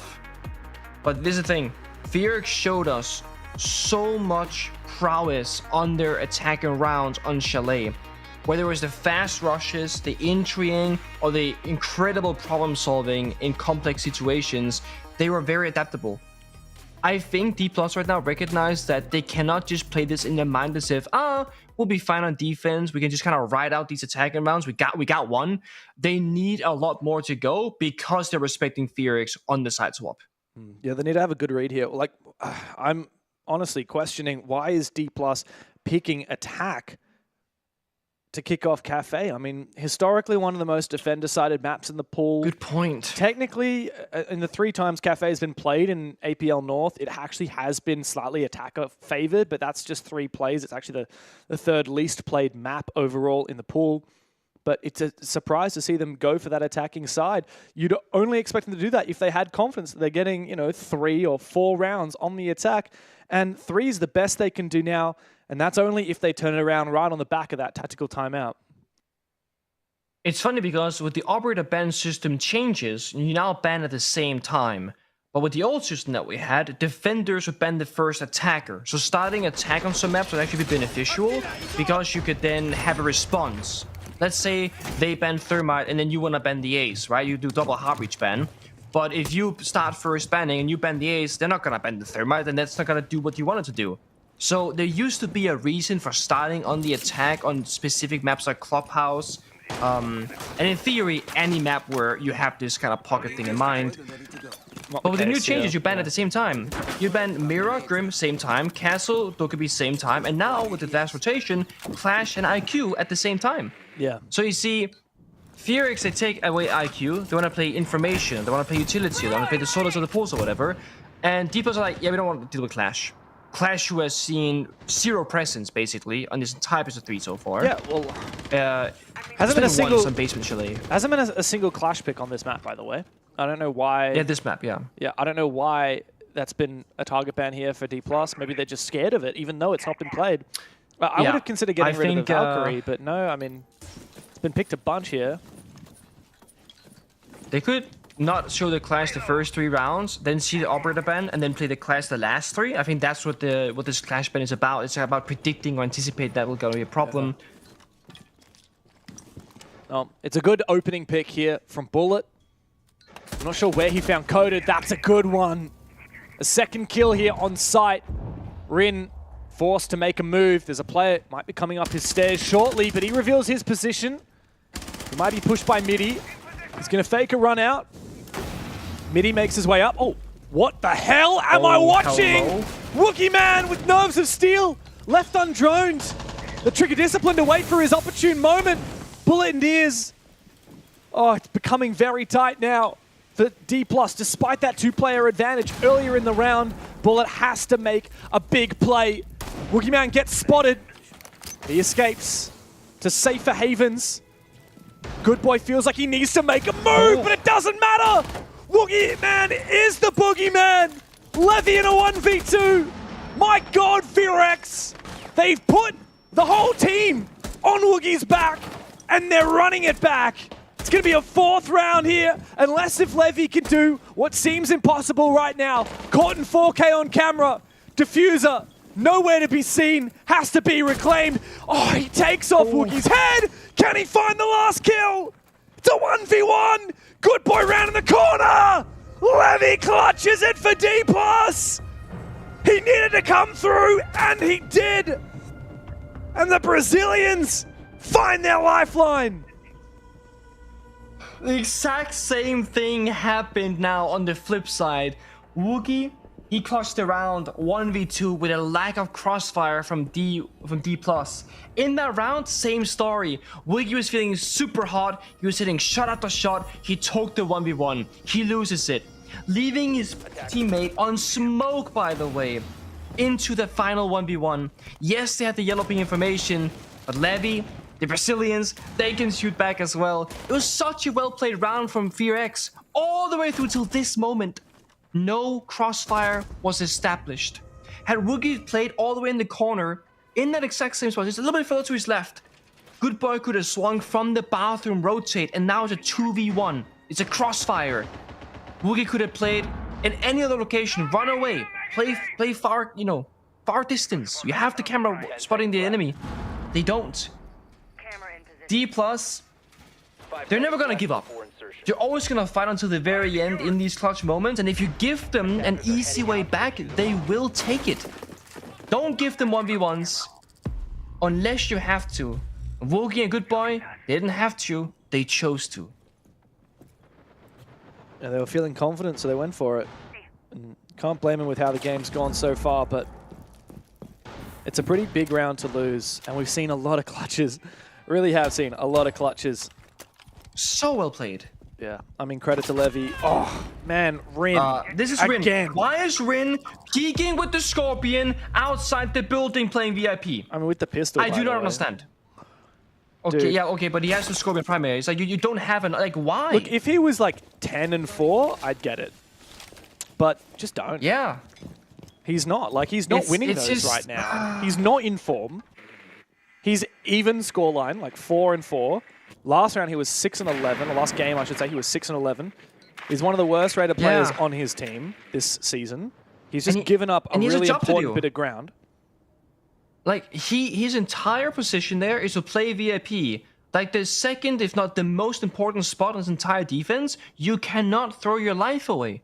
Even if the guy was caught in a drone, you still shouldn't peek the guy, because what if it's a bait, what if it's a trap? If they trade 1-for-1, it's worth it for the attackers. Yeah. Your job simply in that position is to stay alive for as long as possible. Then again, maybe FearX are wrong to put him in that corner. Coded finds one, impacts the Raw gate. He might still be stuck in the corner though. That's Diffuser as well. Well, this could be D+ letting it slip through their fingers. That said, a pick on Coded. I'm not sure where the Goyo was playing. The Blitz is coming into play as well. Maybe in Code. If he wants to make a play here, he hears a lot. He's about to be close to the Deimos. Good Boy might be able to call out where this position is. He knows it!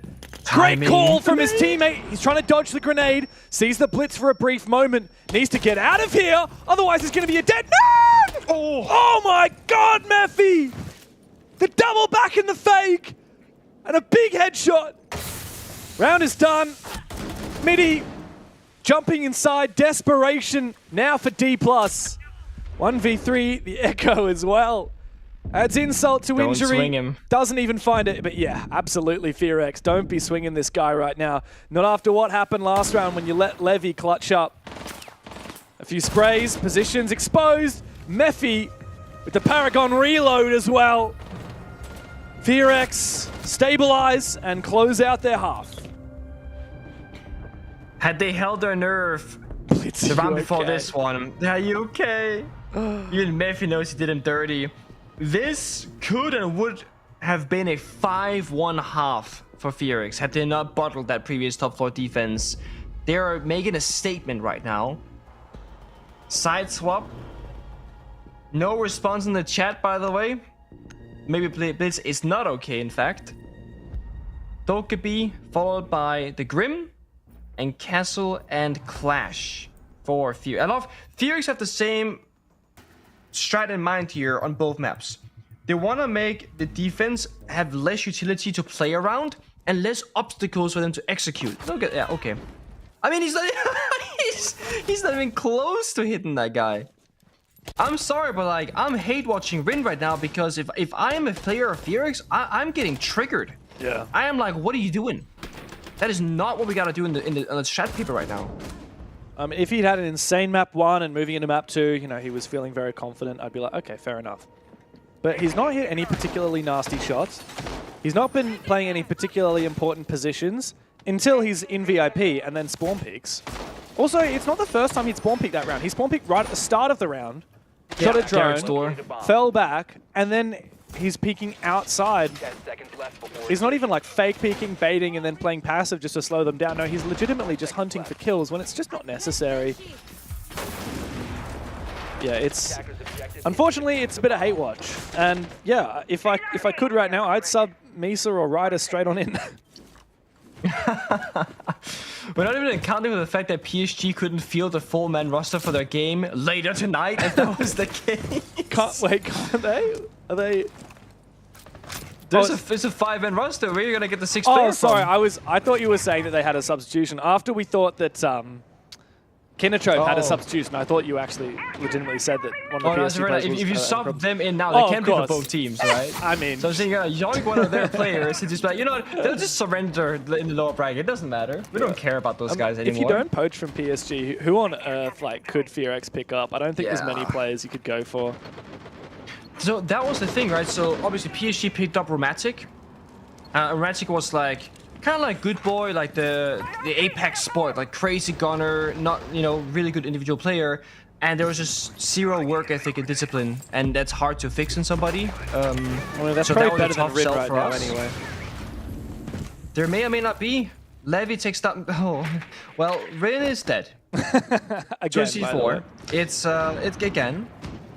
Rin is playing IQ, and there's only Yokai Jones, thankfully, but they're in the building. They're gonna keep on going. Hell yeah, Mephi's back on it. Oh, he's deadly here with the LMG. He doesn't even care about the smoke as well. He's gonna spray through it. How does he find a kill? Fully smoked, he doesn't give a damn. About to be swung again, he finishes off. Midi makes it a 1v1. It's Midi and Coded. Oh, Coded saw him. Hello. Whack-a-mole, pop your head up. He's waiting for it with the L85. God, this has been a quick round. 2 minutes, not even, have subsided, and we're down to a 1 versus 1. And it's not the top fragger from BFX, no. It's Coded. But Midi, he's been pretty damn good for D+. He's leading the kill department for them. Coded needs to go on in. The first attack. This time it's his turn to clutch! Ooh. A spray through the cabinet is all it takes. Oh, you can just look at the energy from the FearX boys. It's not often the Koreans show us that level of energy, but they're feeling it today. They stole D+'s map pick, and they are on fire here on Cafe. Gotta praise the drone work. I mean, FearX, it feels like they have yellow ping on every single defender when they're on the attacking side. The same thing happened on Chalet.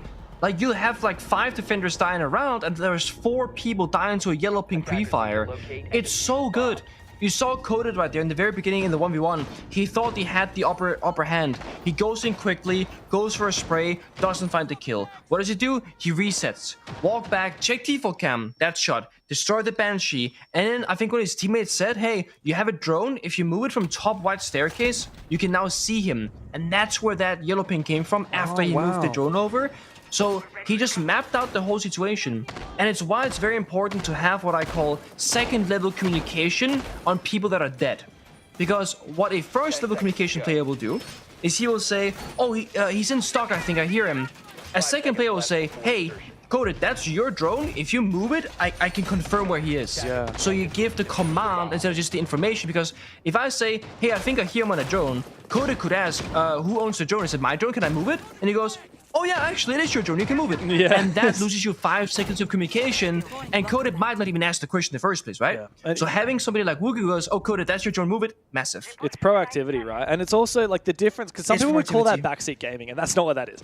Backseat gaming sucks and we hate it, but that's not what that is. That's being proactive and actually being there to support your teammates, right? Like if he was like, oh, you should push in through Cigar, that's backseat gaming. You should do this right now. Yeah, oh, if I was you, I'd do this. Well, dude, you're dead, so stay in your lane. Yeah, shut up. But it's the same when people say 2 flashbangs. Like, even when I cast, I say C4. It's about giving people the awareness of what they have at their disposal or what they can use. Yeah. And that comes down to personal preference as well, because I feel like if I'm playing, I know I got 2 flashbangs. If you tell me that, I'm probably just going to be like, taking my eyes away from the center of my screen and start thinking, oh, maybe I should use my flashbangs. I'm like, no, dude, you gotta trust your instincts sometimes. But being able to say, like, if you move your drone, I'll be able to call. That's next level. Levy finds a good run out, actually. I'm not sure if that was pre-prepared, that run out from Garage, but Mephi's a big player to take down. Aside from Woogie Man, he's been the most dangerous in the series here for FearX. Levy is doing everything he can. Between that clutch earlier and these run outs, he's really feeling that pressure. And of course, it wouldn't be around in this map without FearX having some form of a reply, and that's Woogieman finding his 12th kill, hunting Nears on the Solus downstairs. It's one less thing to worry about in the late round. And this seems like the game plan for D+ has stayed the same. On Chalet, when they're defending, they gotta stop FearX from executing. That means go for early kills. And I said this is much more difficult in Cafe than that of Chalet. Here, early spawn peaks, aggression being applied. They don't want to allow FearX that 5v5 plant position with all the right operators. They got upstairs control. They got a bit of verticality. Timer is ticking away pretty fast, though. 50 seconds left. There are Valcams to deal with. Rain on the IQ is alive in this round to find where all those cameras are. There's one in Pillar. I see Near sitting on that right now. Bryn cannot check it. He has to move his drone first. It's good vert work, though, from Woogieman. Prepared. Cut off a lot of these positions. It's force bullet here into the hallway. Oh, falls. Tries to retake into train. He's being watched. He's wondering, do I have to make a move? Do I have to make a peek? Can I sit back and relax? D+ have the clock on their side. It's their 5th player right now. As the plant is going down from Rin. Is there an angle? I don't think there is. Falls is cut down from above on the vert from Woogieman. Levy and Bullet now. It's not an enviable position for them. 2v4 as the post-plant positions are assumed by FearX. Players above, Rin in the site. He's got the diffuser down and he's peeking. He's feeding and he falls, but Good Boy's there for the trade. It's match point FearX. 4 match points before them. And this hasn't been a fight. This has been a massacre on Cafe. What are you supposed to do? Strategically, FearX are better. They problem solve every single situation ahead of them. And it's why D+ are trying to stop them from having enough players to go for those plans. But then what do you do when FearX are also mechanically better individually and they keep evening back the man count? Levy gets the spawn peak, and guess what? Woogie just walks down the staircase. I'm gonna get this kill. He's 13-4. He's playing support flex. He's planting. He's IGLing. He's playing shields on Chalet. They can't stop him. Yeah. He's literally back in prime performance this match, this series. Yeah, and B&K FearX, like, they know how well they're doing right now. We just saw Coded taunting in the chat. Don't need TT, question mark. I think he's forgotten that actually D+ already used their tactical timeout. They took it 4 rounds deep. In the first map, they waited until it was, match point against them until they took that tactical timeout. This time, you praised them. You said, oh, I like that they're taking it early. And they actually did win the subsequent round. It got them a second attack, but they haven't found a round since then. Disaster. And it's gonna come down to a bit of frustration now for D+, because you come into this with prep work, you got your strat, you got everything figured out, nothing is working.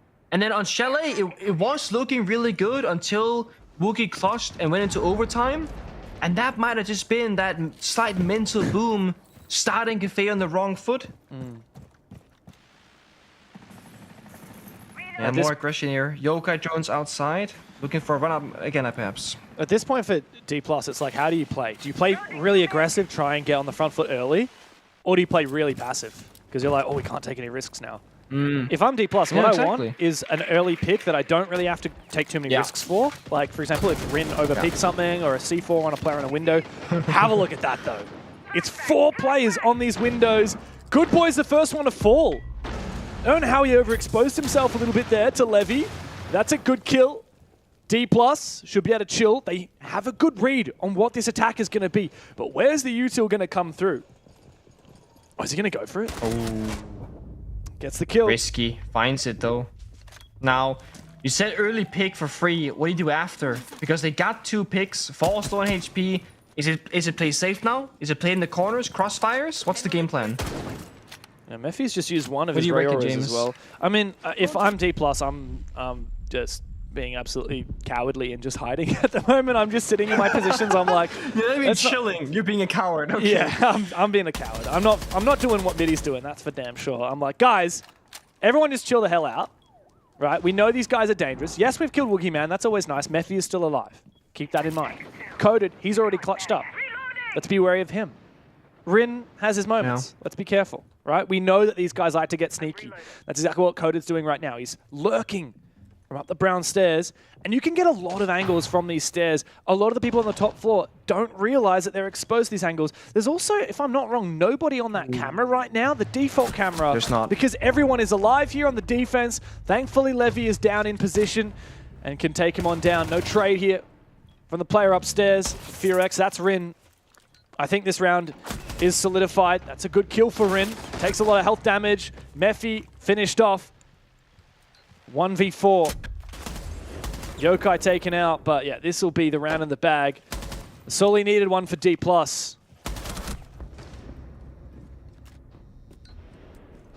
Confirms it. Just thinking ahead here, the issue is kind of the bomb site rotation. It's not... This map of Cafe is a bit tricky. It doesn't really have 4 super playable bomb sites. I think it depends on like what team you ask and also what operators you have available. If you have Mirror up, I think playing mining bomb site can be pretty successful. You can hold upstairs a lot easier. Or if you have a Sami, right now both are open. Playing kitchen and kitchen, I always find this strategically nearly impossible because defenders don't really have a solid way to win in those rounds. If attackers get to execute, then it's curtains, it's over. And FearX are so good at that. Yeah. And I think the hardest part right now for D+ is what do you ban? Like what operator? They chosen Capital, we can see it. FearX chose Echo. But like, Capital has been played and I can only recall one single round, the previous one. Maybe it was played one prior as well. The Capital or the Echo? Check. Protect your bombs from being The Capital, sorry. Capital was round, just played no? in that round. That's the only round that FearX Yes. have played it so Yeah. far. Yeah, Rin was on the IQ Yeah, before so that. and it didn't do much. So it's like you're banning the Capital of all the operators in the world. They're just scared of I don't the think they know executes. what's gonna hit them. Yeah. It's just respect because I mean, they're so scared of what Dark and this squad has cooked up in terms of their executes. Maybe they want to play Bakery here. Of course, we actually haven't seen D+ defend the kitchen cooking bomb sites yet. This is their first round they're doing that. They've played 3 rounds of their defense. This is their first time trying it. That's true, but how much can you do different in this bomb set? That's my whole point. Strategically, you have 2 things you can do. Either you hard turtle all 5 defenders in the bottom floor. Yeah. You're gonna have most defenders in the bottom floor and have some people lurk on the staircases. That's your 2 options in this bomb set. It doesn't matter if you're that FaZe Clan, Furia. Is that a C4? Is that a C4? Sorry, C4. Bullet's got his Is that C4 there? Okay, either this is 500 IQ. He must or have he's misclicked. fat-fingered. I think he misclicked. But if he misclicked, surely he would Surely. shoot it so that it doesn't make noise. Right. Pop it and get really, a crazy kill. I mean, it's a clip. 500 IQ, pro player, C4, used in champion It's just rank. so far from everything. It's also been spotted by Good Boy, but it's Yeah. so far from the doorway. It's also so far from the ceiling up above. Like, there's no way. He's in a very awkward spot. If he I think Good Boy right now is like, what am I watching? He's like, how can I mess this up? He needs to. Look at him. He needs to know that the hallway is clear, and then like pre-fire it with the electronics detector, or from above. I think you're or tough something. way, yeah. Use the vert. Like, don't take any because like something funky is happening right now. Don't Check stand the too close to corner. it. Destroy. Yeah, don't. Yep. There we go. Valcam first, C for a second. Okay, we probably solved the biggest question mark we've ever seen.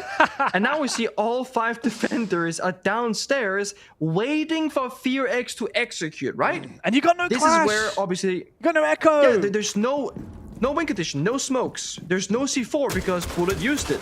All you have is Goyo Fire, which should get cleared from above because there are 6 frag grenades on the attack and lineup. And then you have gunfights. There's no plant denial. So the issue here is, if you let FearX execute, even without the Capital, how are you expecting to win? D+ needs to, they need to lash out. They had to make that play, I'm not even gonna lie. Nah, they had needed to. It was the only way back into it. Is honestly at this point I'm like maybe send 2 or 3 players up the same staircase. Like, just because this setup is so dismal for D+. They really needed their tactical timeout here. If they did have that tack, I wouldn't have been surprised if they could bring it back. But FearX have control. They've got the opening pick as well. 3 players from D+, scared of the vert, are stacked up. I think that was another player flanking up brown stairs, if I'm not wrong. Falls actually finds his kill through the vert. Meanwhile, the attention from BNK FearX is starting to come in from Bakery. Tanking the gate is Wookie Man. Nade comes through. Wookie finds the kill. Supported by Mephi on rappel. This is a big opener here for FearX. Midi and Nears, the last 2 remaining, and 25 seconds ticking away. got through the intel, can walk on in pocket. Nearest is hide window that could change everything if he goes unnoticed, but That's the thing. odds are Boogeyman might nade it. It's a good nade. Is he aware of the position? Wiggy sees it. Big kill for Mephi. Midi against the world. D+, they've looked damn good. They came all the way from Brazil, but they've been sent back to the lower bracket by FearX. The #1 team from Korea are looking like the #1 team in the APL North. They're through to the grand final. I mean, it's no surprise they find themselves in the big surprise here is their form that they're currently, how well they're playing, how consistently their players have been showing up, and how they're just fundamentally on a different level in this region. There are so many small things they're doing at a very high level that is outright winning them round after round, giving them comeback after comeback, and the clutches too. They're a very flexible team. They're hitting all the right marks right now. And even if we're not surprised to see FearX come away with the win, we're certainly surprised that D+ did not put up much of a fight on Cafe. Rob, FearX, they're through to the grand final. All right. I'm not biased. We all right. I'm not biased. But LFG! Get out of here. Get out of here. I'm kidding. Honestly, D+ Kia have been a phenomenal team so far from what we've seen. But, I mean, this is the capability we were talking about at the very start of the day, Nick. We were saying constantly, B&K FearX are probably our best hope at real APAC. I was going to say dominance, but I stopped for a second because I'm like, well... Yeah, and honestly, probably more fitting for B&K FearX as well. Like we've come to know and love this roster over the last stage, and honestly, today I think might peak it for me, Nick. I think that this is now showing us what we can achieve in APAC. Now, it's only upper bracket final. Don't get too excited, but it's more just the individual moments, the round by round, the attitude of this team. It's just completely... It's beautiful to see. It's a big moment, that's for sure. Yeah. I only really have one fear for the FearX, and that is how much work they're putting in. And that sounds like weird to say because, like, oh, they're working too much. We spoke about the ceiling. When you play it for a very long time consistently, you get better. But whenever we interview Dark, he always says they're working harder than anybody that he knows right now. They're playing more than any team in the region. They're putting in all the extra hours, and everyone do that for long enough, you might also hit burnout, and then it's a very, very steep way down from performance level. You're making such a good point, Pengu. It's but also, an unbelievable the return of Robot Pengu is really tripping me. Do you Domi reckon? arigato, Mr. Roboto. Sorry. Do you reckon Robot Pengu lives in like a robot igloo in the robot Antarctica? I think that's probably the best place that he could be. I was thinking more like Sweden. I don't know. Oh, okay. I don't know. Not Norway. Absolutely not Finland. Not Denmark. No. Specifically in. How about in Brazil? Yeah, his igloo is definitely melting in Brazil. Well, I tell you what, I knew AI was coming for our jobs. I didn't realize it was coming for Pengu right now. Yes, unfortunately it is, but we've got someone else coming for us, and it's a Brazilian. Dark joins us for the interview. Hey. Dark, my friend, hats off to you. If I had hair to put a hat on, I would take it off for you. A massive, massive victory for you and the roster. I think this has probably been the most entertaining series that I've seen in a long time, especially in APAC, if I'm being completely honest. I always feel like sometimes things fizzle out and can be a little dry, but this series for B&K FearX is, I mean, this is a different height. How do you and the team feel about the win now that you've had a minute or two after the game? Yeah, that is true. Of course, was a really hard match. Mainly off the main map, right? 8-7. But it's two maps we love a lot. Have too much comfort. And Café was, in my opinion, really good to see. One beautiful stage to see, right? The concept ideas for both teams, of course, is a hard match. But yeah, of course, we feel really happy. Until here, we don't have an offer, right? Because next week is the most important, the grand final. but we have a small thing, so of course a celebration, right? Yeah. Every small step is a celebration. Yeah.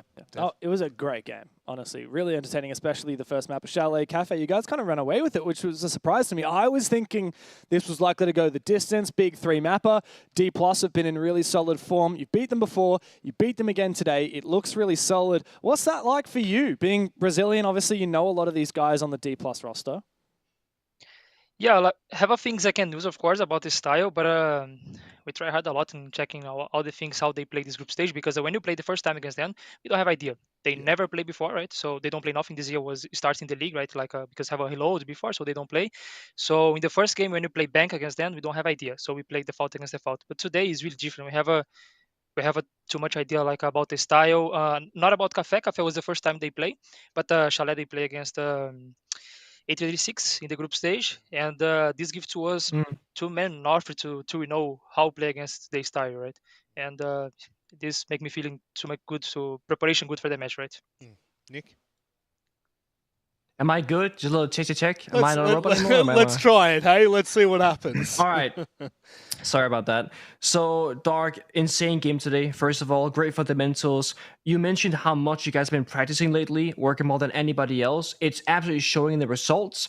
Is there any fear of burnout? Is that something that you guys have considered or practiced or prepared for? Because if you keep grinding, we all know eventually hit a wall. Honestly, we have. So high chance for tomorrow be one day off for the players, but works don't stop. When I say like we work a lot, the screen's not perfect. We have too much problems every day. But I think some teams the Acer they screen in the bad way. So maybe you can think like everything's going well in screen, but not. Have some days here we're going crazy when we're just losing so many maps in the like really playing really bad, but is that moment to make we be better, right? We can find things, we can improve, Yeah. and of course have other things. We lose because the other team's playing like a lions in screens, not a tournament, right? So it's in these screens not the best moments for us, but we have some details about a little bit burnout, but it's time to rest a little bit for use everything we have for the big final, right? Yeah, the big final is coming up very quickly, by the way. It's only a week away now. Look, just before I kind of give you the floor to say your final thing, this roster, this iteration of BNK FearX might be one of the more exciting rosters we've had, maybe in all of APAC at the moment. A lot of teams have been talking about BNK FearX. Obviously, the performance is showcasing why people are talking about them. I just want to ask you, how do you feel about the roster? Because obviously you're in the trenches with them every day. You've built this roster together with the team, with the management, and I know the involvement you've had. How do you feel about the roster as a whole? Do you think that the comments that we're making on the desk, that people are kind of looking at BNK FearX as probably the best team in the region, do you think that that's accurate? I have to be fair with the other teams like Oceania and Asia, because if I'm saying I'm better than them, I have to prove in the game, right? So we don't have we don't have this game yet, but maybe for second stage, right, when we have the major qualifier, right? So in the Asia finals we can prove that. For sure, we are one of the top teams. And I think, like you're right in that, I think is the the Koreans in train. We have too much good pieces in every position we need, and like every day here we work well, we don't have a problems, we don't fight. I can say to you like if some screen go to 11-0, we lose every round. We don't have a crazy guys here, and sometimes just me, but they hold myself when I do that. And yeah, I think everyone work very well together, like a good piece together, and in my opinion the best team Korea can have. Yep. Don't have a way to be better than this. I would totally agree. I'm actually going to leave it on that. Anything you'd like to say before we let you go and prepare for that grand final next weekend? Yeah, for everyone's support to us, we can wait for see one every time a little bit better FearX. Next week we're gonna come with everything we have, because until now we don't have nothing, right? If you lose next week, was nothing. Was okay. It's just second place. You don't got nothing. So it's time to real work one more time to qualify, and we can do better international level. For the Brazilian fans and all everyone, thank you for the support. Valeu todo mundo, galera. Obrigado. And for everyone for reading, sorry for my bad English. I know it's not the perfect. Oh, get It's not stuffed. bad. My God, here we go again. Dark, Way too humble. thank you very much for joining us, mate. Best of luck with your preparations for next week, and hopefully we'll be speaking to you after the grand final. I hope so too. Ciao, mate. Thank you, guys.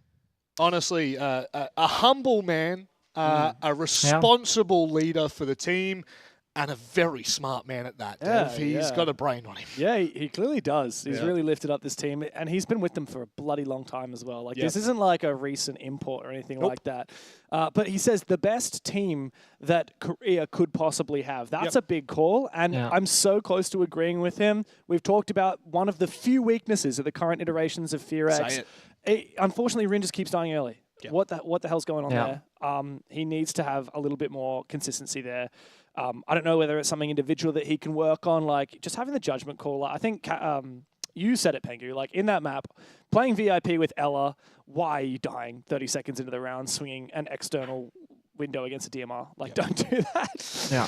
He can fix it up himself, or maybe in the future they could look to a new player, but I would be concerned. I'd much rather Rin just like reels it in a bit than having a trade of players. Because if you trade a player, 100%. you lose the chemistry and you lose the fact that you've got, the 3 out of 5 damn one guys that clearly have a little bit of magic together. Nick, we've sung the praises of BNK FearX pretty much this entire post-desk long.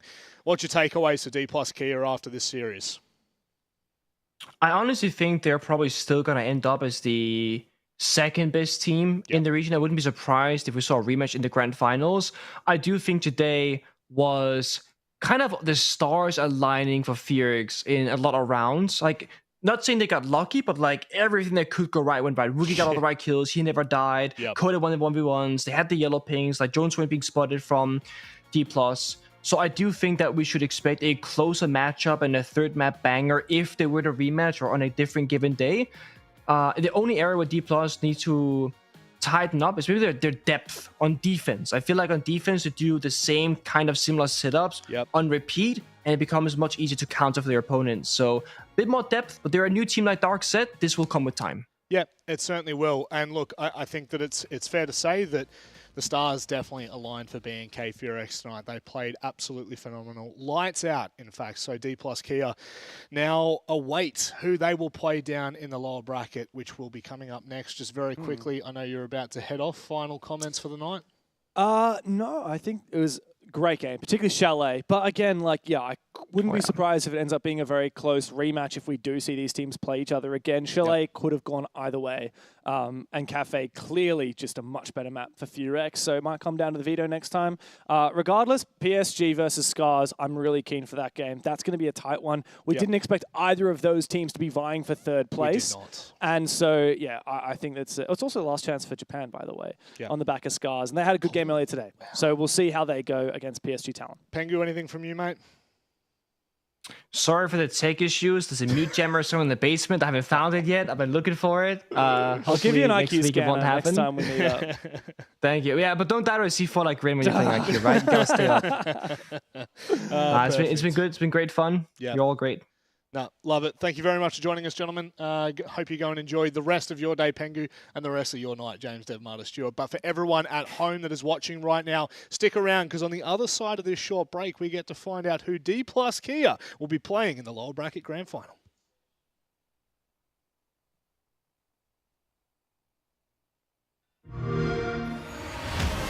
You know how they say it's not the destination, it's the journey?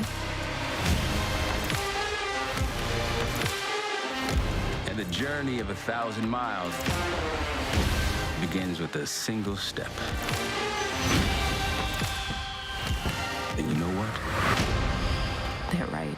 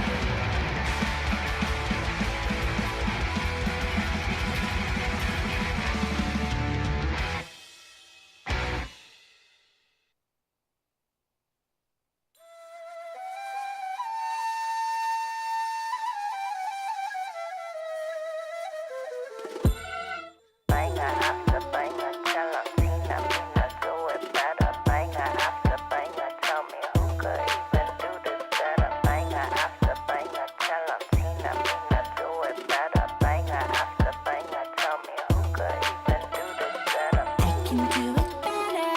I can do it faster.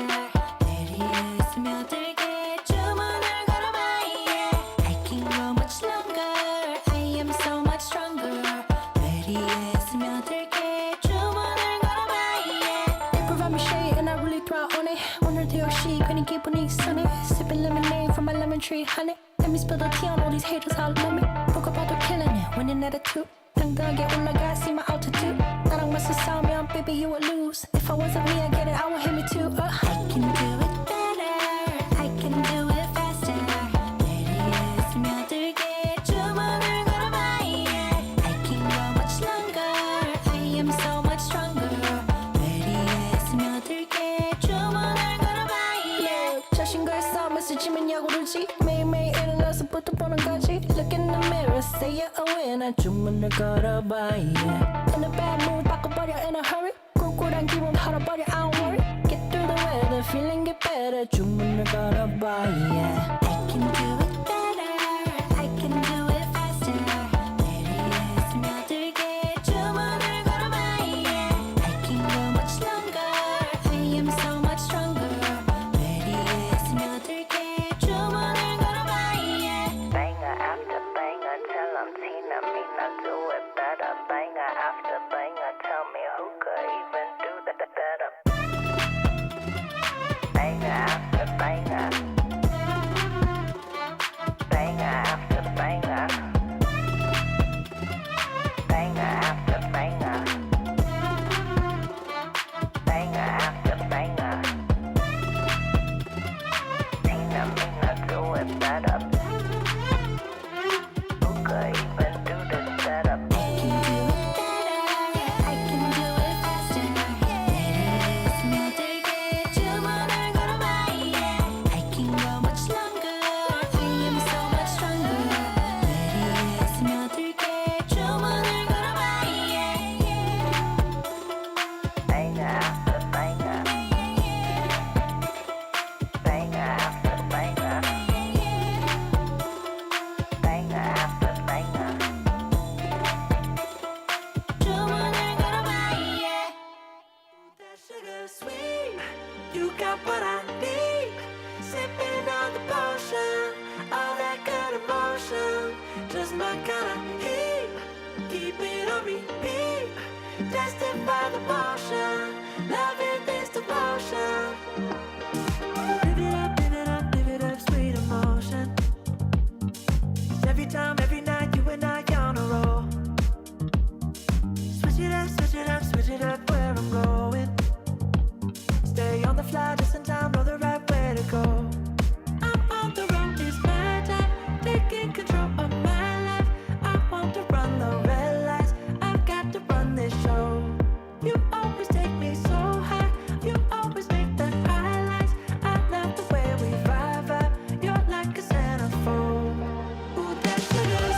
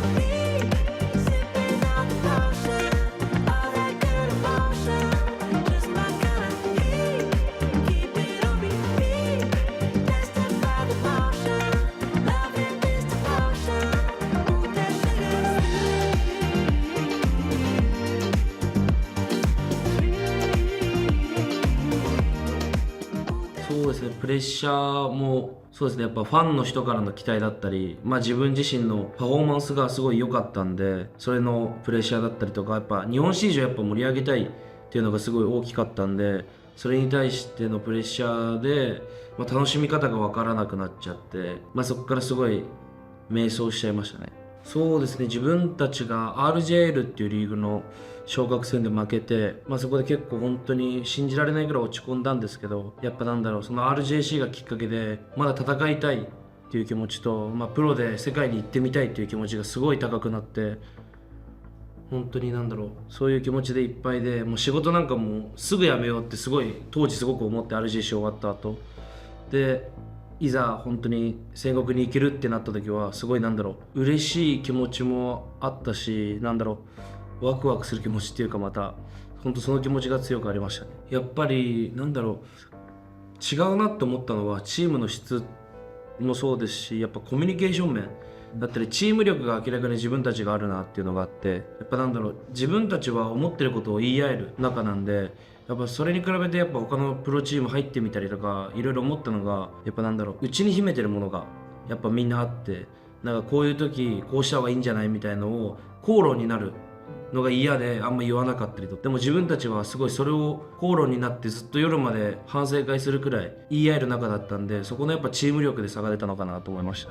そうですね、戦国ゲーミングには当時仲良かった白猫選手っていうのがいて、それに声かけてもらったのプラス自分からレイチル選手に連絡して入れてもらえないかっていうのを連絡しました。そうですね、ゼプト時代はなんていうのかな、もう本当に家族って言ったらあれですけど、本当になんて難しいな、本当に家族みたいな感じっていうのがゼプトで、戦国は本当友達と楽しくゲームやってるって言ったらあれですけど、本当に楽しく一緒にやってたみたいな感じですね、友達とみたいな。そうですね、やっぱ前と変わらず言いたいことも言える中で、そんな隠したりっていうか、言い合いになるの嫌だから言うのやめようっていうのもないし、本当に今のスカーズも家族みたいな感じですごいやりやすく言いたいことも言える中なんで、改善点を見つけたらすぐ話し合いしたりみたいな感じですね。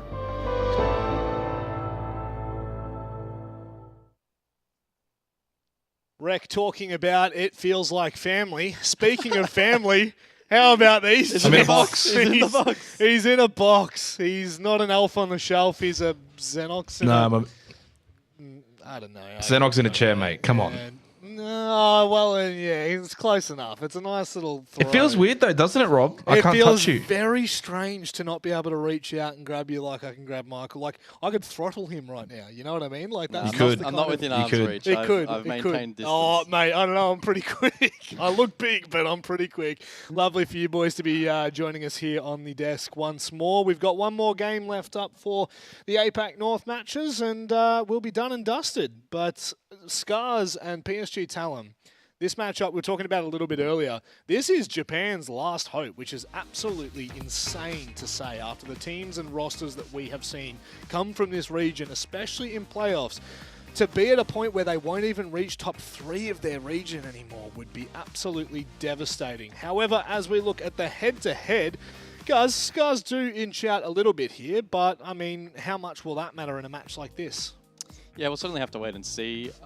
Presuming that the EPS is updated based on their last best of 3, they had an opportunity to pad the stats a little bit, right? 7-3 on Lair and 7-4 on border against Kinotrope. So they had a very dominant lead into this matchup. And PSG, as a result of the forfeit, while they haven't had much of a warm-up themselves. No. So it's a little bit of a strange dynamic. It's often a talking point given the format and the teams having to endure extended breaks. Yep. But Scarz should come in relatively fresh. It was a pretty quick game, and obviously PSG have had essentially a perfect lead-in. So this does shape up to actually be a rather close head-to-head, and I know that's probably been touted on the couch for pretty much every match tonight, and that has not been the case. However, surely this one is the one to go to 3 maps. Scarz are basically fighting for their entire region at this point. PSG not with that pressure necessarily on their shoulders, but still expectation to do well. Jake, what's your thoughts on PSG Talon so far this stage? They've had I guess just like a passable group stage, and then we got into playoffs, and we've only seen them really play one game where they lost to Scarz. Shocking. Yeah, I mean, that's the fascinating thing about this matchup, right, is these two teams played in the upper bracket quarterfinal, which, as Guz kind of was talking about this matchup being close, well, that one was close, wasn't it? 2-1.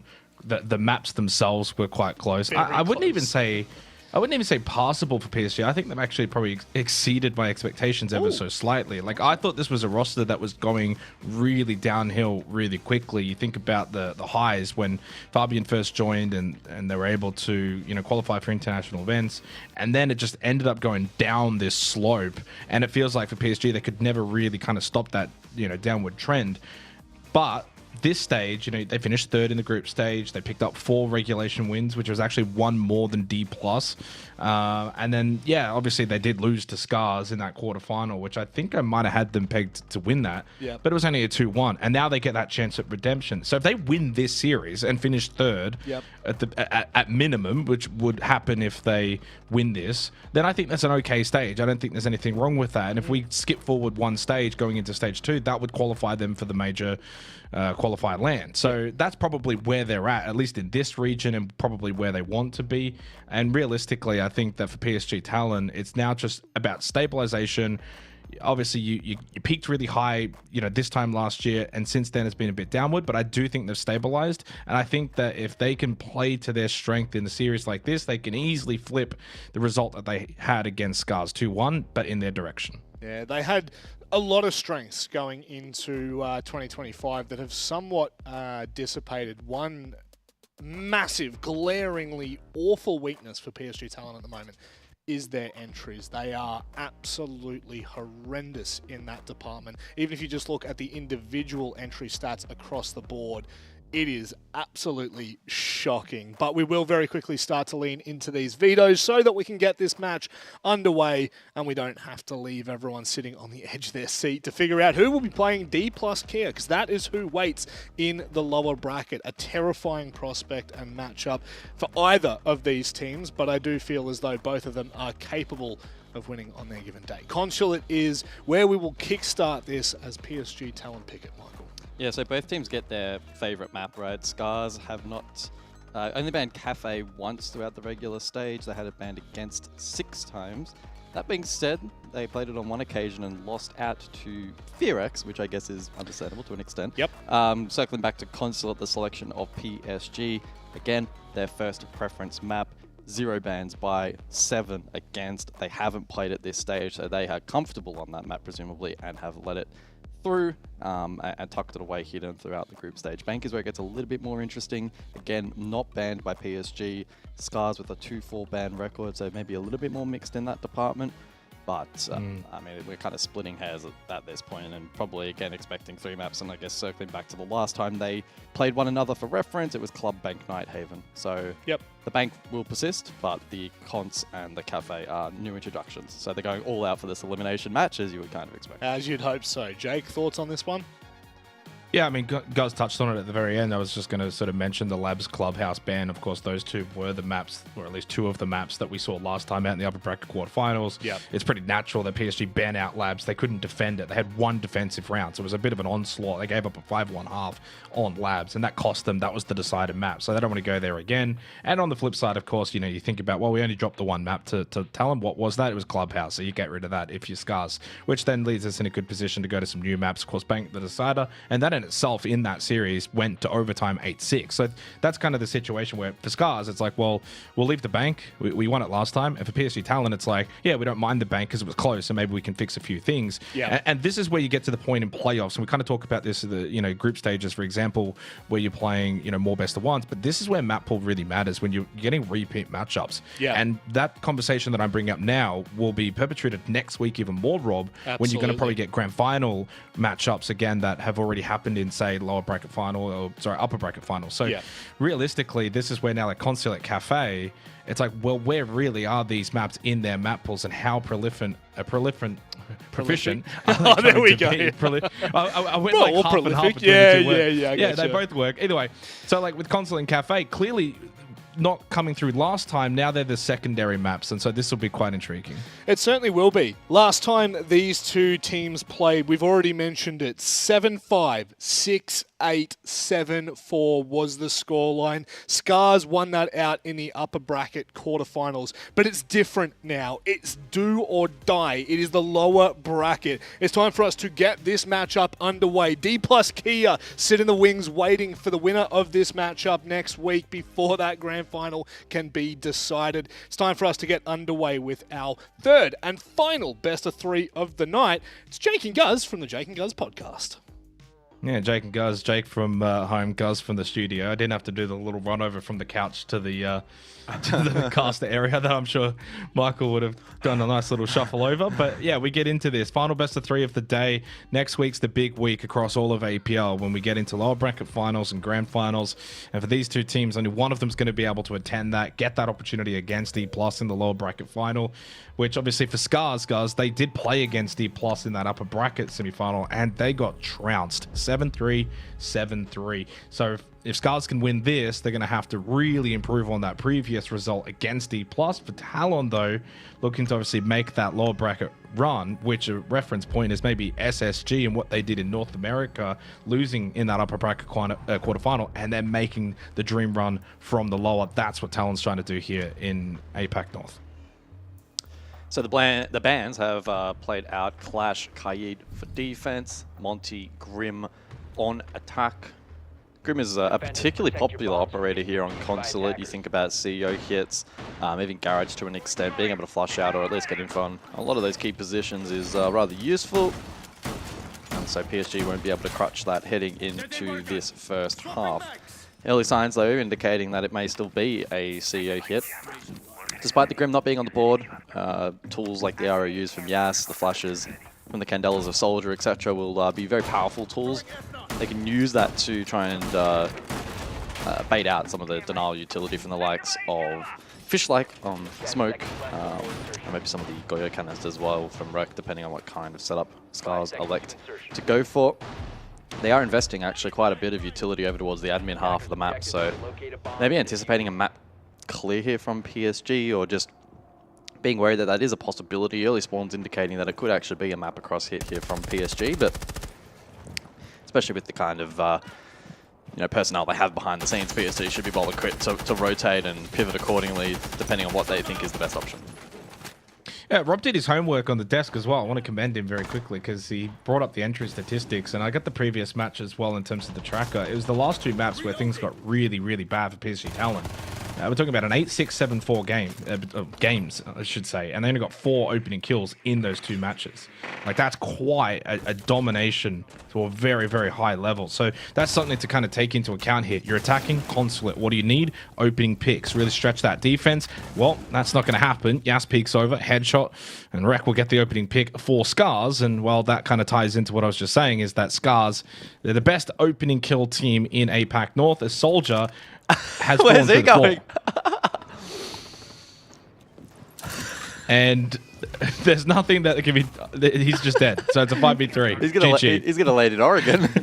I don't think I've ever seen that. That's good from you. That's good from you, guys. Yeah, no idea what the protocol will be from here. I guess we play the round out and you got to play the round out. Yeah. Debrief post round. Scarz with the opening pick. So they were still in a good position and looking to confirm the round. Minute 30 on the clock. Fishlike up close with shotgun. Rek has the crossover towards vending, as you can see on the overhead. So both of these key choke positions are being held pretty aggressively by Scarz, and understandably so, given the man advantage.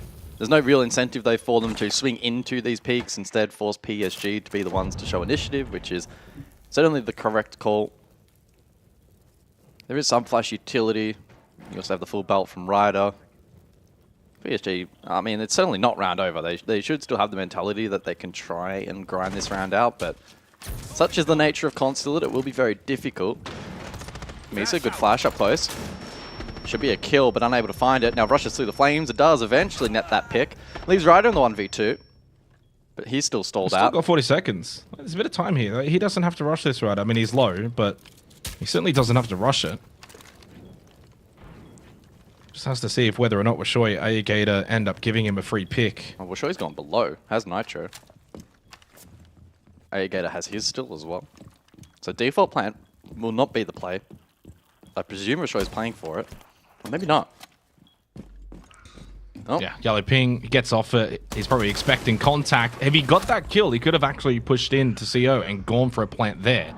Doesn't find it. Scarz with a 2-man advantage to begin this round. We'll get the opening round. And considering the fall-through bug, I don't think we're going to have to do any shenanigans, as he ended up just dying anyway. Poor old soldier. So we can carry on to the second round. That's one of those super. I have not seen that before. Yeah. I don't know how he triggered it or how that happened. I will say, though, I had heard when CGX was kind of being developed and stuff, one of the known issues was sometimes a fall through the map. But that was the first time I've ever actually seen it. And that issue wasn't, I don't think, pertained to this map in particular. Hopefully that's just a one-off. But either way, Scarz did get the real opening kill anyway. That's the concern for PSG Talent that they need to be mindful of. Gas lost his life really early, and I got a really disgusting statistic as well when it comes to so I call this one the Xenox not so fun fact of the day, guys, at least if you're a PSG Talent supporter. Yas was 0-8 on entries in the last series these two teams played in that upper bracket.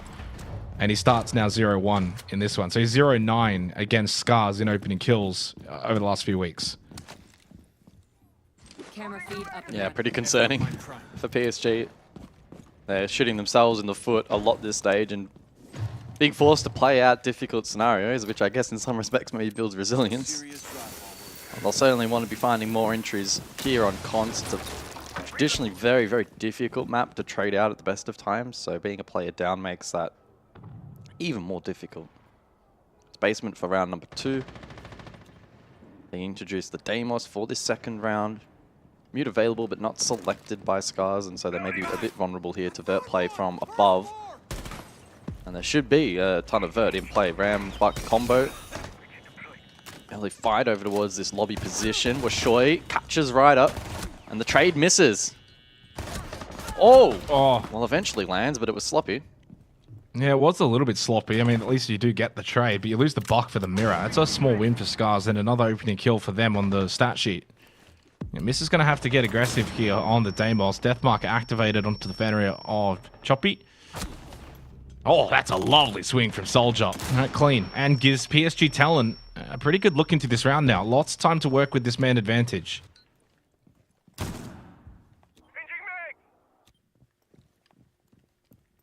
Rek will go searching them. 3v4. Sensing that he needs to make a play, but PSG now certainly aware. Oh, nice shot from Soldier. Sharp with the SMG in pocket. And so once again, PSG show resilience despite losing that opening pick and the delayed trade. They've now recovered the round. Aegata could pose a threat, though. That's one. Oh, no. Can't be losing a pick at this point in the round now. You've got to be consolidating 4v2. Play together. If they push out... Oh, aggressive again. Aegata's going to get a second. There was one more over towards Closet, and that was Gotti, and he gets him. But the aggression from Aegata puts Fishlike into a 1v2 clutch potential. He's got 2 gas babes still remaining. Gotti will actually rotate back out the map, go towards main breach. He's got 1 exothermic. There's a gas babe that was also just thrown by Fishlike towards the breach. He's got 1 more available. Flash. And Soldier in Expo. And Gotti's going to go for the plant and garage. That gas babe thrown really deep.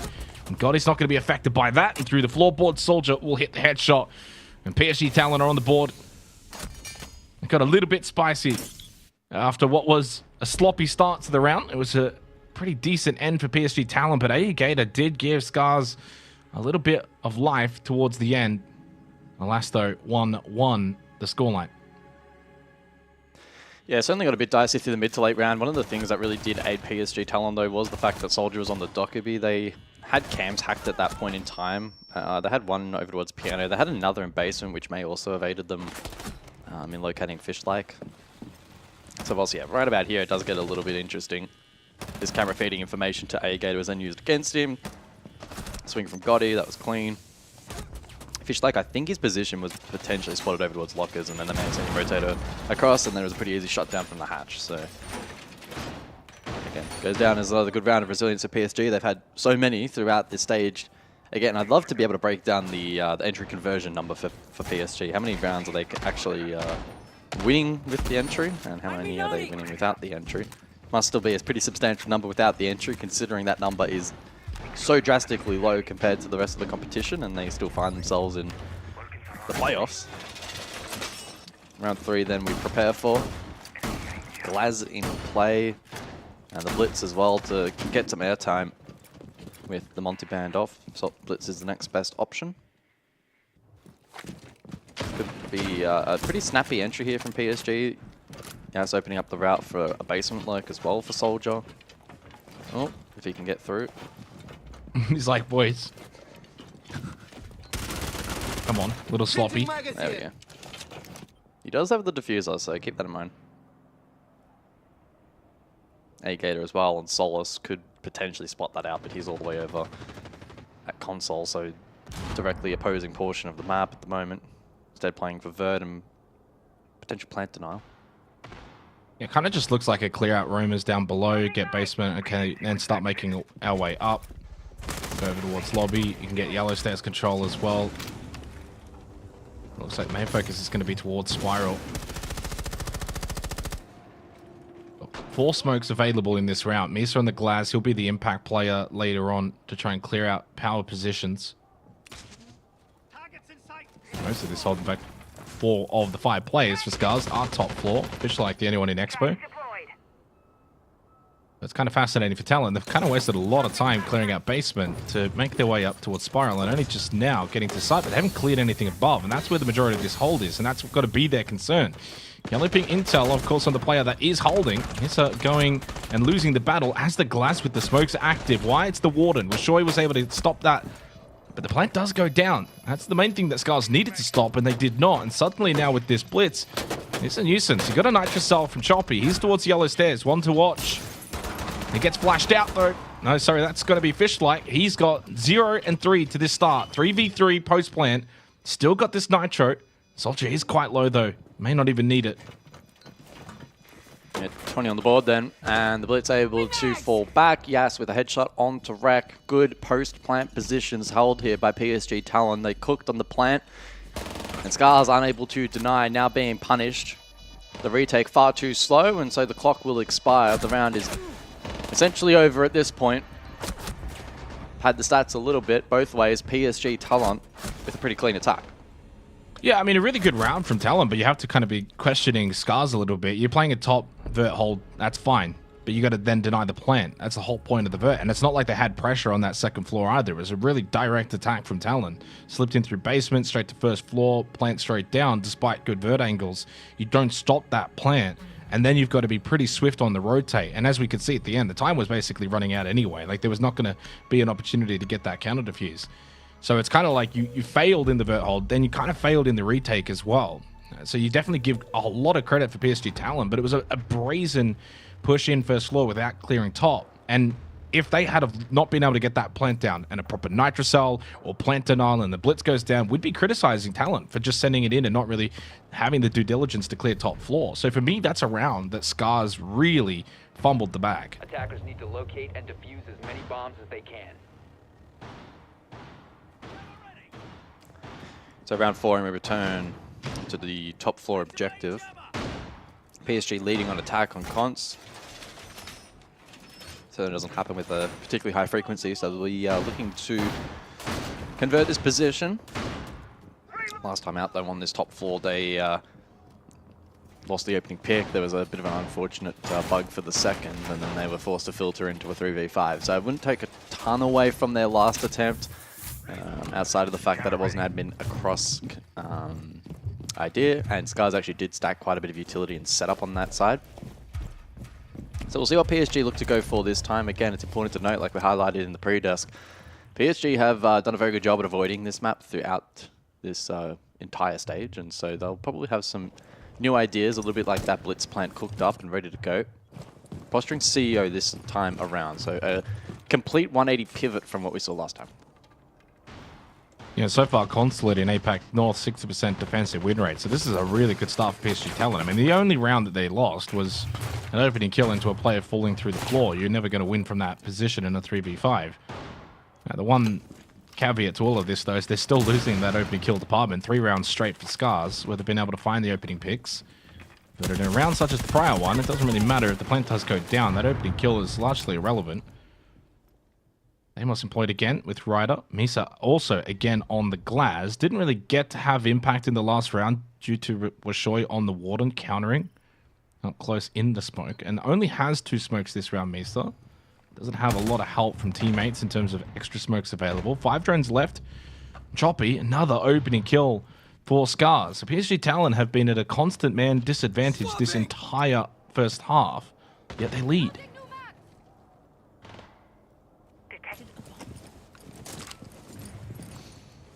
Yeah, losing that Deimos will bolster the roam down below and make this plan a little bit more difficult to go down.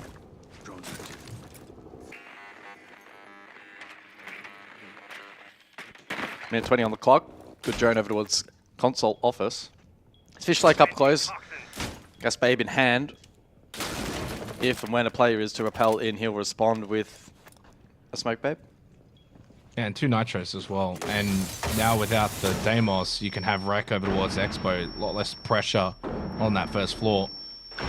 Got it. Oh, easy kill for Fishlake. First one on the board for him. There was that nitrocell as well from Gator. He had that available on the mute. And this is going to be a clinical round from Scarz. And I think this is probably the difference between these two teams sometimes, is when it's more structured. Scarz just look way better. But when it starts to get a bit sloppy, a bit chaotic, that's when Talon can kind of slip through the cracks.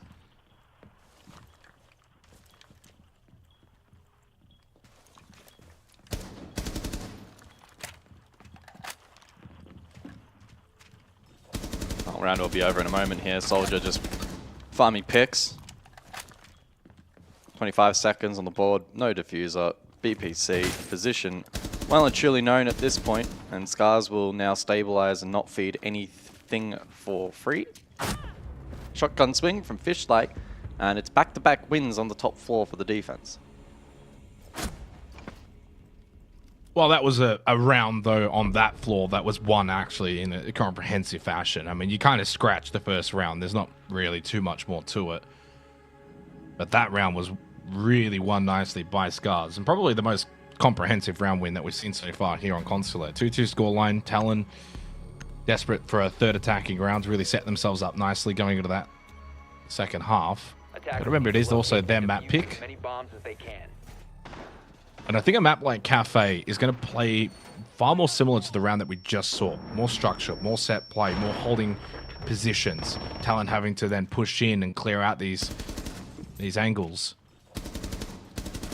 Consulate can be a map, site dependent, that can certainly get a little bit more free flowing. And I think that's when Talon can play to their best. You kind of think about that sloppy nature and where that really suited them. The irony, though, is that they did lose out on Clubhouse, Scarz last time to Talon, which definitely can play to that structured kind of play style. Attackers are moving to defuse a bomb. It's been a while since we've both been on a mission like Obviously, that was a 2-1 in that upper bracket quarterfinal. And I think this has all the hallmarks of being a similar scoreline in terms of this series. Winner plays D+. Moves on to next week. Good information for Washoy on the pulse. Early aggression again from Scarz on the defense. Not ready for it was Soldier, and that's the Ying and the top fragger. That's a big impact kill for Scarz. Yeah, Rack there on the Oryx pre-hitting the castle barricade, and as soon as he hears the secondary hard breach, just taps it, gets the free kill. And so yeah, that's 4 straight entries for Scarz. Oh, Gotti trying to get that exothermic on garage wall. It is ultimately successful. The angle, I believe it was from the mirror window, almost claimed his life, but he gets away on about 1 HP. And Yas can post up outside and get to work through the mid to late portion of the round. It's up to the remaining members of PSG, though, to fight for some vert control. And that should be relatively straightforward. It's only Rack on the roam. course, the nature of Oryx means that PSG will need to be quite wary of that. Also has the ability to charge through those castle barricades and try to catch this attack off guard. So track stingers will be important. Ryder needs to place those appropriately. Wreck hearing footsteps outside. We'll be able to relay that, the rotation over towards Garage. It's important that Scarz from this position really just don't feed anything for free, whether that be on the roam or, well, I was going to say, on the flank. Fishlike gets caught. And Wreck looking to maybe double down here on the aggro. Pre-fire towards the hatch position. Right idea, but bad execution. Well, I mean, execution might be a little bit irrelevant because there's perceived pressure. You know there's an Oryx roaming around. He starts shooting from a certain position. There he is, catches Misa, so it gets people moving. There's the trade, though, from Ryder. I think Rex done okay here. Nitro Cell thrown out from Washoit, but it will miss. But remember, Gotti is incredibly low. Won't take much. Even that gas babes that are available, you know, one tick of that, and he's going to go down. Gas station towards main breach. There's one smoke left for him, but Gotti also has one smoke available. So that's the win con right now for Talon. Try and get this Glaz to be impactful off the back of these smokes. Well, the frag grenades over towards Choppy don't do much in swaying his position. So it's a 3v3 duel, 15 on the board. Yas forced to go deep, caught. Well played there, up close by Choppy. In the meantime, Washoy also found one, and on the drop, Ryder falls. Scarz take the round. Yeah, they just can't get this Glaz to really work. They've played it a couple of Titans now, and either it's been, you know, simply like a Warden counter has really halted the use of the Glaz, or even just without the Warden, it hasn't really had impact or been able to be useful. I think you definitely just think about maybe dropping this Glaz now altogether, try and play a little bit more direct rather than this setup play that PSG Talon are clearly trying to do. 2-3. And also, you know, even though it's a 3v3, there's about, like, what, 40 seconds left. You're playing Basement Consulate. You haven't cleared out Kitchen. You haven't cleared out Pillar. There's still a lot of really good power positions for the defense, and you have to essentially think about drops. You have to think about rushing, and that's what we saw there coming out of bot yellow was the rush through the smoke and the gas babe. We saw the rehost call, and then about 10 no's instantaneously. Thank God. Maybe he just froze for about 5 seconds. Well, thankfully for us, we'll continue on here. Final round of the half. Probably should have mentioned prior as well, the additional bans. It is the Valk of the Blitz off the board, so double shield taken out for attack. And the Valk as well, unable to now feed information for defense. Navigator will supplement that with the Solace back in play. Looking to play above once more. Now, last time PSG went for a bit of an unorthodox hit. They sent the Blitz from down below basement, came up spiral, and hit a bit of a blind spot in that site, which Scarz were unable to deny. The Blitz banned out this time around. It may be a different approach. Soldier does jump on the Blackbeard, and so I guess structurally they could go for something similar, maybe. It's a better looking lineup, though. I like it overall compared to the Glaz play that they were bringing before. Misa can lurk. You got Ying for the entry. Obviously, the Buck can get to work on the floorboards. The Blackbeard will help with the entry as well. So that's going to be the goal. Can Misa find a pick or two on the roam? And then Soldier and Gotti, the eventual entry towards site, needs to be played off of those two. And then the flank watch as well from the gridlock is fine, especially on a map like Consulate.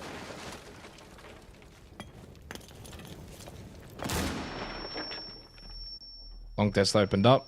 Usually you might bring a Flores and the Roteros to do that, but frag grenades thrown. Opens up both sides of that long desk. Can't really play it now. This is a decent start from Talon, and they haven't lost a player. I mean, it sounds simple, but that's been the biggest issue for them as well so far in this half. Is it's 5 opening kills on Road of Scarz. So it's not so much about that battle in itself, but you look at the time on those deaths: 2 minute and a half, 2 minutes 40. Yeah, pretty good peel defense at the moment from Scarz. They haven't forfeited any picks, yet they've wasted a large portion of this round. And PSG may have to start investing utility like those Candelas on the clear above. Keep an eye on Misa as well. He's lurking basement yellow stairs, so he could also be a bit of a threat if he can hit a backstab. Maybe time it with the fall off here from defense, or even send it up yellow itself and try and catch this defense here on the ground. It's an opening pick for PSG. Yes, on to Choppy. Misa to lurk, but the backstab, that's one. Was there a second? There was. I thought so. Knife! I thought there was a second, and Rek gets the knife. I thought I was seeing things for a second without the immediate trade, but PSG is still a player ahead. Yeah, I think Misa was fighting demons there as well to kill it with Shoei, but at least he got that kill. Two more seconds spraying, and he would have got knifed by Rek without the kill. They still hold a player advantage, 30 seconds, and more than anything, it's job done from the Nook. You don't really need the Nook at this point. You've still got your Blackbeard, your Ying, Bark with the Skeleton Key, opening up more lines of sight as well.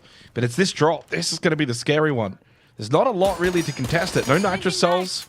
A couple of goo mines for Fishlike really shouldn't be enough to kind of stop this. Into Piano now, and Soldier looking to stick that plant. Yes, with another kill. And this might be a 3-3 half. Can't stop that plant from going down. Blackbeard in the post plant, and this becomes almost impossible. Good little angle as well on the floor from Yas. He's had a big round.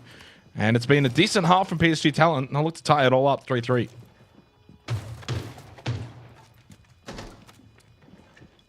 Yeah, Feudal here from Rek, who has been very active on this defense for Scarz and has been overall playing quite well.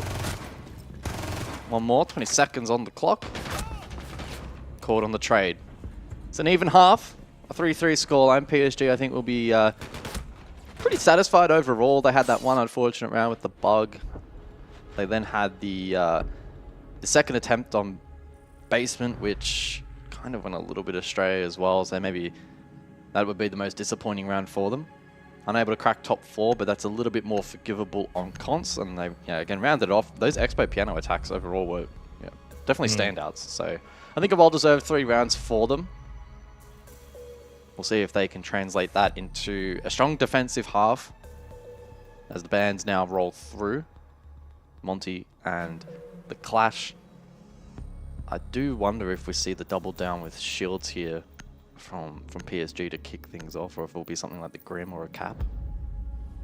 Yeah, Blackbeard as anticipated, and Azami also out. Well, defense is the strong suit as well for PSG Talent. The only outlier to that was actually Nighthaven Labs. They're the 3rd best team in the region when it comes to defense, and certainly far and away above versus Scarz. So they're set up really nicely now for the second half of Consulate. And that's probably why when you kind of look at the last series these two teams played, that 3rd map was just really out of nowhere. It's like, how does a top defensive team like Talon, and you kind of look at the statistics, not have the ability to defend on Labs? And so that was the difference maker. Of course, banned out in this series straight away by PSG Talon, and we've got ourselves another good scrap between these two teams, where I don't think largely there's much separation in terms of skill level. And the real test is going to be whoever wins this, and obviously one of them will, how are they going to go against D+? And that's going to be the real test. Obviously, you're going to get there first and foremost. Scarz got 2-0'd in the playoffs, but they were competitive in the group stage against D+. And for PSG, of course, they did actually beat D+ guys back in the last day of group stage on Skyscraper. So they might have that going for them, that they might play well against D+.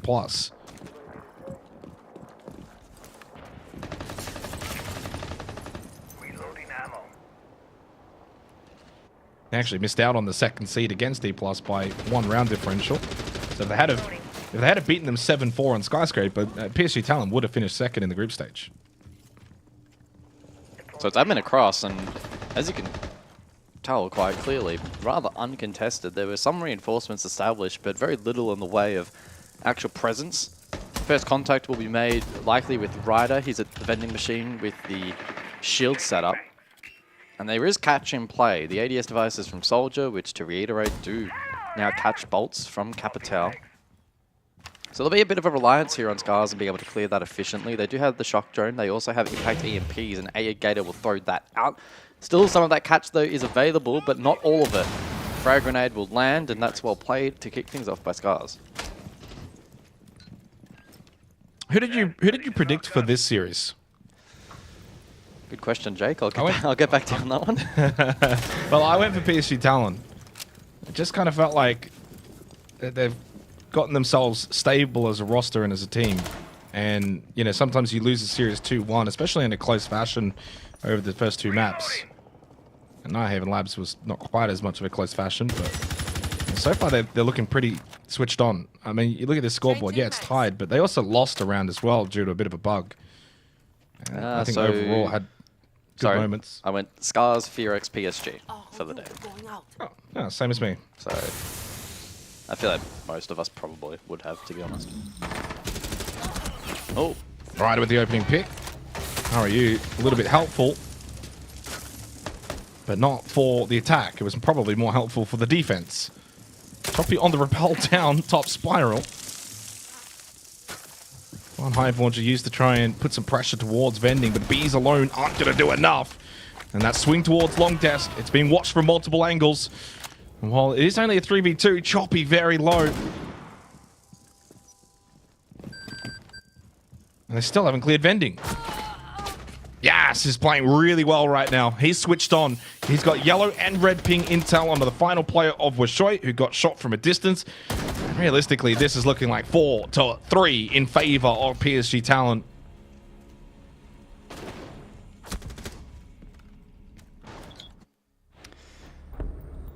Yeah, good round there for PSG. Opening pick translating across to a round win.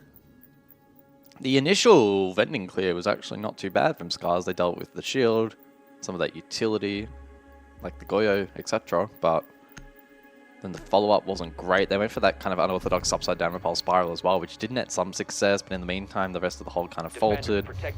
I like the play from Yas. He found that window of opportunity to reposition Vending and just stuck there. And despite being beat out, he didn't panic at any point in time. He was happy to forfeit that. He was happy to, you know, forfeit his life if he needed to, and instead allowed the rest of the team to establish the crossfires to protect him. So overall, good start for PSG. But top floor is the site that you pretty much have to win in the context of this match. We didn't see PSG successfully attack it at all, so it's a bit of a gimme for defense, at least between these two so far. Likely going to come down to Expo to be the difference maker, and maybe even Garage to some extent as well. Yas had 18 kills, by the way, last time these two teams played. That was, of course, across 3 maps. He's up to 8 kills now already. So that's a big turnaround for a decent player on PSG Talent, and they're all going to need to be playing well. Unfortunately, Misa, a little bit of a slow start right now. 2-7, has had some awkward exchanges, but when you kind of look across the board, Ryder, Gotti, Yas, Soldier, all playing well. And similar can be said as well for Scarz. So they bring the Blitz, they bring the Ying, the Dockerbeat. A little bit more aggression maybe from Scarz in this round on the 8th. Good little drone from Chopper to get some information as well towards CO. But Gotti with the opening pick, and that has now swung. After 5 consecutive rounds opening kills, it's now 3 to Talon. Fishlight can't convert onto Soldier, but he did push him in towards Wreck, and with that straight in towards Piano to stick this plant. And it doesn't look like there's going to be anyone to stop. Mesa does kill at least the player that was above. Needs to get this one as well. And while the plant has gone down, the Blitz has been dealt with. And you got a 2-player advantage. So certainly a very realistic retake coming for PSG Talon. And indeed it will be all that easy. All 4 players still up as well. And while they let that plant go down, it was a fast rush from Scarz. But Scarz were never then really in good post-plant positions. And Talon were very quick to react. Yo. Are you trying to go the way of PSG? Yeah, I mean, good work up above. That was a massive 2K. And whilst the plant wasn't actually denied, the shotgun 2K was huge. It opened up the window for that retake opportunity for PSG. We're sure he was left no other option but to contest third up above. And with the entire team there, it was pretty much inevitable that he was going to be traded out as well. So, clean work from PSG. That's now 3 opening kills in a row. I wonder if that's their longest streak in the stage so far, given how low that percentage is. It might not be too far off. Let's see if they didn't can have do 3 in a row rotation. at all last time these two teams played, so that's already a good trend for them. Don't forget, though, they did actually win the opening map last time these two teams played, so it could be more of the same. They won that one 7-5 on Clubhouse, and they actually ended that with a really strong defensive hold. So there's some similarities brewing already. Of course, lost then on Bank 8-6 and then 7-4 on Labs.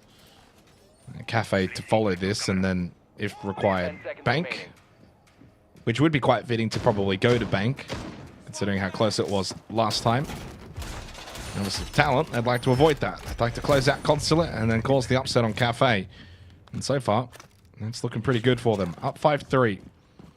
And once again, Fish like on the Blitz. So they dropped the Ying for this round. They'll keep the Dockerby. They'll keep the Twitch as well. It's Thatcher and the Ace to try and maybe help more on the hard breach side of things. They've still got some aggression up their sleeves with Alligator and Fishlike. Alligator already now towards vending into long desk on a bit of an early lurk up above.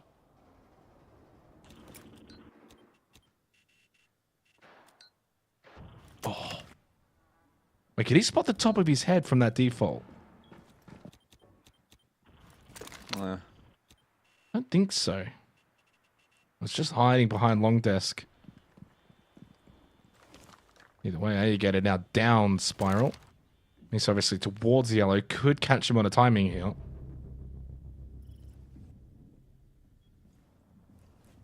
Surely a pick here for me, so. Yeah, if he checks this properly, Alligator will be dead. Unless Alligator hears him, maybe. Here we go. Didn't matter. Oh, Ryder gets him anyway. But Misa was... I think they must have had some kind of sense that he was spiral. If you've got Misa pushing it in that fashion and Ryder getting the kill, clearly there was a call. Ryder then gets the pushing Choppy, who had no idea he was being watched. Scarz, their attack is just being picked apart here by a very active defense of Talon. Moving around the map, playing good positions, and winning all of their gunfights. It leaves Rek and Washoy in a very difficult position. Yeah, I think it's very evident from what we're seeing through both halves, but especially in defense here from PSG. It's a map that they've hidden well and been able to bring some ideas inside of the server that Scarz just aren't really equipped to deal with. And, I mean, understandably so to some extent. It's not their map selection, and so it really sets us up for a potential 3 in this series. As Rek falls, it will require a lot here from Washoy, who does at least find 45 seconds on the board. Certainly not impossible, but PSG haven't been throwing rounds rather too easily throughout this series. Been able to consolidate these kinds of positions. 30 seconds drawn out, pill up, but now caught in the crossfire. Yas gets the kill, and it's map point. Yeah, and deserved as well. Absolutely deserved. I mean, like realistically, if you wipe out that opening round due to the bug, and, you know, I know there was an opening kill before it, but a 4v5 is still contestable. 3v5, okay, becomes quite difficult.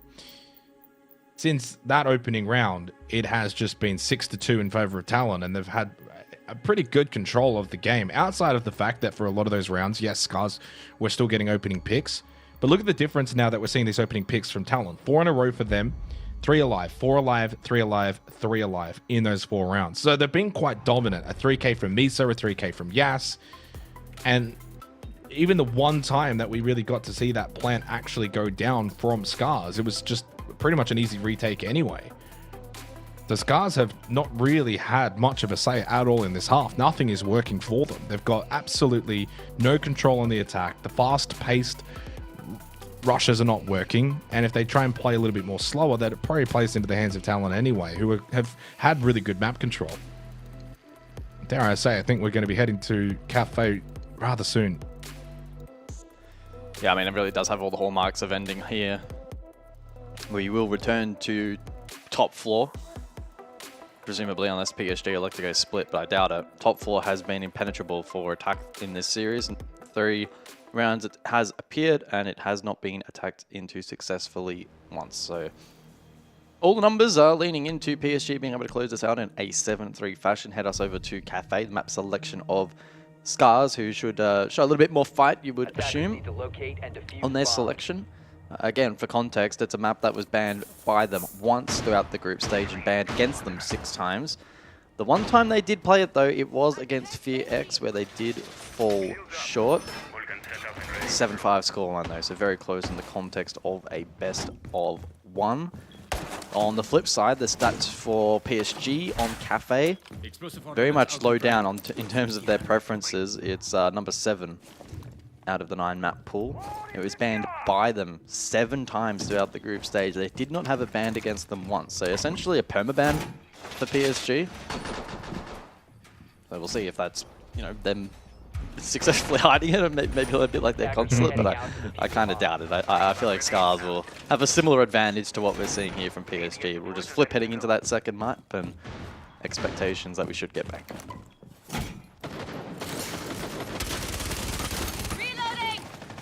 I mean, I will say, Talon, if they close this out 7-3, we'll be taking some really good momentum into Cafe. Right, got to close this out first, though. Not impossible for Scarz to get on a bit of a roll, especially if they can start to get their opening kill game going again, which I know they're certainly capable.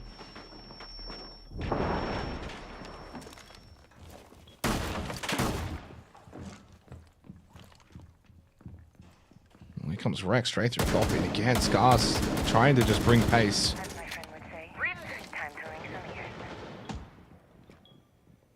I think this is the first round, though, that Talon have kind of just said, you can have the map, we're going to play the site.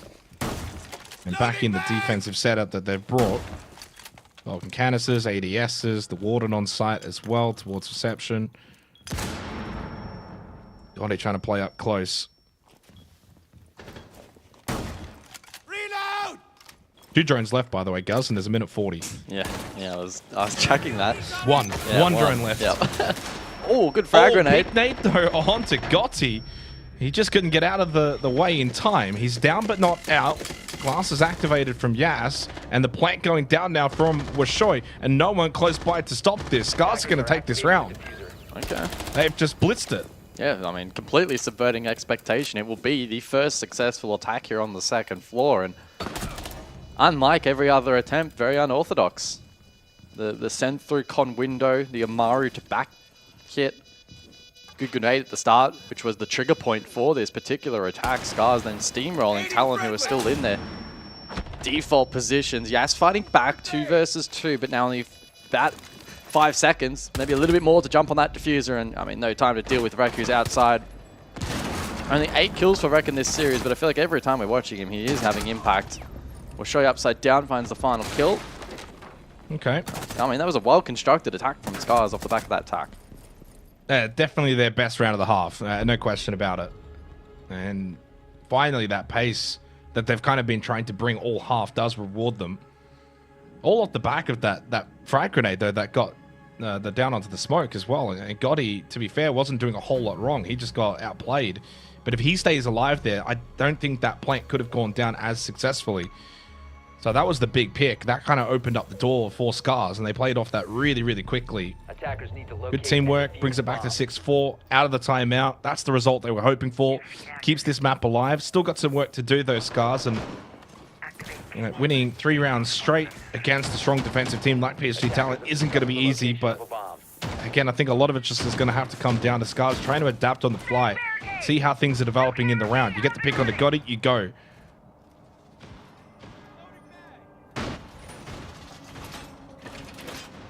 And it wasn't even the opening pick either, because Gator got Ryder at the same time as well. Sorry, I'm looking at the wrong one. Sorry, Soldier got Choppy. But they got the down onto Gotti, which in theory doesn't count as an opening kill because he wasn't actually killed. And that really set things in motion. Securing the wall! Note as well that Grim and Fenrir are the additional bans in play. And Gotti this time has actually crashed, it would seem, and so a rehost has been called. 6-4 scoreline, PSG lead. Bomb diffuser has been dropped.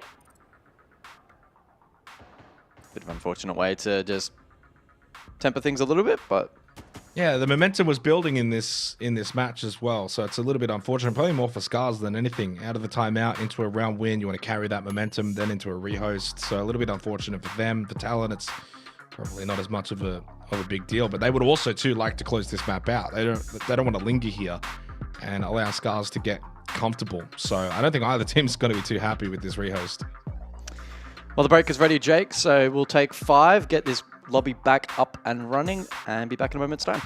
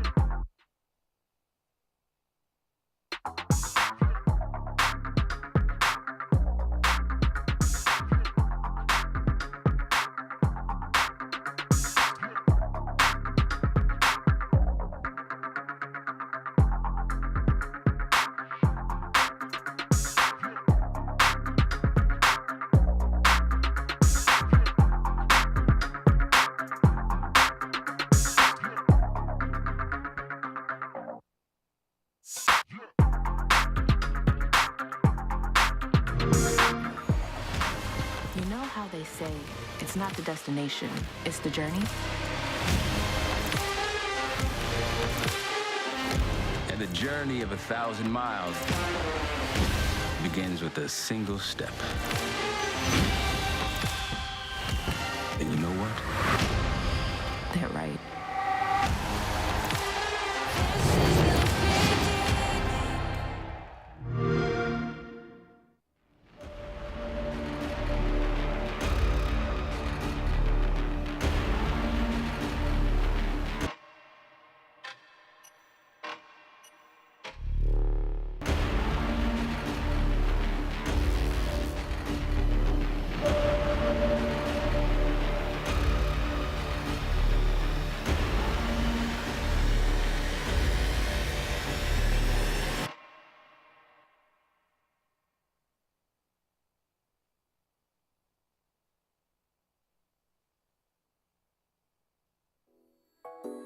처음 본 순간부터 눈을 뗄 수가 없었어.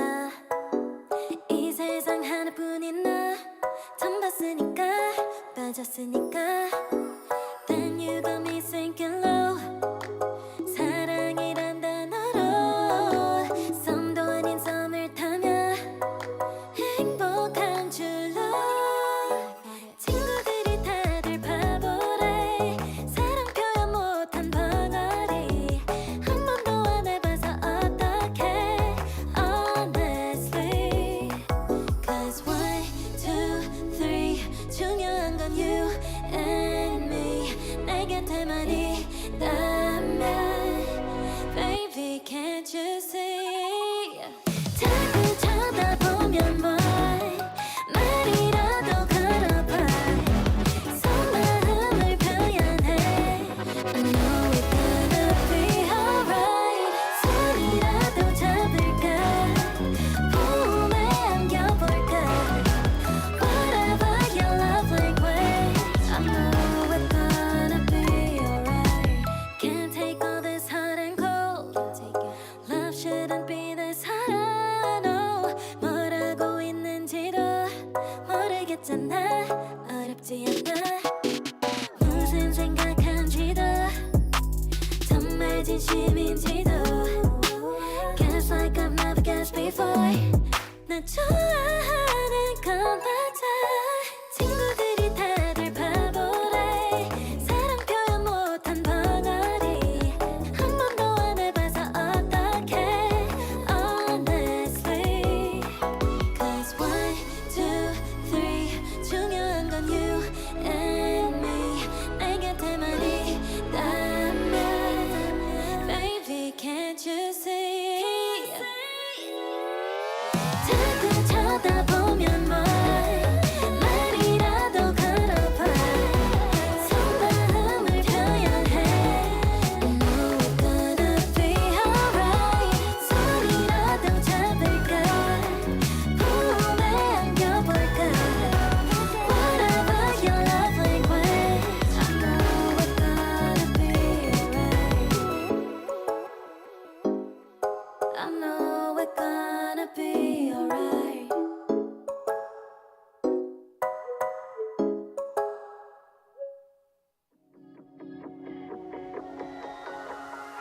I had a feeling, why am I not surprised? Shattered the ceiling, the glass in my eyes. I'm turning gold, why you so cold to me? Some of the words get harder to find. Swallow my feelings, they don't sit quite right. I'm like, what's the point? You disappoint me. Only showing up when it's convenient. Why is no one here to save me? Moving pieces across the board like it's a game. Oh, what a way to frame me. I know I shouldn't care, but I'm over being you. And maybe it's all in my head, 'cause it's time for something new. I'm not even famous, but all you blaming on some lame excuse. And maybe it's all in my head, 'cause it's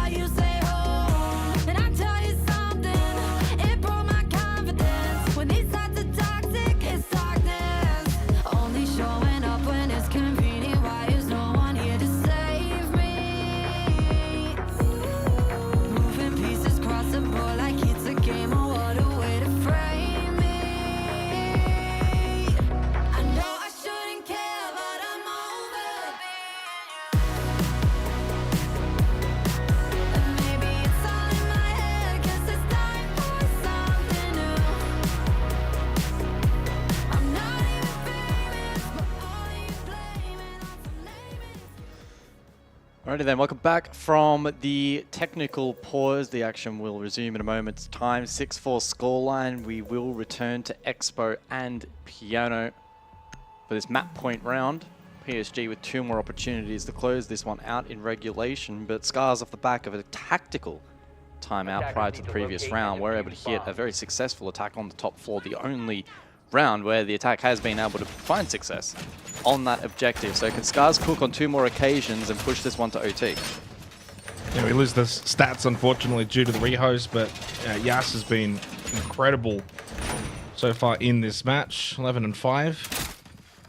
Body actually 2-0 on the entries. Has been leading the way at least for PSG Talent. Not a whole lot on the side of Scarz to kind of fluff about. Not a single player is actually going positive right now. In fairness to Wishoy and Rek, they are even at +0, but yeah, Scarz still got a bit of work to do to close this and get themselves into an overtime position. 2 more rounds. They won the last one really, really well out of their tactical timeout, but then into a rehost kind of offsets any chance to build momentum off of that previous round. It's a good little reset moment here. I said though before the rehost for PSG Talent, they probably wouldn't have been too happy with the rehost either. You know, get back in, respond to the previous round, and try and close this map out as quick as possible to move on to Cafe in a winning fashion.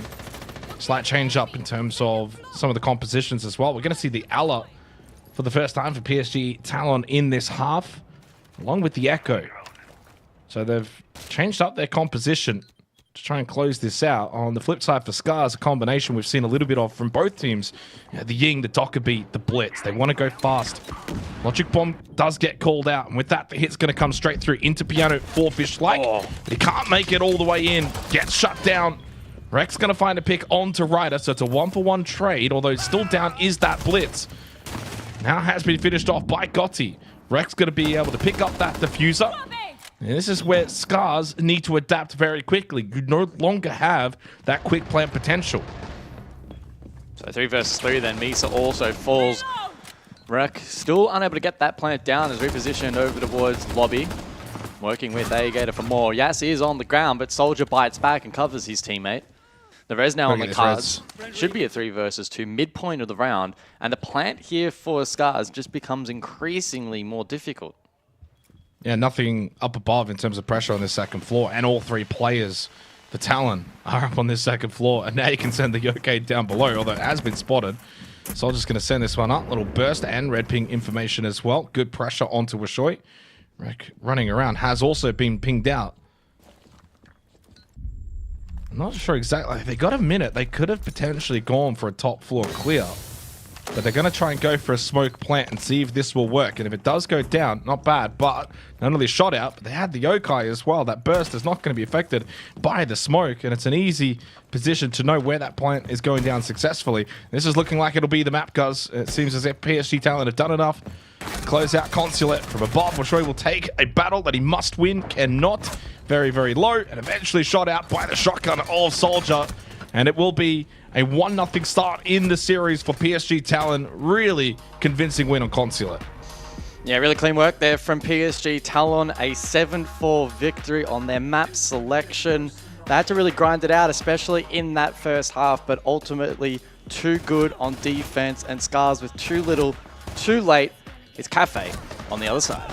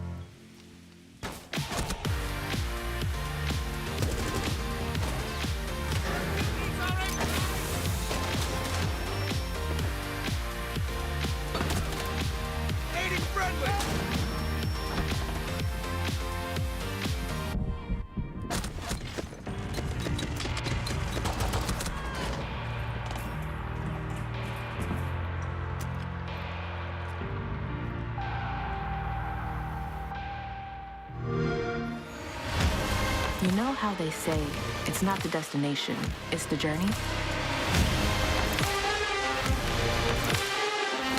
And the journey of 1,000 miles begins with a single step. And you know what? They're right.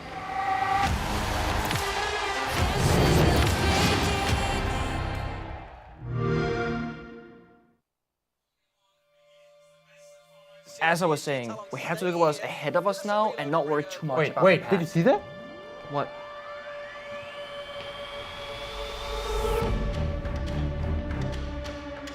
Wait, what is this doing here? Whoa! What the hell is going on? Guys, we need to go. Jess, what are you doing here? We need to go now.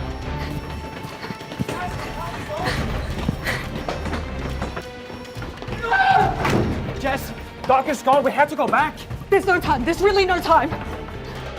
Can't take this anymore. I'm tired. He's our head coach. I have to go save him. You're already dead.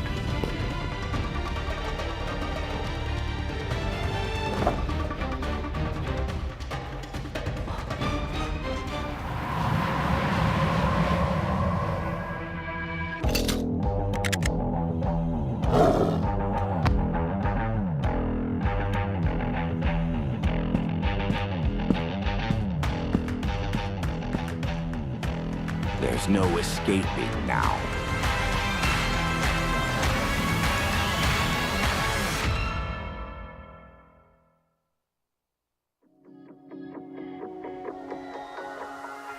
I had a feeling, why am I not surprised?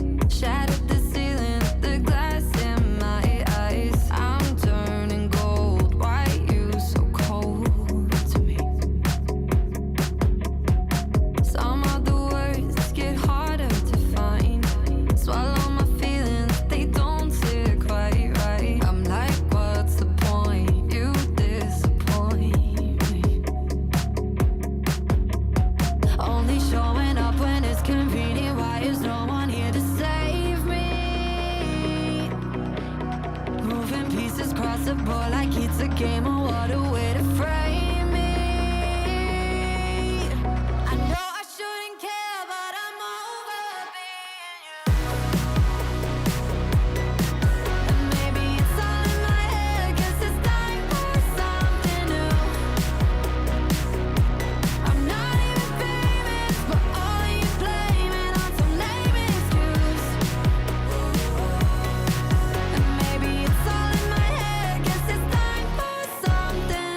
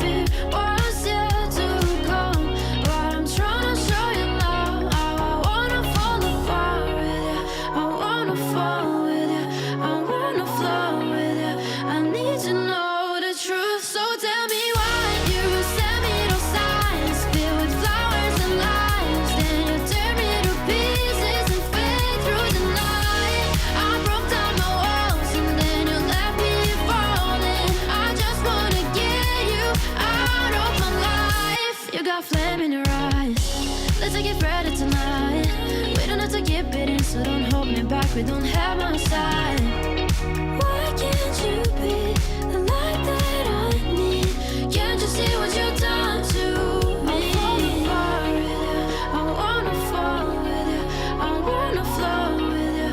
I need to know the truth. So tell me why you send me those signs filled with flowers and lies. Then you tear me to pieces and fade through the night. I broke down my walls and then you left me falling. I just wanna get you out of my life. We're born to fall, and I give it all just to let you know that I will keep you close. We're born to fall, and I give it all just to let you know that I will keep. So tell me why you send me those signs filled with flowers and lies. Then you tear me to pieces and fade through the night. I broke down my walls and then you left me falling. I just wanna get you out. So tell me why you send me those signs filled with flowers and lies. Then you tear me to pieces and fade through the night. I broke down my walls and then you left me falling. I just wanna get you out of my life.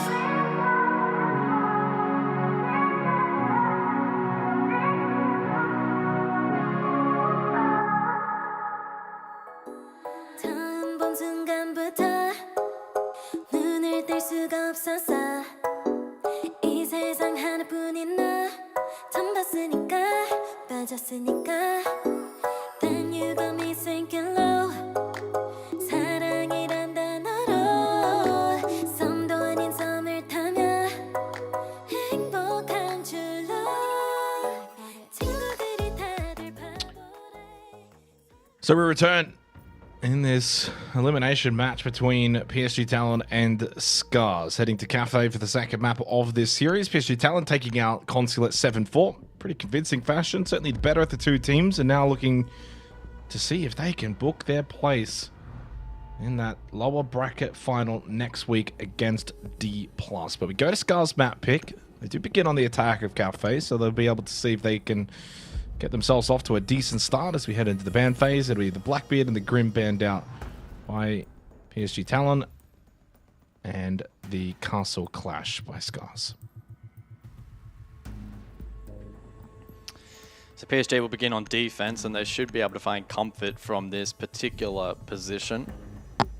They gained some momentum, I guess, defensively back on Consulate, and they looked actually quite strong across the board. They really only got caught off guard by one slightly unorthodox hit from Scarz. That was back on the top floor. They swung Econ window for the plan, and Amaru backstabbed through CEO window. Outside of that, every other site was pretty confidently played. Their power positions, their vert play especially, was actually quite strong. And funnily enough, some of that will translate here over towards Cafe. Top floor as anticipated for this top floor, and they're actually going to run double catch. And so that should help fortify some particular positions, like Pixel, where they'll play a shield. So we've wound the clock back about 5 years.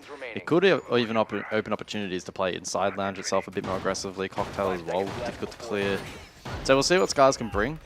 Thatcher will be quite a powerful tool here, so I like that repick. I don't know if they've necessarily spotted the double catch, but either way will be a good selection. They did sack 3 drones in the prep phase, so hopefully they can act upon that intel. Use his EMPs effectively to help clear that position. Otherwise, util dumping in towards Pixel will be a challenge, and if that becomes a problem, then getting Lounge across will also be difficult. And hence the Clash ban as well can pretty much empower that Pixel position even more so these days, and be a nuisance on other sites as well. So decent ban out from Scarz to not be available for PSG Talent. As we get underway, PSG Talent certainly a strong defensive team. I'm kind of looking at this half as thinking 4 minimum if they want to be able to take this map.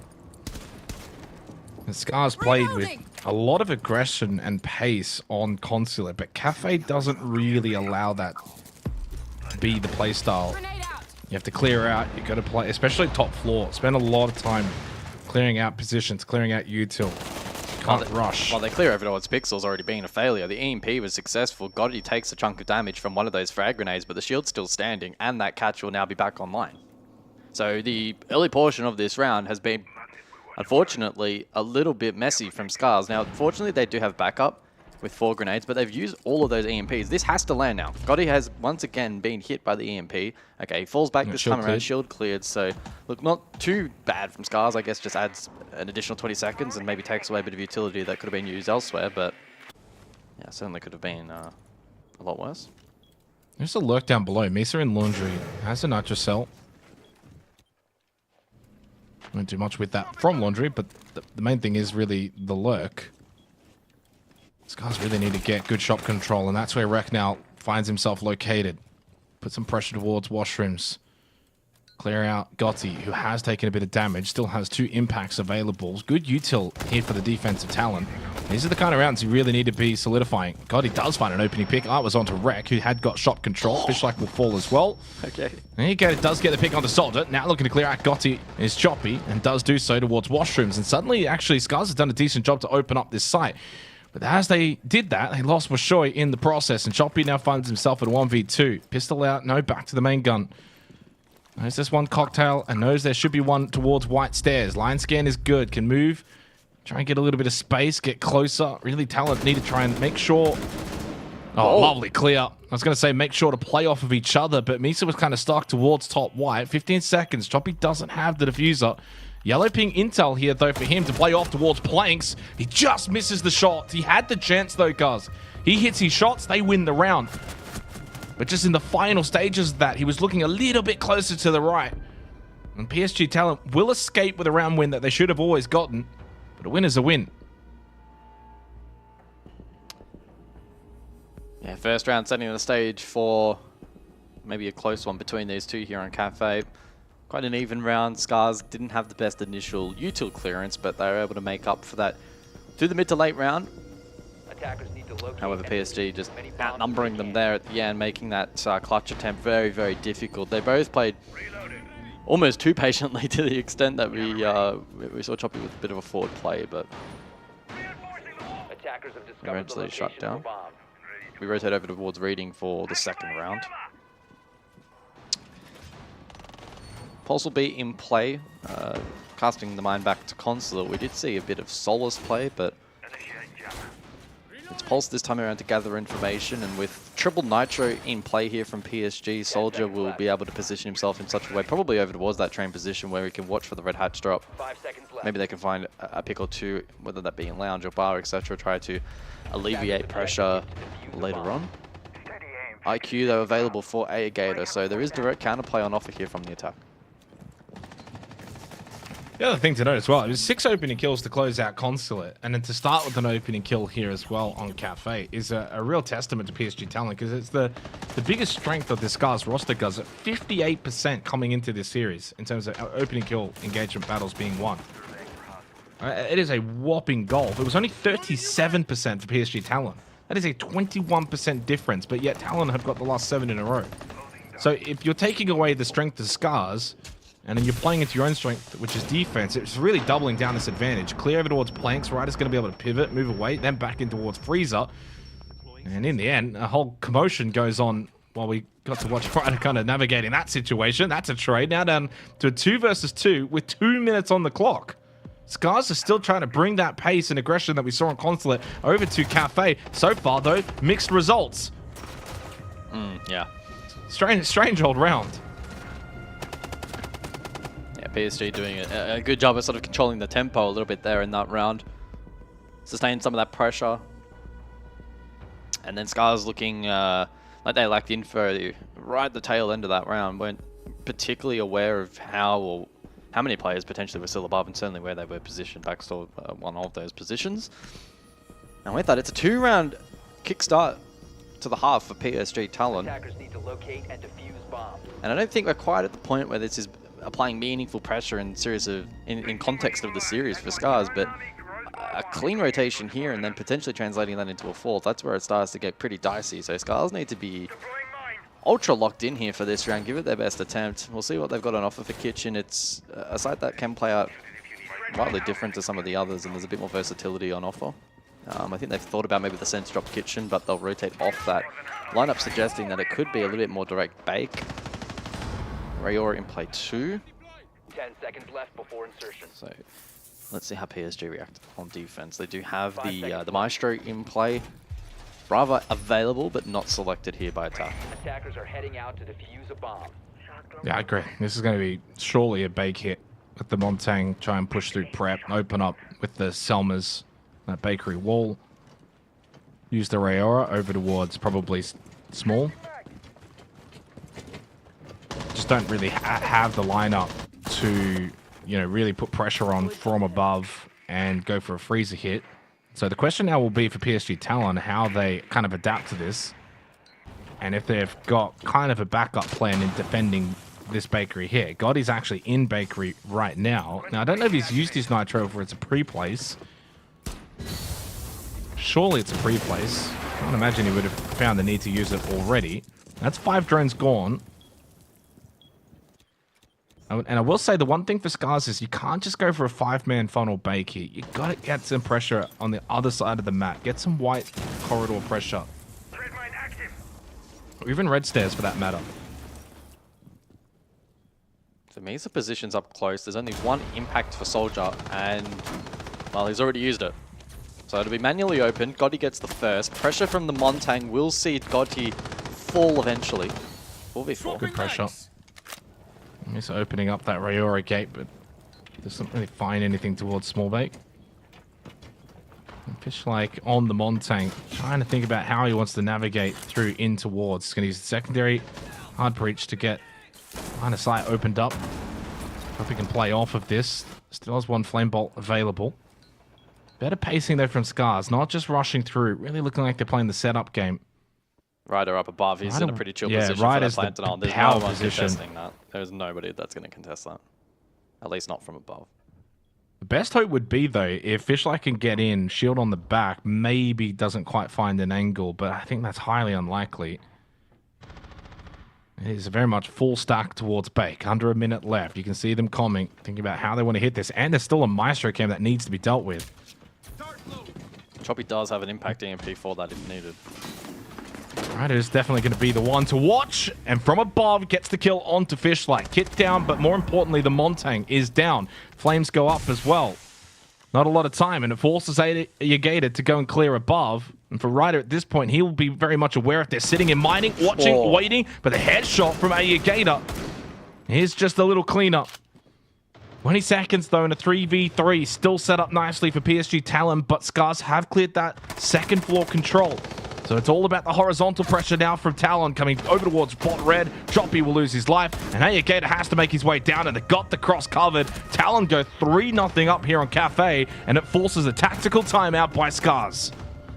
Yeah, you have to take the tack at this point in time and discuss what you're going to do to improve your reattempt. It's far from over there. I mean, there's still a very real chance they're able to recover this half, no doubt, on the reattempt, provided they can adapt quickly, but still a little bit concerning. PSG are doing quite a good job in closing out these rounds, and in fact that gulf kind of widened a little bit as the rounds progressed. Round 1 came down to just the one player alive. Round 2 there were 2 up. I think round 3 was maybe 3 alive in the end there for PSG, so it just gradually felt like it was starting to slip out of control a little bit. Scarz go for that full direct bake hit. They didn't really consider above until very late, and Ayagator was fortunate to hit a nice shot.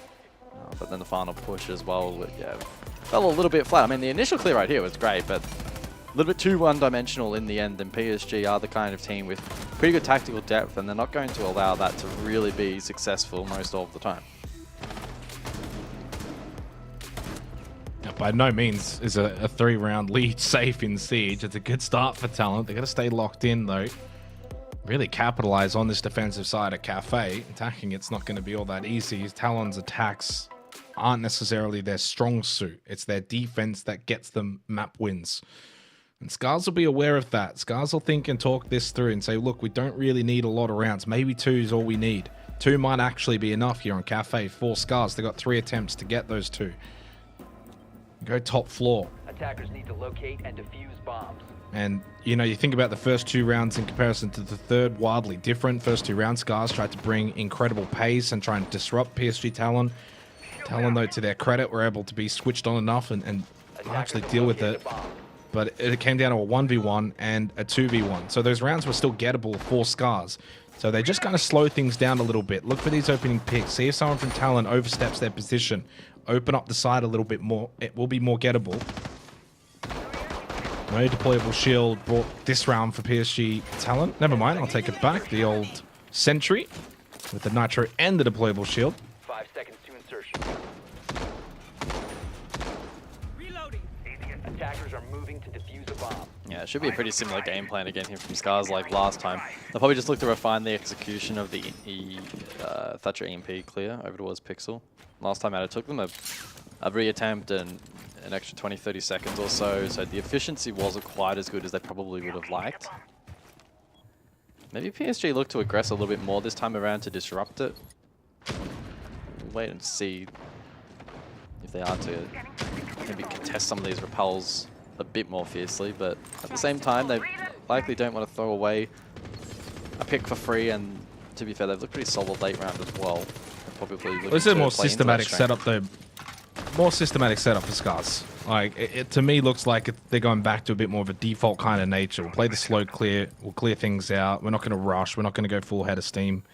Do anything too silly. Ying and Valk, by the way, were the bans that we got during that tactical timeout. I think it'll probably change a whole lot.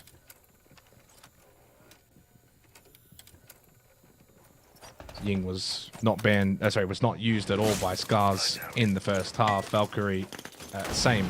He's not used at all by PSG Talon in the first half of this half. Soldier with a pick onto Washoi. Gets rid of the IQ. And Washoi, 0-4. And it's another opening pick, guys, as well. That now makes it 10 opening kills in a row for PSG Talon. They are the statistically worst team in APAC North for opening kill engagements. Against the team that's the best at it, they've flipped it on its head. And again, you don't put too much stock in one statistic, but there's probably a big reason why it's 7-4 and 3-0 right now in this series is that Scarz are not being able to capitalize on a strength of theirs, and it's not only been not capitalized, it's been flipped entirely. Yeah. U2 clearance was better this time around from Scarz, but they, as you mentioned, lose a player in the meantime. Another entry battle against them, and that means Gotti can sort of tuck here inside of this pixel position. Yas also holding the line from Freezer. Gotti forced back, but repositions Washroom, so still in a powerful position, can watch over the drop as well. It's got no keepers. Forward. Are they aware that he's already taken in this position? Indeed, good peek and timing from Misa towards White Stairs. Rek thought he had to try and make something happen to clear out that Washrooms. And he wasn't wrong. But he wasn't able to connect, and right now nothing is connecting for Scarz out of the tactical timeout. It's looking like a flawless. Indeed it will be. And you don't get a second tack. You don't get to talk things over again.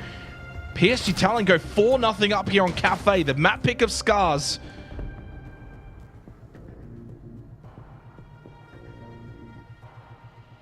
Well, the stats show that off the back of a tactical timeout, you do significantly increase your chances of winning the preceding round.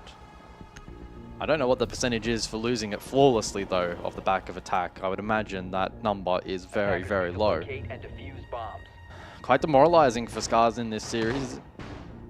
The last Japanese team still in the bracket, so the entire region sitting back and hoping that they can get this result across the line, but the start on Cafe has been far from ideal, as you mentioned, opening kills going against them. They've tried a couple of different things with tempo, and PSG have matched them. Tactical timeout, translating into a flawless loss. It's so difficult at the moment to make a case for Scarz. They absolutely need to win the next 2 rounds. Back on concert as well, for context, they took a very late tactical timeout in that piece at another critical moment, kind of like this. They won one round off the back of it. It was actually quite clean, and then their momentum got halted. This time around, they haven't even been able to get that quick response, so very much backs against the wall at the moment. Yeah. It's one thing to be 4-0 down. It's another thing to be 4-0 down when you're also 1-0 down in the best of 3, and it's an elimination game.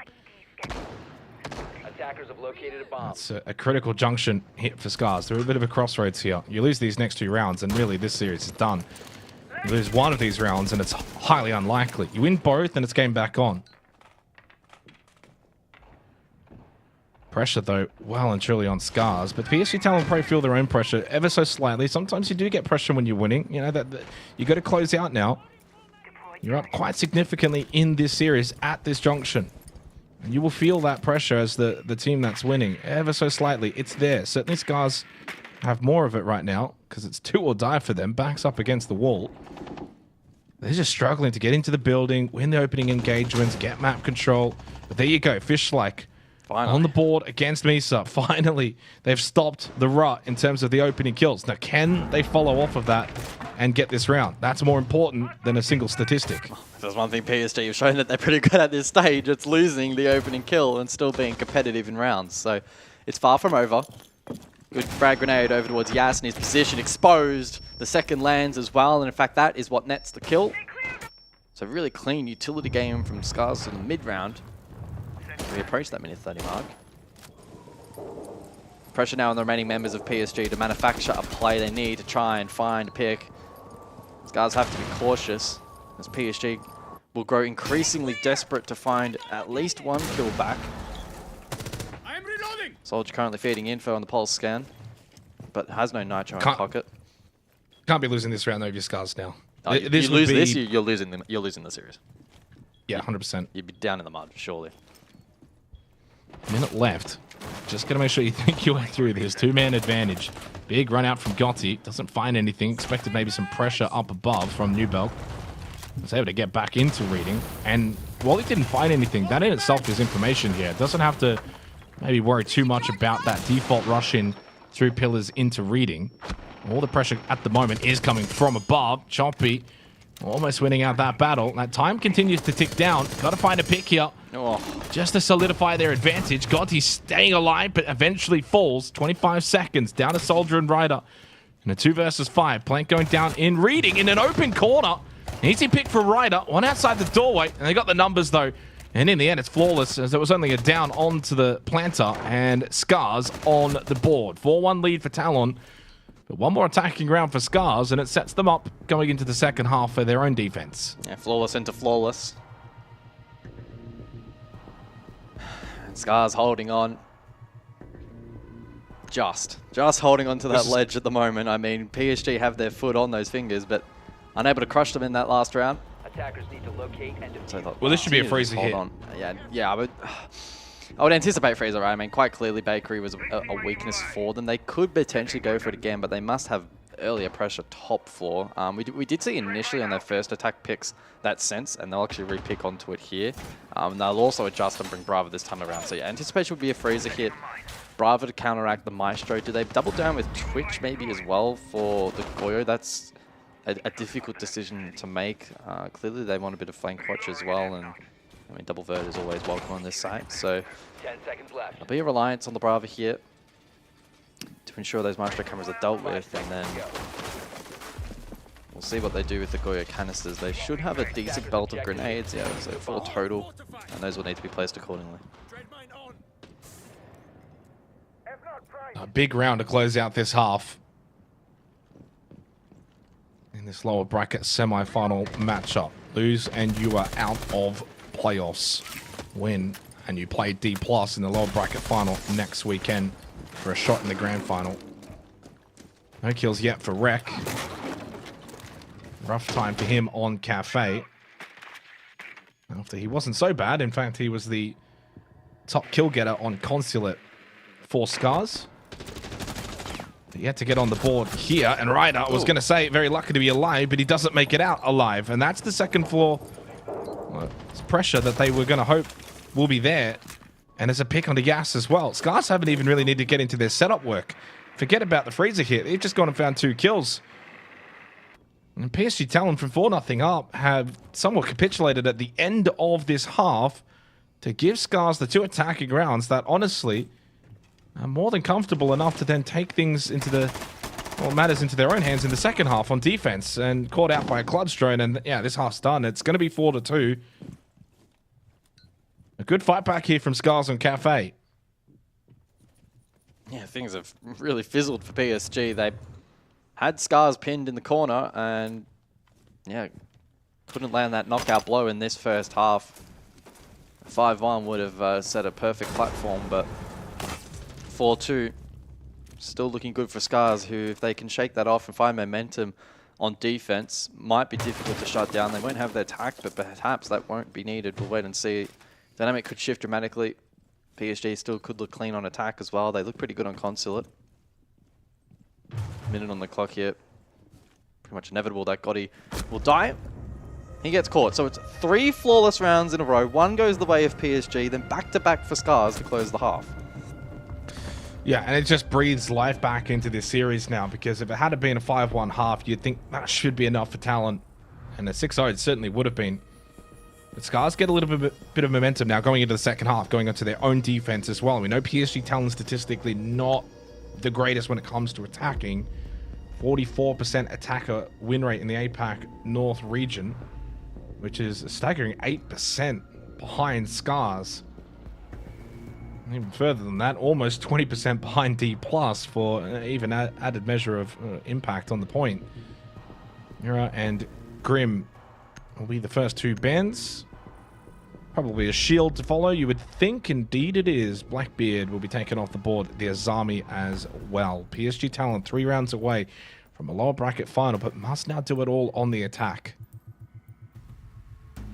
And I would imagine overtime should be double defense as well for Scarz.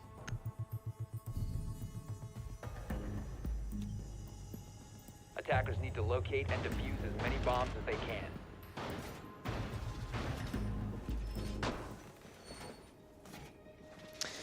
So PSG retain their lead. Cafe, a map that we have not seen them play throughout this entire stage. A 7-0 ban record. They banned it themselves on 7 different occasions. Never had a ban against them, so presumably one of their first, if not second wave of bans. They've shown decent promise here on Cafe so far, and really did have an opportunity after beating Scarz in a flawless fashion following a tactical timeout. I almost thought it was time to ring that bell, and it would have been GG, but Scarz shows some good resilience and actually slam PSG in the following 2 rounds back-to-back themselves. How does Scarz now go on defense? Still trailing, so that will be in the back of their minds. They can't afford to slip up on too many more occasions. As we get a bit of an overview of that hold. Ying will be in play, as well as Finker here from PSG, so I do wonder what they are going to cook up here. It's the singular catch from Scarz. And the 1 deployable shield. Frag grenades prioed onto the castle barricades, so that can soak up a bit of utility for free for Scarz, which is always welcome. It is pixel hold. We saw Scarz utilize the Thatcher EMPs to help disable the catch and then clear that position, but PSG won't be afforded that luxury. To say for Scarz, though, I mentioned, of course, the attacking statistics for Talon. Well, Scarz defensively, 44% win rate on defense. It is Cafe. Cafe defense is quite strong, and even more so against a team that's not that great at attacking, but a funny metric to kind of look at. It's not as if Scarz are a certainty here. Candela's thrown in, but here's Misa that loses their life immediately. Swing in, but there is going to be 1 top white stairs. There was 1 pixel anyway, so they had the pinch, they had the cross, and they can't clear out pixel. Right, it's just going to send it in, though, on the Finker, and does have the diffuser in hand. It's almost a little Scarz-like, if you think back to the opening 2 rounds, Scarz. Just trying to go for sheer aggression. Just like in freeze up.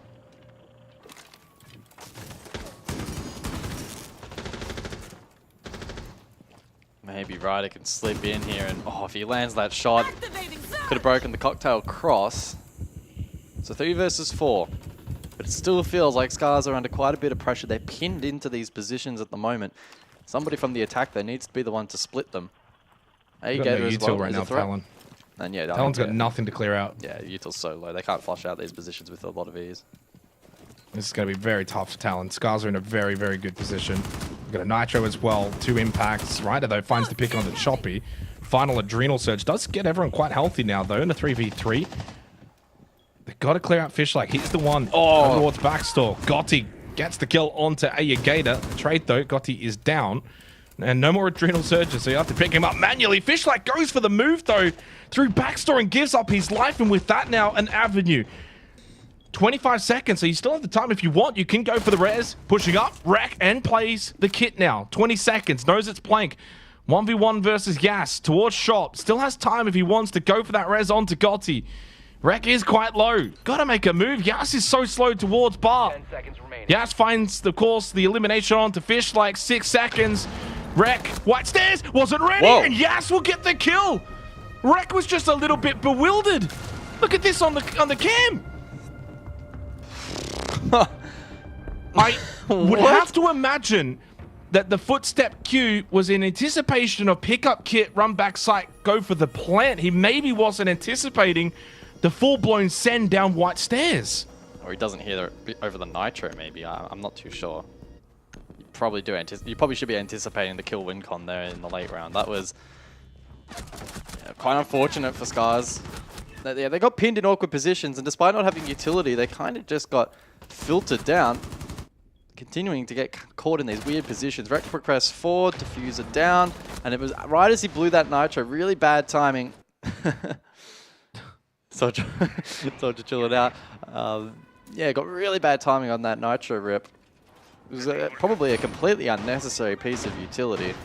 Yeah, I think he just wanted to time him, so he's thrown it. I think he's thrown it at the kit, right, and tried to time it. Yep. 10 seconds But at left. that point, with so little time on the clock, as you said, the kill's probably the win con, and you've just got to be gun up and ready. I think he's just overcooked it a little bit. Attackers are moving. Well, what a PSG talent cooking up here. They got the Rayora, the Glaz, the Capitao. It does kind of scream a little bit on the bake side in a similar fashion to what we saw from Scarz in the first half, just minus the shield play. Massive defensive setup, though, for Scarz in terms of utility. Might be the first time to ever get a kill from that position in Pro League if Gotti hits a shot. Line of sight down over towards VIP. So perhaps not a bakery focus here. What have PSG been able to cook? They win this round. It's series 0.4 of them. It's a good lineup, though, that they could pivot either side. Like, it's the kind of lineup that can go bake side, freezer side. Yeah. It's not hard locked in either way, but right now the focus is certainly towards bakery. Logic Bomb also rings out. Oh, he's on hang on. up on the bar. No way. He's up. Could hack the cam if he wants. They're just going to go straight down the hallway and try and play off of this glass with the smoke out. There's only one gas babe left. Freeze side. Dining and coat check. So good, decent control on this first floor. PSG know he's in here, right? Surely. Oh. Swing back out bot white. Choppy's feeling pressure from both sides. There was that These smoke to that the was left. used on the other side. Oh, this is going to be an easy kill for Choppy. Free kill. Yas has overcooked it. Yellow ping. Could have been a headshot tap. Turn around. Gotti, though, down and out. 1v2 for Ryder. He's got a minute on the Lion, plus a scan still available. Yellow ping intel at least on one player. Grab kit. Drone out as well. I tell you what, for a 1v2 as a Lion, you've got a drone. Never mind. Oh, he's just shot through the wall. So winnable, not. He just spammed it. He had no information. He's just gone for a spam, and it's got the kill. Yeah, obviously has an idea as to the location, but still, that is a nice way to close the round for Scarz. Yeah, they had the Echo and the Valk. I was trying to keep an eye on if they had info on that particular position. I never spotted it unless it was late. Either way, good work. 5-3 scoreline. Scarz just continue to fight. Attackers need to locate PSG, I mean, showed pretty good tactical depth in that last round. Just fell short a little bit in terms of execution. VIP had to be clean, cleared with a little bit more efficiency. Had they have had that control, they would have had basically a highway towards side and potential for the plant, but a good lockdown there from Choppy made that so difficult for PSG. We now head over to reading round 9. First time seeing this side in this half. Getting that 5th round for Talon does give them a bit of that breathing room in terms of the rounds that they kind of need to win. They don't have to probably feel the pressure. They lost that previous round before the previous. It would have been 4-4 now, and you'd be starting to feel the pressure being on the attack. 5-2 scoreline, now 5-3, does alleviate a little bit of that concern. They can go for a couple of different plays. This time they bring the Montang for the first time in the half. Changing mags. Loading mag. certainly were opportunities for Talon in that previous round. I think it was that clear VIP that really solidified the round win for Scarz. If they had cleared out VIP properly, I think Talon would have been in the best position to win that previous round and go 6-2 up.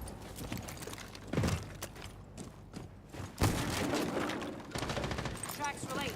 Activated tracks.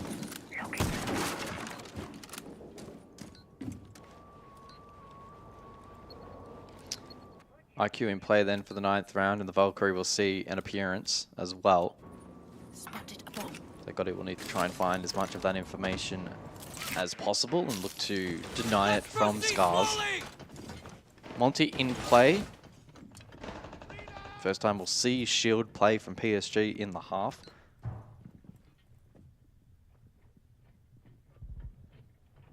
Nitro saw potential from this held position from Lashoy. Over down towards Pillar. If he hears the drop, he might instantly go for the Nitro. Elsewhere, sort of been able to scout now over towards Pixel, so he's got a good foothold and spots one washrooms. Unable to progress thanks to the Glue util. I think they might play for the repel clear here, PSG. Flashes could be prepped. Frag grenades as well. Misa falls first though. Lashoy is also considering a flank. Now. 4 in a row for Scarz. They're gaining ascendancy. They're picking up form. They're looking a lot better now in defense. Closed out the first half, bringing that momentum into the second. Yeah, Talon really just not even going to get anything out of this round. Goes 5-4. I wouldn't be surprised if they think about a tactical timeout while they've still got a bit of breathing room in terms of the overall scoreboard. But history would suggest you probably leave it till 5-5, maybe even 5-6. But the concern for me now is that, yeah, you did win, of course, Bar Cocktail 7th round. But if you look at a lot of the numbers and you look at some of the statistics, it's kind of been Scarz really gaining quite a bit of momentum. So you probably want to try and, you know, stop that as soon as possible. I really wouldn't hate a tactical timeout right now for PSG Talent. And you can get an impromptu one here from Gotti. He'll find himself a pick onto Gator. Scarz are starting to cook. This will be their best round of the half as well. 4 players still up at the end of it. Just has that feeling. And PSG Talent are the kind of team, guys, they get themselves into good positions, winning positions. But sometimes they just don't have the ability to close these kind of maps out. You know, you're 5-2 up, suddenly it's 5-4. Suddenly the pressure's back on. They don't go for the timeout. We go into the ban phase. And I'll tell you what, again, it's 5 opening kills now in a row for Scarz, so that flips again, despite Talon getting 10 in a row prior. Echo banned out Dockerby as well. But it does feel like a large momentum shift now in favor of Scarz. Yeah, hard to disagree. Little, not confused, but I was anticipating probably the attack at this point in time. Attackers need to locate and defuse as many bombs as they can. Scar's actually going to experiment over towards mining here for round number 10 though.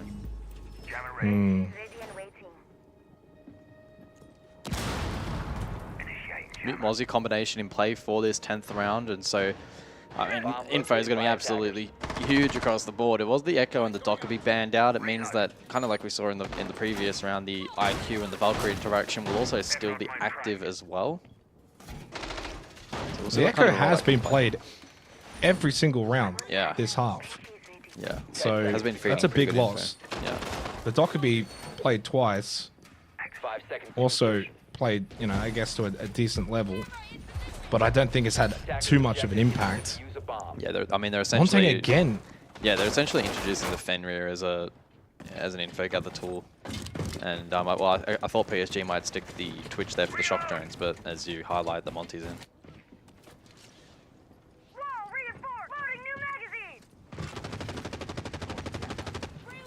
PSG Talent need to get into this building far safer. They can't be losing players early on. 3 rounds in a row now that they've lost on the attacking side of play at the beginning of a round. Minute 47, 2 minutes and 3, and a minute 22, which was the previous one. Swapping mag. Sweeping perimeter. Spotted a bomb. Tracks out. Tracks Wreck, by the way, went from 1 and 6 to 5 and 6, just like that. Technically 6 and 6. Of course, I think. I don't know what. Did we? We didn't have a rehost this map, did we? No. Yeah, Tracker's saying he's on 6 and 6, but he's obviously not.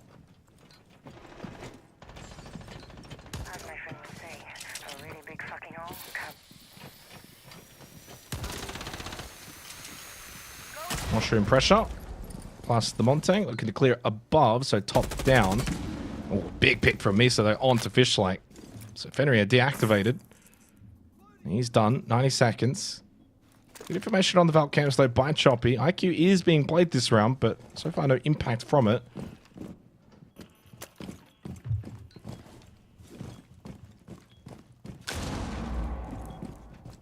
One Nitro left. And PSG at the moment are quite well positioned. Top floor control. As you mentioned, Nitros have been expended. All 3 have been used that potentially as a pre-place. Yeah, there is one pre-place left. That's Choppy. There is a Volcam pillar room though, so information still available. Could be used to maybe isolate PSG when they go for the push later in the round. There is that Nitro Cell as well, which will be aided by the Volcam. In the meantime, we're sure the SMG has found Misa, so the good luck on the ground. 4v4. 30 seconds. Yeah, time though is a concern, but Soldier is in to train. Getting some really good information. Oh, and through the drone hole, almost finds the down onto Washoy, who is very low. That's still good intel for Scarz after they find the pick onto Rek. Choppy's going to have to be the one to stop this plant. He's already used that Nitro Cell. It was pre-placed, remember, so he can't throw that out to Soldier. Oh, a little bit of an awkward exchange over towards Red Stairs. Plant goes down successfully. Extended shield up for Soldier. 3v3. Panayakator caught on the outside, not prepared for all the window play. And Washoy is panicking. You can see the panic from his POV. Has to go for the guard break. Has to deal with this Montang. Trying to get up close. Bring the shotgun out. And one shot to those knees, and it will get the kill. And indeed it will. Shots from above.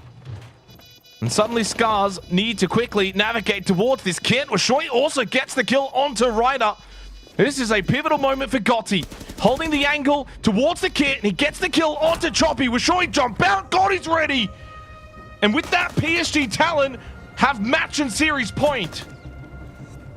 You can see some of the stress relief there from PSG Talon. A couple of cheeky laughs and grins. I think there may have even been a bit of a miscomm or a misplay there from Scarz. They probably should have had the lower HP player try and get immediately on that kit. It could have even been in a bit of a blind spot as well, depending on what angle it was hit, and then Gotti could have tried to cover, but... Pardon me, the second player could have tried to cover against Gotti, but... Ultimately not to be, and Gotti plays it well. I mean, there's so low time on the clock that kind of... Attackers need to locate Those kinds of misplays can sometimes set in the panic and in the chaos of the round, and I mean, that's credit to PSG in being able to inflict that. They got really good value from Soldier on the shield. The plant went down relatively safely as well, and so that bolstered their opportunity of winning out the round. Good work at the post. Match point, series point, 2 of them. Kitchen in play for PSG. Again, they were going into unknown territory for this squad. They weren't able to win out their last attempt where they brought the Rayora for Small Bay, could try to go for the play across, they were shut down. Let's see what they try and cook this time. The sense is in play, so indicative of a freezer drop. No tactical timeout available for Scarz. They used that one earlier in the first half. There is one still available as well for PSG Talon, so if they do lose this, you would imagine insta-tac timeout for the final round of regulation. Scarz should have double defense in OT, so PSG Talon will really want to close this out in one of these 2 attempts. Attempt number 1, covering the Ram, the Sens, and the Buck. So they'll go for second floor pressure. Ultimately may then look to lead in towards or freezer.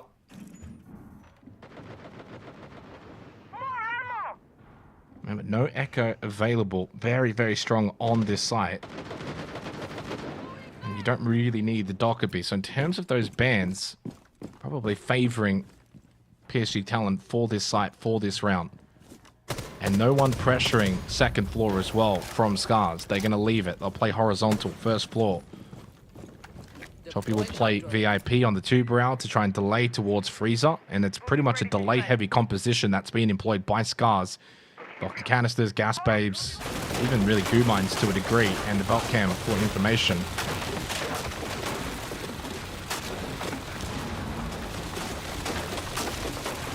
Oh my god, that is so loud. Zoto canister over towards VIP. Yas trying to shoot out the Zoto canister, but Choppy responds, so some good ideas cooking from both sides there, and ultimately Choppy does to narrowly win out that minigame. Interesting that Yas is investing the shock drone for that, as opposed to maybe trying to find Vulcan canisters. Oh, big nitro. That is big. They had I think they had a Vault Cam up there as well. A shock drone again to try and open up this hatch a little bit quicker. There's another Zoto, but that gets shot out. That was the last Zoto canister. One nitro available on Choppy. Opening pick for Scarz. It's been well, incredible conversion rate in this map as well. Only one round that has not been converted after getting the opening kill. So that puts Scarz now in an incredibly favorable position. He has to drone out towards White Stairs. They're going to have to take a dry peak battle against Choppy in VIP. Smoke goes out in his direction. 45 seconds, and he's still got that nitro waiting for that freezer drop. Question will be as well, how many Vulcan canisters on site? One just got popped default. Choppy nitro lands. It's perfectly caught. Where's the pressure VIP? This is an awful attack from Talon. Like, this is just really no pressure VIP as well. Choppy's had nothing to worry about. Like, you can't go for a freezer hit and not clear out VIP and get that control. Like, what is Yas doing? Like, hello? Gotti's in freezer fighting site and Yas is still just in the corridor. Help him out. Do something. There's 10 seconds left and he loses the battle. That's an awful, awful round from Yas. Awful round. Yeah, I mean, across the board there for PSG, team play was not amazing. I'm not a massive fan of the shock drone investment into the Zoto. I think it should be used more so for focusing Vulcan canisters, and then the lack of VIP pressure was pretty bad, and it wasn't compensated for with anything over towards Bay, Red Stairs. Like, I don't know what the rest of the team was trying to achieve there, but it was a bit all over the place. Fortunately for PSG, they have afforded themselves still one more opportunity here after the attack to close it in regulation. The anticipation will be that Scarz have double defense for OT, so this is going to be their best opportunity to close this out without much stress, but certainly wait and see. They'll focus in, they'll dial in. They've been playing pretty decent across the board. I mean, most of their other attacks, whilst not all successful, certainly haven't fallen apart really quite to that same extent. So it will probably be top floor, I would imagine, here from Scarz. Wait and see. Maybe not. We'll be reading. Top floor was successfully attacked by PSG. We cast our minds back to that one. It was a rather close encounter, and PSG, with a lack of utility, was still able to break it down. So Scarz not taking any chances in that regard. They'll head to reading where they found success prior.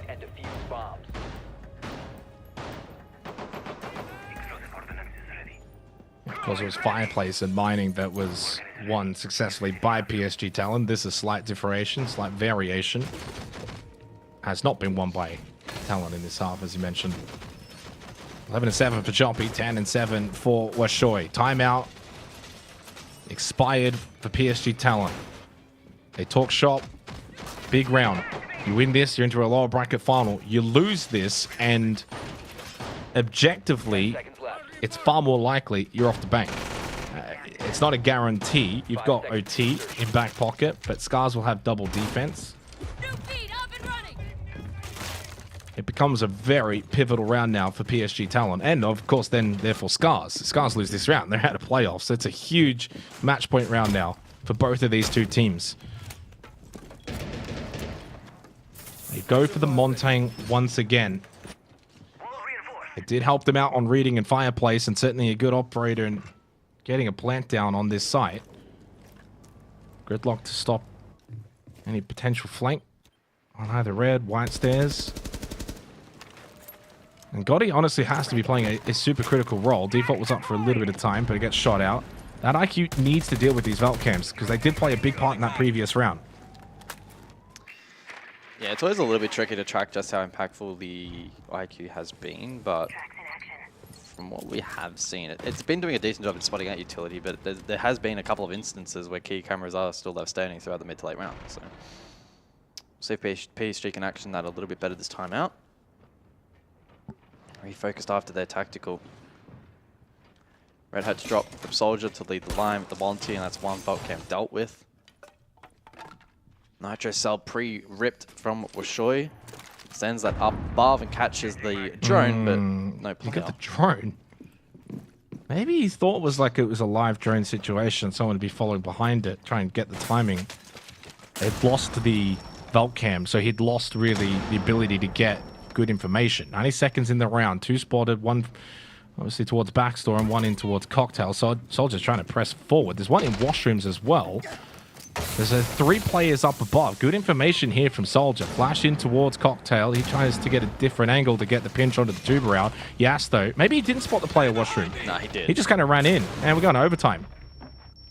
Soldier did a lot of really good work there. I don't know if he's miscommed it or the rest of the team's not listening properly, but PSG have not actioned this correctly at all. Yeah, it's just an awful round. It looked really good and promising with the amount of info Soldier was scouting, and then I don't know. Well, the way that Yas kind of just bookmarked it into Backstore, to me, says he either didn't know the player was in washrooms, or he just there's no other way around it. He just didn't know there's a player in washrooms. So either it's a miscomm or it wasn't spotted, one or the other. Yeah, that's a really I try and set this round up and its importance, and PSG Talon just shit the bed. Soldier, as you said, did some really, really good work in the Montang and has no real fault. If he did spot the player washrooms and didn't call it, then obviously you take blame. But we can't sit here and debate, comms. What we can sit here and talk about, though, is the fact that Scarz have been able to force overtime, and they get double defense, and we've just quite literally seen a good example of PSG's, inability to attack at times. And Scarz are like, well, let's just do that again. We didn't even have to play the site. We just won the battle above convincingly. Didn't even have to play peel defense. Didn't even have to do a trade game up above and weaken the attack. But the good news for PSG Talon is I guess they get a complete repeat, a complete re-go, a reset of that exact same site to begin now overtime. And it would be very on brand for PSG Talon to be 6-4 up in the second map, have 2 series points, and ultimately lose the entire series on bank. Yes, it would be. Yeah, hopefully they don't drop their heads too much. Sure, it has been back-to-back disappointing rounds, but 10 seconds left. all it takes is one good inspired attack here to set themselves up. So we'll see if they can recover. It looks like they'll 6-pick off the Monty on this occasion. Set the prior Ying. We'll show you on the pulse. Maybe an early spawn peek attempt here. Or maybe just try and stall out some time from spawn. Just the one Nitro for Scarz in this round. The Nitro game wasn't particularly great from them back in that last round either. They were a little bit overly aggressive with those Nitro cells. But one thing that will persist across is, again, this Valkyrie. And PSG electing, again, not to bring IQ. They brought it 3 times in regulation, but they won't bring it here for the first round of OT. The attacker's bomb diffuser has been dropped. Even in that last round, despite the flawless nature, despite the mistakes, the time was also a factor. Like, there was only 90 seconds left, and you're only kind of just pushing the Montang through bar. That was also a concern, and one that will be a concern here rather soon, because again, their inability to get early shot control and start pressuring this top floor is noticeable.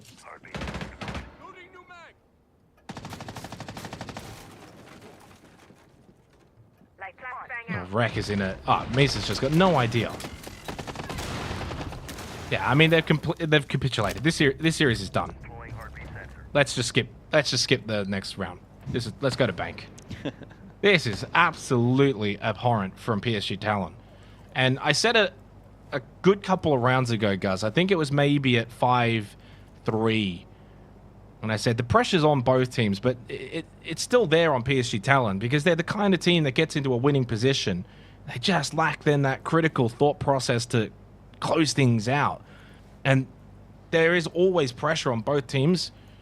It's easy to always say, well, the team that's losing has, They're on the ropes, backs up against the wall, yada, yada, yada, all of that. But there's also pressure on the team that's winning to close out. And I think that pressure's got to Talon. They've just absolutely switched off.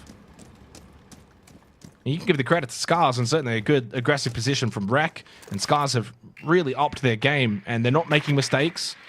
And that's making it a lot harder for PSG Talon to capitalize upon. But Talon's attacks have just looked absolutely awful.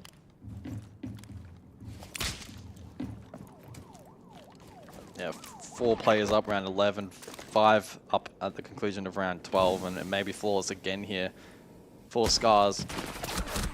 In fact, it will be. Yeah, big errors being made from PSG in the last couple of rounds, but Scarz aren't missing their shots. They're capitalizing upon those opportunities that continue to be delivered at their front door. 6-7 scoreline.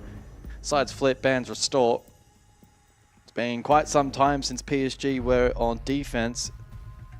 And in fact, the last time they won a defensive round, it was back in round number 4. It was top floor. It was the second outing on that objective. They won it on both occasions, and they'll return there for their 3rd attempt. Yeah, that's 5 of the last 6 rounds now in favor of Scarz. Talk about a capitulation for PSG Talon. And we go Bar Cocktail, which they were able to win both times successfully, so never lost this site on the defensive half. They played it well, and they started so well on this map after a very good consulate, so they've only got themselves to blame, and they've shot themselves in the foot, let themselves down, however way you want to spin it. And they had that 10 opening kill streak, guys, as well, that I highlighted by the end of Consulate, then to the start of Cafe. They had flipped that negative of theirs into a strength, and the strength of Scarz into a negative. Since then, though, they've only gotten 1 opening kill. And it's been 7 of the last 8 for Scarz.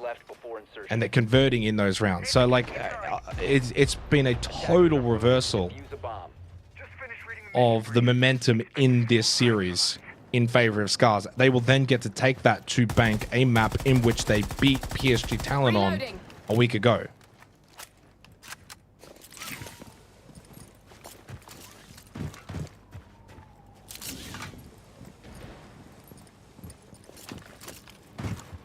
Yeah, the last 9 rounds, PSG have only had the opening pick on 1 occasion. They did convert it, but that lack of entry, which they actually corrected for a little bit back on Consulate, it seems they've gone back to their old ways here on map number 2 of this series. So big emphasis on them being able to collect this first kill and not give away that entry for free, but anything for free. And there's been a lot of free picks in the last couple of rounds from PSG with some glaring issues. So we'll see how they're able to correct that here. Oh, Ryder's down. So right on cue, Ryder is dead. Yeah. I mean, it's a good util clearance there from Scarz, but still, it's far from ideal for this defense. Like, there's losing and then there's losing. And it's, you can lose a map from being in a winning position and say it's close. And you can sit back and say, okay, well, that was a good game. That was a good series. That was close. And you just couldn't quite get it done. The other team was slightly better. But this has been a total beatdown from Scarz against PSG Talon to close this map out. They have absolutely bullied them and made PSG Talon look very, very second rate.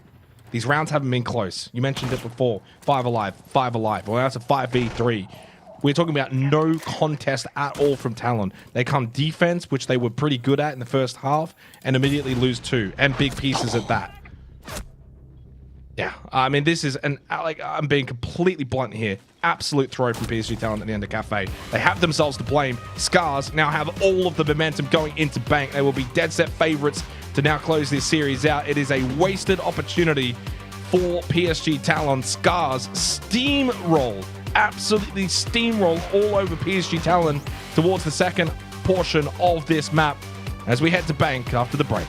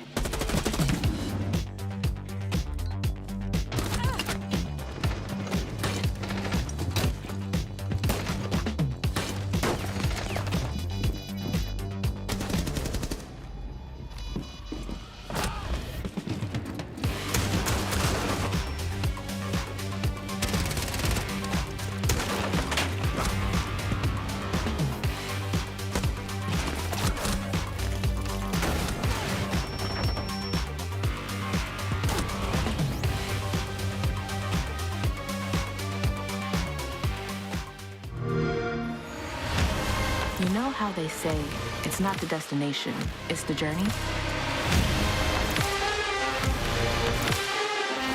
And the journey of 1,000 miles begins with a single step. And you know what? They're right.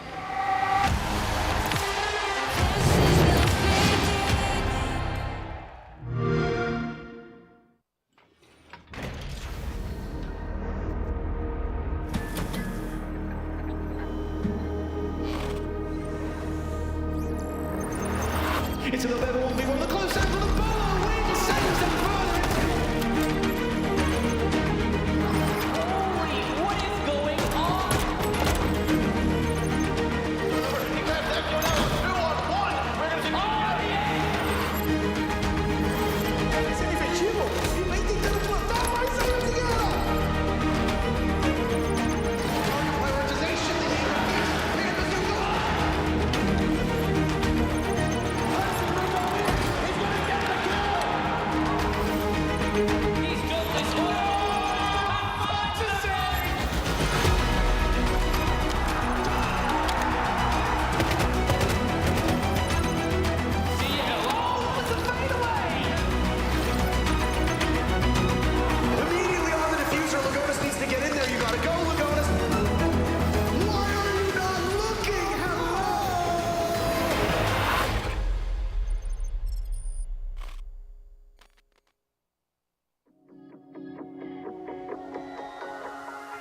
I had a feeling, why am I not surprised?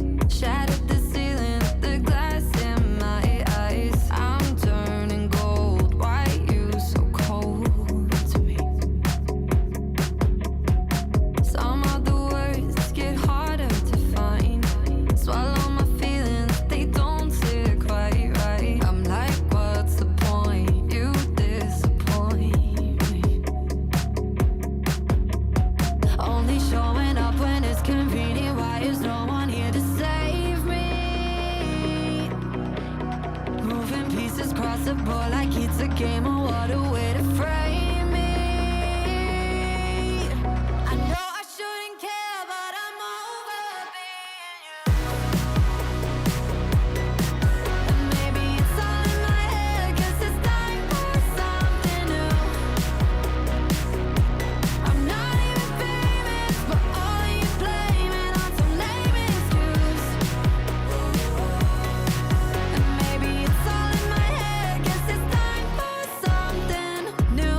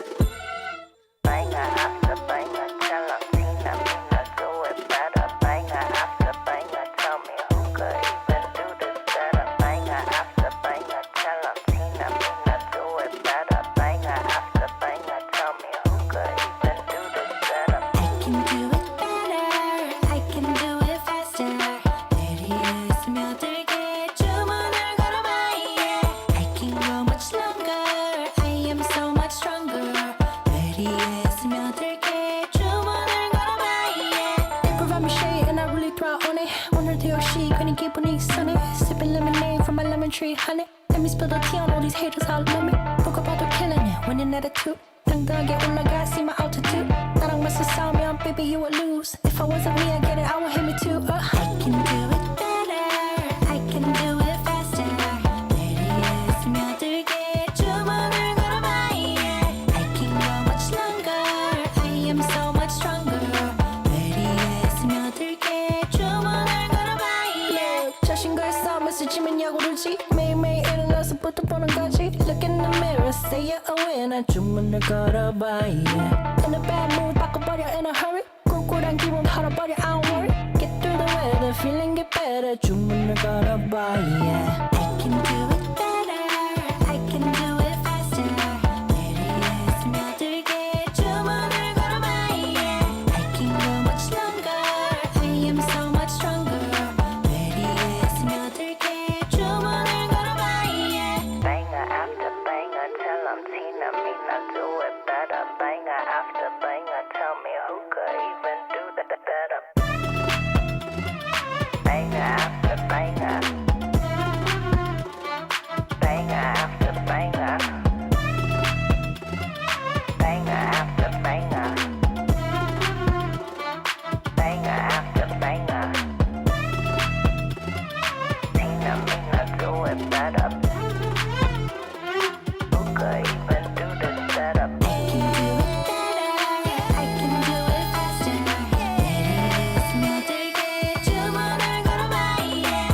I can go much longer, I am so much stronger. 내리에 스며들게 주문을 걸어봐, yeah. Banger after banger.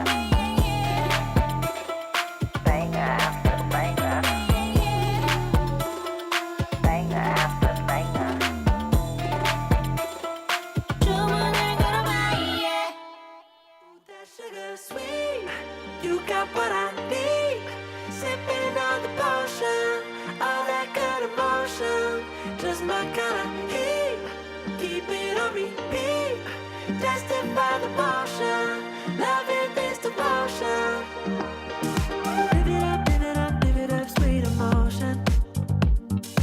Every time, every night, you and I on a roll. Switch it up, switch it up, switch it up where I'm going. Stay on the fly just in time, know the right way to go. I'm on the road, it's my time, taking control of my life. I want to run the red lights, I've got to run this show. You always take me so high, you always make the highlights. I love the way we vibe, you're like a centerfold. Ooh, that sugar sweet, you got what I need. Sipping on the potion, all that good emotion, just my kind of heat. Keep it on repeat, tested by the motion, loving this devotion. Ooh, that sugar.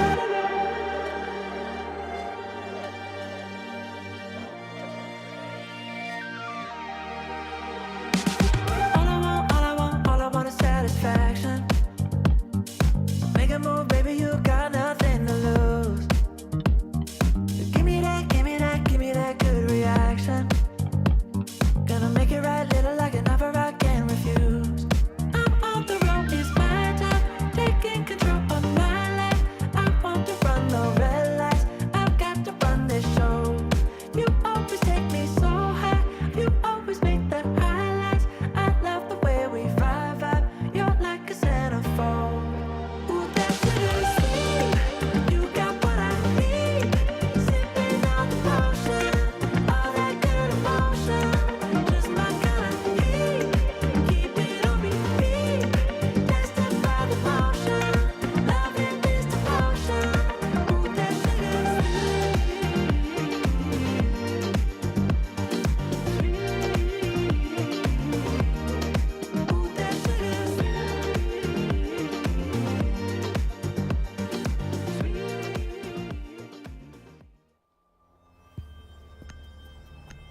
We head to the third and final map of this lower bracket semi-final. A resounding storm home from Scarz to close out Cafe after finding themselves seemingly down and out. for, well, about like a large portion of the map, but they were able to win 6 of the last 7 rounds. Flipped their form, and PSG Talon as well, guys, flipped to their own form. They just looked shocking at the end of that game. 5 alive, 4 alive, and 4 alive with the last 4 rounds of both regulation and, of course, overtime. They're going to have to play a lot better here on Bank if that's going to be their form line moving forward.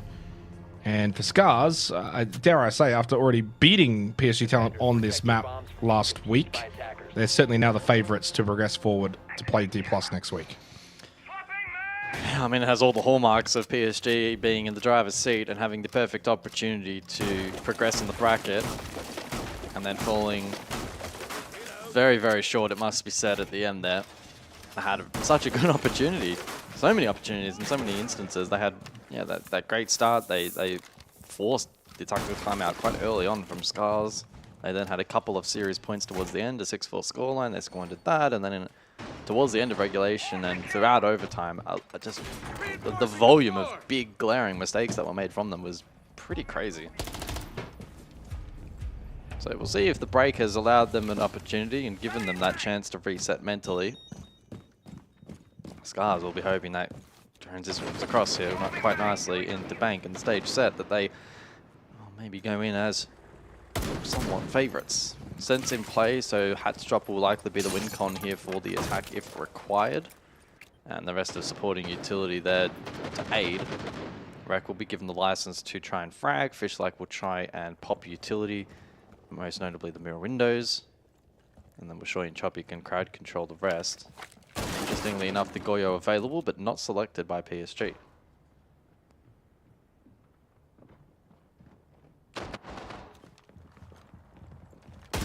Yeah, and look, I'm not prepared to fully give up on PSG Talent. They've still got a way back into this series, being this third map after their really good work on Consulate, and they did a lot right on Cafe and then really let themselves down. So, as you said, a chance to reset. Slightly extended break for the third map. So usually it's a 10-minute break rather than a 5-minute break. A chance just to completely mentally reset. It's 0-0. It's a best of 1. It's the way you've got to look at it. We've got to forget about Cafe now. Move on. Minute 40 on the clock. Scarz on the attack. A lot of aggressive operators in this lineup. The Blackbeard, the Ying, Grim, Sense. What should end up trying to be a stall out here from PSG Talent with the lineup that they've brought as well. Attackers have recovered their diffuser. So far, pretty stereotypical for the basement site on Bank.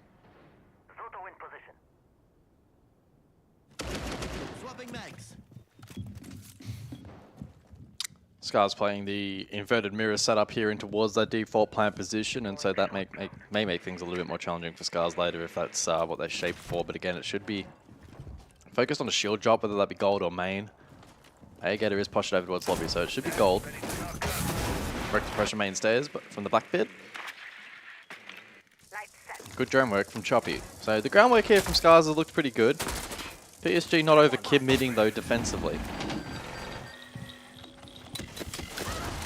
Whoa. Nitro doesn't hit. Wishoy stays alive. RIU's right now actually not really helping him though either. There's a Nitro though that hits from Ryder onto A-Gator. Way to open up for Talon, but they lose Gotti. No smokes available. 30 seconds in the round remaining. Choppy confirms now the lead for Scarz, but it's short-lived. Big pick from Gas. It's just a good old scrap here on Bank Basement. Wishoy still stuck towards Vault, but I think he's just been able to maybe slip back out. 1 Candela left. Good kill again from Yas. 2v2, 12 seconds. You can play the time now as well. You don't have to over-invest. You've got Locker's control. And that's where Wishoy's going to look to try and stick this plant. And well, even if he does stick it, he's going to 1v2 on low health. They know where he is. They get him off the plant. Round's done. PSG Talent will kick off Bank with a round win. Well, Yas certainly had some questionable moments back on Cafe, and one of them was quite egregious. But here on Bank, off to a really good start. Great lurk through Garage, netted a few kills, did a really, really good job at denying pressure as Scarz try to converge over towards that security room position. Did a really good job, but yeah, playing his role well. Opening kill went the way of PSG. It was quickly traded, but still got the ball rolling nicely for defense. Open area, the side of choice for round 2. And good early positive signs for PSG, considering how things spiraled out of control back on the second map of Cafe. Yeah, I think getting off to the start that they've gotten off to here, basement, bang, you got to win it, defense. And off the back of Cafe's loss as well, you don't want to be kickstarting the final decisive map with a round loss and a site you should be winning. So it just kind of quells the nerves a little bit for PSG talent. And go to half an open area now for the second round. Little extension up above. You're going to see more of the Valk and IQ minigame battle that we saw quite a lot of on Cafe. Now over to Bank as well. Don't forget as well, with the Ace and the Habana ban, opening up that Kanto wall towards elevators is either impossible or very difficult.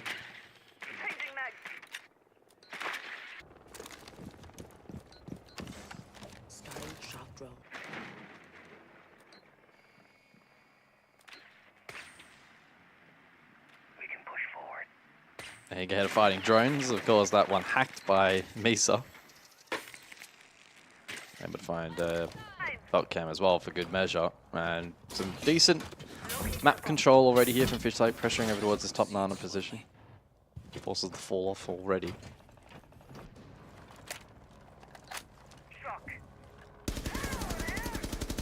IQ is in play. And so Choppy will be tasked with identifying where that information is positioned. I don't quite know how many more cameras are left, if it's still the 2 up or perhaps another one or both has already been dealt with.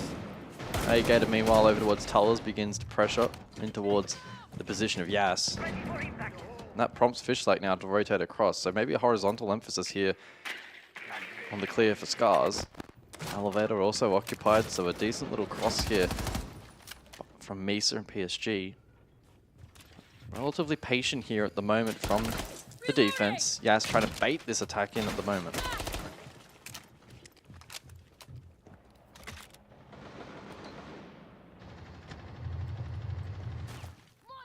Only a minute left in this round. Fishlike has got Yas in that corner. Can he do much with it though? Well, there's the playoff from the shield, which is Ahigator on the wide swing. And it came down to a genuine 50-50. Ahigator very low on health, but does get the clear onto Yas. Still concerned for the time remaining in the round, though, for Scarz. And the fact that Ahigator now very low on health, but you still got Fishlike on that Montang. Drop down from Misa. So he's out of action temporarily, and Rek may think about going for a hunt, but you got 30 seconds, Rek, and you're on the Blackbeard. You kind of need to be heading towards the site. Tear down to the barricade. Misa, right, but he also just runs straight off. I mean, it's just time wasting. He just wasted another 10 seconds. Gas wave towards Beepers. Now the rush to come through. Nice little clear to the close left, but Fishlike losing the battle. Ryder does get traded. 12 seconds. Kid on the floor at the moment. Washoy does get the clear onto Ryder. Gotti gets up, but then back down. Misa's over towards open area now, but he too will lose the battle. 4 seconds left. Washoy will grab Kit. He'll look to stick the plant. Is there a way to deny said plant? No. But Soldier can win this post plant. It is doable. Ahigator is incredibly low, but Washoy, after sticking the plant, stands up, hits the shot, and we are tied on bank. Yeah, very, very messy conclusion to that round. Scarz jamming it through the gas babe, and despite the Monty initially being picked, the rest of the team was able to flood, and some actually really well placed utility was a big difference maker there in dislodging some of the desk positions that were being held by the defense. PSG left with nowhere to run, and the comms from Scarz were good enough to then be able to find those picks. Gas would have been a little bit frustrated that he didn't win that particular kill. Misa with the creep got caught. Soldier then unable to deny this plant position. Not really much he could do from this angle. Ahigator did just enough. He was so low on HP, but he stayed alive and just offered enough pressure to make that very, very difficult for Soldier, who was unable to win out. Top 4 we go for the third round. Well, those are going to be the rounds that are going to really decide this series. The little 50-50 battles. Certainly a winnable round for PSG talent. They let it slip, but well fought by Scarz. Slow pacing on Bang. 36 and 56. The opening kill times so far in the opening 2 rounds.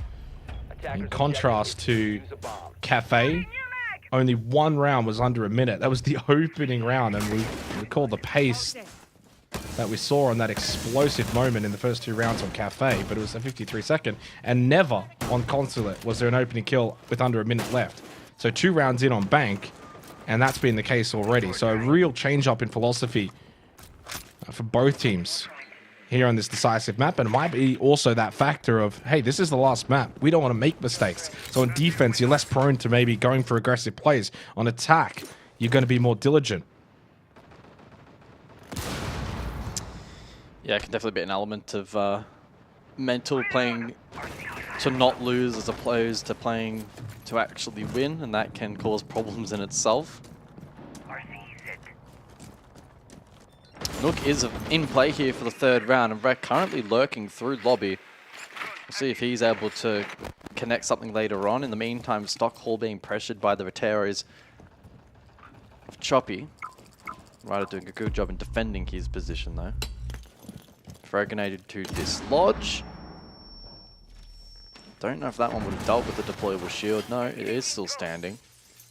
Just the one Rotero remains here. Fishlake gets info in towards Jan. Mirror window has been popped. Again, the groundwork here from Scarz, it's mixed, but I'd say overall not bad. There we go, there's that lobby lurk. Right, though, able to trade a Gator to go deep with Kit. It's a scrappy one. Pace has picked up in this 3rd round. Trying to get it down at the moment. Yas taking a battle towards front desk. He's got ping information to play off, but good movement coming out from Washoy. Was able to keep himself alive, but he lost too many teammates in the process. All right, better from PSG Talent. They were able to answer the pace set by Scarz. They get themselves a 2nd round. And so far to start on Bank, the 3rd and final map of this series, a little bit back and forth to begin. Good moments from both teams. And, you know, when you see 3 rounds of action now, you can clearly tell for PSG Talent's sake that, you know, the issues that plagued them on Cafe have been left in Cafe. It's series on again. They're back. And I'm sure they would be kicking themselves for letting Cafe finish the way that it did, but it seems to me, at least early days on Bank, they've moved on pretty quickly, and they're back playing some of their better Siege.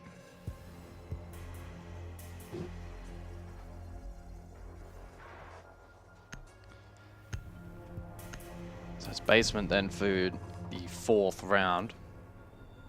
Defenders, protect your bombs. It was the first such choice for PSG, and spearheaded largely by a good hold from Yas over towards Garage. They did quite a good job installing out the back push from Scarz. They went for the sense drop gold. PSG had triple nitro, and 2 of them were rather effective in helping disrupt that.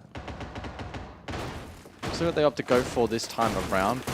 Defensively, there's been some significant shifts. Again, Yas was impactful, but he was on the Tubarao. He jumps across to Fenrir for this round, and I guess most notably, they also introduced Goyo into the lineup. Ryder was previously on the Mirror. So they take away the Mirror, and so with that, maybe weakening some of their info gathering potential from the likes of the Red Corridor, but bringing Goyo in, if they're able to stall time elsewhere, is going to be massive. And interestingly, on the side of the attack, well, they're not bringing Sense for the drop. They also haven't brought Twitch either to deal with these Goyo canisters. Now, that it wasn't banned out. The attacking ban was Nook, which was impactful lobby last round, and the Mirror as well, which was banned out, so hence why PSG aren't bringing it.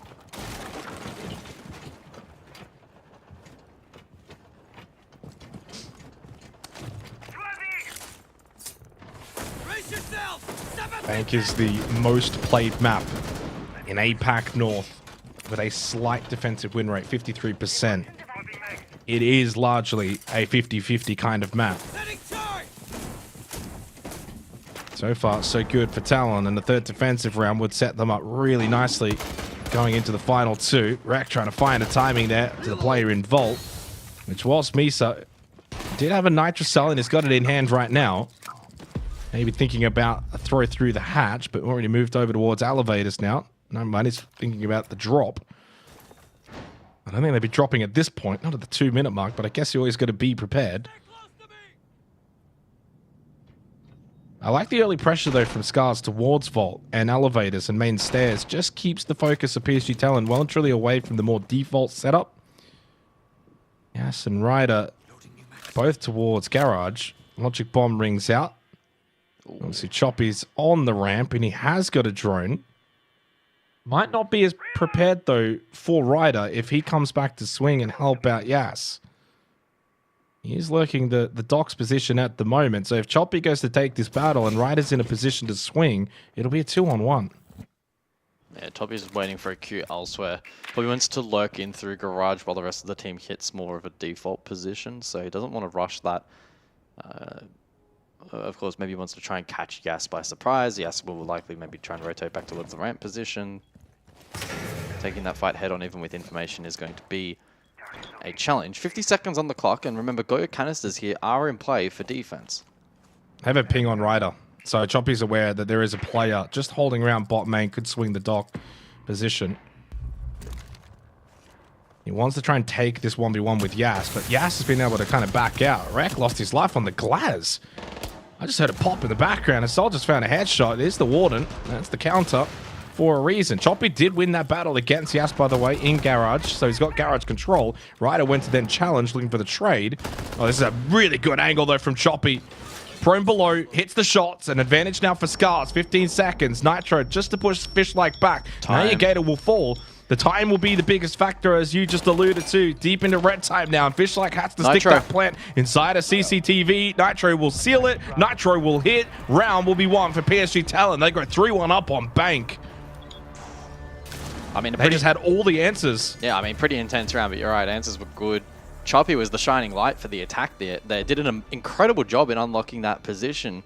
However, there was a lack of success elsewhere, flooding the likes of that security position or pressuring more of a default plant. The Goyo canisters made that almost an impossibility. Choppy, I mean, did a phenomenal job up until that point. I didn't track him entirely right to the very end. I think he died maybe just prior to that Nitro, but he was the player then to try and cut that off. But yeah, ultimately, there was too much for one player to be able to achieve in that round, and a well-placed Nitro was able to confirm it. Round 1 on time, or would have been ultimately anyway. Attackers have discovered the location of a bomb. And so clean work from PSG, 3-1 lead. Staff open though, it could be the difference maker in this particular map given its closeness. Scarz able to win it out on their last occasion with the brute force through beepers.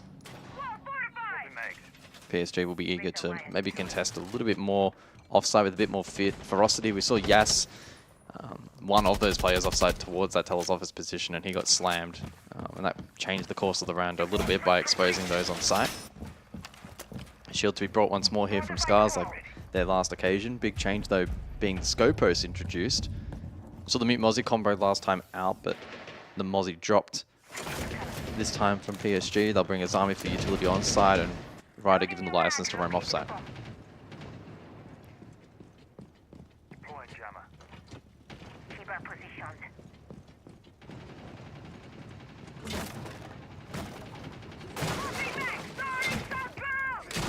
Talon have led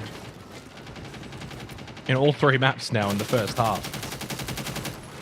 Although technically Consulate was a 3-3 half, and they did start a little bit slower there. It was actually the second half that they really brought it back, carried that momentum into Cafe, but they've been able to really improve their form now here on Bank after a dismal finish on Cafe. 3-1 up, 3 defensive rounds is good. 2 rounds to try and capitalize on what's been a pretty solid hold so far.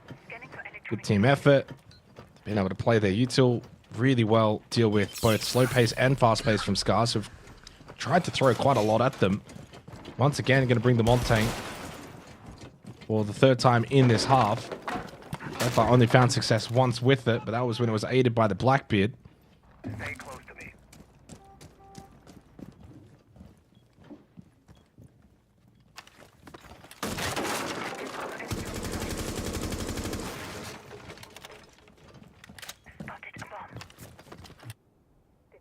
I tell you what, there's been no real standout individual in this series. The top kill getter is Gotti on 23, and then there's a bunch on 22 and 20 and 21. Like, there is no singular player that is having a breakout performance or is being the individual difference. And it's going to probably remain that way. So it just comes down to who can play better as a team and play off each other better as a team. Minute left, Scarz. Well, speaking of playing better as a team, need to make sure they communicate here in a 5v5 execute. Yeah, the Candela will be pretty cooked here. Hatch drop likely to follow the Nitro style here from Yas. Needs to be impactful. Opening kill rack onto Gotti. Plant to go down for Vishlike. And no real response here from Talon. They've really just allowed this to go down quite for free. The swing from Beepers of Soldier is immediately going to be squashed, and same with Ryder. I mean, we're just talking about solo swing into solo swing in the post plant. And PSG Talent, well, they can certainly show us both their best and their worst. And this is probably closer to some of their worst siege tonight. Allowing that plant for free, no contest up above. 2 solo swings for Beepers. Honestly, all too easy for Scarz in that round. 3-2, 1 round to go in this half. Yeah, PSG are lacking on that objective. They were unable to adjust to the kind of player that Scarz elected to go for that time around. Again, first attempt was the Beepers brute force, and then the Hatch drop again. They struggled to answer to. Yas is a mile away. He was the one with the Nitro. What's the point of the Scopos on that site? Scopos had no impact either. They never even played the shell offsite, from what I saw, unless it got switched to early on. So, locate and defuse as many bombs as they can. yeah. Of the two teams, PSG continue to be the ones that are making bigger blunders, and that may cost them. Yes, they certainly have the lead, but as we saw directly on Cafe, that can slip quite quickly. Located by attackers. Scarz here, a 3-3 half, I think would set them up quite well indeed. So we'll see what they're shaped for. I'm seeing an Osa repick, so it might be a top square hit here. No mirror for the gen setup as it was banned out. That makes things a little bit more complex. There'll be an emphasis on holding this front desk position along lines of sliding the Maestro as well to feed information inside a console. Scarz bring the Bravo to counter the Maestro. They also bring the Reteros on Flores. That will double down as a good util counter onto the castle as well, even the Azami to an extent. So I mean, I really like the comp here from Scarz. We'll see how they utilize the Osa. Sometimes teams can fumble around and overthink it a little bit, so we'll see what they decide to go for. Can also just be a tool to lock down top square as well if needed. Yep. Yeah, multifaceted. A big round coming up to close this half. Final map of this series. Loser is out of playoffs. Winner takes on D+ next week in the lower bracket final. And I think for both of these two teams, top 3's got to be the goal, got to be the pass mark. One of them's going to miss out on that. One of them's probably going to fall short. When we get to stage 2, of course, it's not really about top 3. It's more about top 4. When it comes to the APAC North region, of course, top 4 in stage 2 qualify for the major qualifier land. This is stage 1. And really, it's all about making that grand final at a bare minimum. SI points, the spot to EWC, all on the line. The rappel in for Fishlike, top square. Shield down just to gain a little bit of space here. Put some control towards that stock hallway. And Misa will fall early. Another opening pick for Scarz. They've really started to, once again, gain the ascendancy in these entry battles. And especially on a map like Bank, it will set you up to really start to crush that defense and put so much pressure on. This top floor defense is capitulating. God is still in a position to deny default. He can tuck in the corner and line up those gas babes. Soldier as well has at least one cam still up in executive. Second in CEO. Ryan scanned out though, so his position is known, and pushing over towards that Stockholm position doesn't seem particularly favorable. Although he's eager to maybe find a pick. In the meantime, Yas falls and it's a 2v5. Soldier trying his best from stock. Did find the kill onto Choppy, but it does feel like largely they're in a unwinnable position. Well, Rek thinks about challenging. He runs back out. Soldier runs even further. You can't be throwing this position though if you're Scarz. Come on now. Got to close this out. Hey, Gator hits the headshot onto Gotti. Soldier needs the ace. Plain and simple. 20 seconds remaining. The bailiff is in hand, expecting a close swing from Janitor. He's got red ping intel. We're sure looking to stick this plant. No one playing outside though. And Ayagator gets shot down. It's a quad for Soldier. And on for the ace. For what would be an ace clutch as well in the 1v1. He's got the ping information that he gets the play off. And that bullet hose could be just spraying, but Washoy is swinging, and Scarz hold on. I mean, Washoy there has done a phenomenal job to fight out of that position with information available to PSG. It's a good attempt from Soldier, and a shame it was a little bit spoiled there towards the tail end after the quad. 3-3 scoreline, big for Scarz, applying more and more pressure here onto PSG. His teamwork on attack has been a little bit questionable at times tonight, especially back on Cafe. Will they look more comfortable here on Bank? Tell you what, that was a close round, and credit to Soldier for not giving up on the round and thinking that he could still make something happen, and boy did he come close. I always say it comes down to those moments. Sometimes you could be having an average game, but when it's your time to stand up, you've got to be ready for it, and that's just a straight 1v1 at the end. I know Soldier had to get 4 kills prior to that 1v1, but he would feel as if he probably let that slip. He had the ping intel, he had time. But credit to Washoy, 8-1 now. You know, I said before, guys, that like when you kind of look at the series as a whole, there isn't that one individual across the 3 maps that has really stood out. You know, a 40 bomb kind of performance or anything even close to 30 at this point. But Washoy is having that standout performance individually on Bank in particular. And a do or die best of 1 to see if you can move forward to lower bracket. He has stood up for Scarz, and he clutches the 1v1 in that previous round. Wait, can we... That book, by the way, looks very similar to the Coldplay CEO meme. That is actually kind of hilarious. I am so sick of seeing that meme. That might be the most overdone meme ever, and it's only been overdone for about 24 hours. Yeah. I'm sick of it. It's a boomer meme. It's a Facebook meme. But the book did it first, because it's in the map.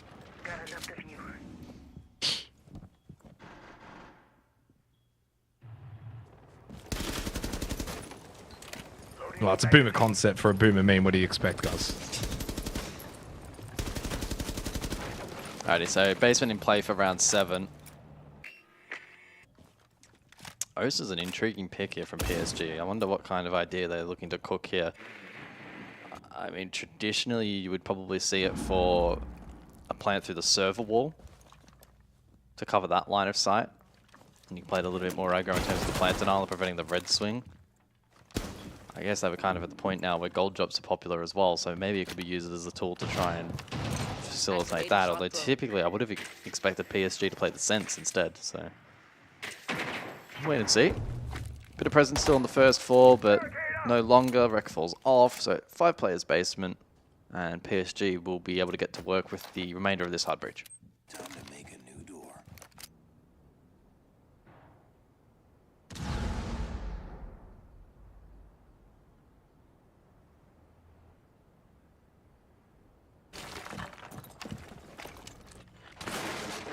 Top blue stairs 4 Washoy. It's got 2 Vulcan canisters to delay. It's also barricaded himself off. So he looks like he's going to be playing this position until he dies, essentially, because hatch has now been opened up. And with the barricade, yeah, it kind of does suggest he's very much going to say, you're going to have to kill me blue stairs. Which, even, well, he can run out now, but it's being watched. He's aware of that. I mean, like, this is a lot of time that's being wasted, though. The Vulcan canisters and the fact that you got to clear out this player. It's not going to leave you a lot of time to then hit the site. Like, the slow creep up here with the Ossa in terms of the shield. Like, there's 40 seconds, guys. Like, come on. And he gets a kill. Yeah, job done. Absolutely job done from Washoy. Now, the round is still alive, but they're going to have to pick up this pace and pick it up rapidly. You've only just blown a Vulcan canister there. Why were you not doing this before, Yas? Inverted mirror to deal with as well here. PSG need to likely go for this server wall play. Really know how they plan on opening the wall. Secondary hard breach is available, but this will be tough. They're just going to drop PSG. send it. It's a send. I think they're forced to. 2 nitrocells to contend with. Gas babe as well from Shoppy. Stone 1 out, 1 more available. 6 seconds. They don't even look like getting the plant down into CCTV now. He's Soldier. He's got no room to move. And the time will expire. Can't And even though it did come down to a 2v2, largely irrelevant. Why is he not planning chassis there? Why are we going for kills? You still have 2 players up. Surely one of them could be covering red, no?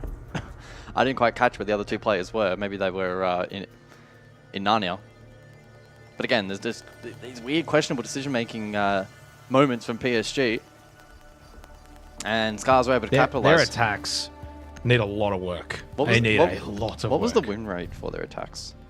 So 44%, which put them number 5 in the league. Scarz were 52 for reference. I mean, a 44% win rate and the way in which we're seeing them play out as well, not akin to a team that's going to be able to win this league. That is the harsh reality.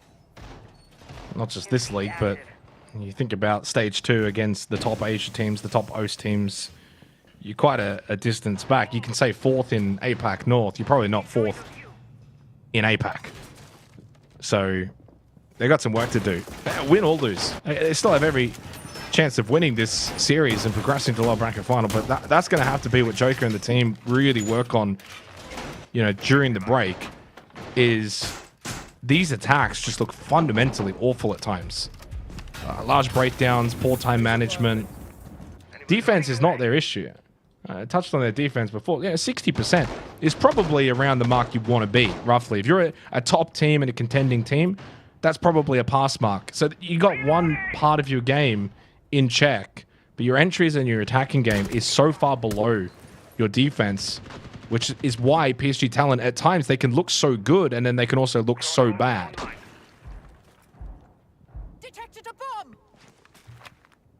At this point, you just got to try and bring chaos. I think if you're PSG Talent, the slow setup, methodical nature of attacking rounds is not suiting them. Bring the blitz, go fast, try and clear out this position of Janitor, get an opening pick, 5-on-4, use the numbers advantage. You've got to just try and play, honestly, improper siege at this point.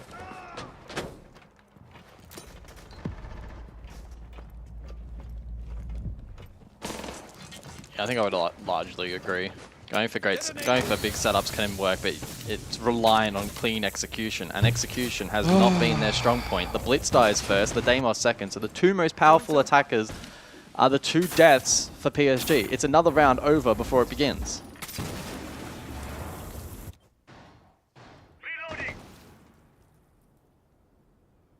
There's not much more that needs to be said on the topic. I think I think I said enough at the end of Cafe, and then now their attacks here on Bank speak for themselves. And now you've got 3 players that are basically just lost in the sauce. They're just scrambling.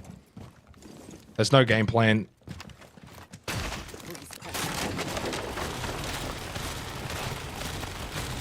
Hard to really... And you know what? The funny thing is in Siege as well, guys, is a lot of the times, the 3v5, it's not impossible. I don't trust PSG Talent to win a 3v5. I really don't. A lot of the times you'd sit here and you'd say, well, if they do this and this happens, yada, yada, yada, there's a minute left. But I just do not, until proven otherwise, I do not trust Talon in a position such as this to recover a round.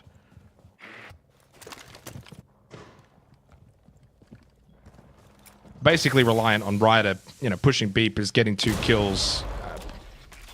He's got the kit as well, so if he dies, round's done. Got Yas towards main stairs. Scarz are playing this really, really nice though. Really passive, really safe, giving them nothing. They're not hunting. They don't care about the fact that, yeah, they've got second floor control. Who cares? There's 20 seconds. They have to hit site. Scarz are playing this really, really well. Good swing onto Gotti. And the round was done at the start of it, and Ryder just has to send through beepers. Yeah, self-explanatory. And timeout really is needed here.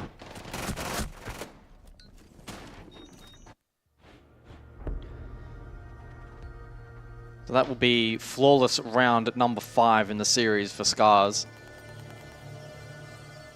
They continue to show really good early game defense, knowing that PSG struggle to bounce back, and they play disciplined in the late round to prevent throws from occurring.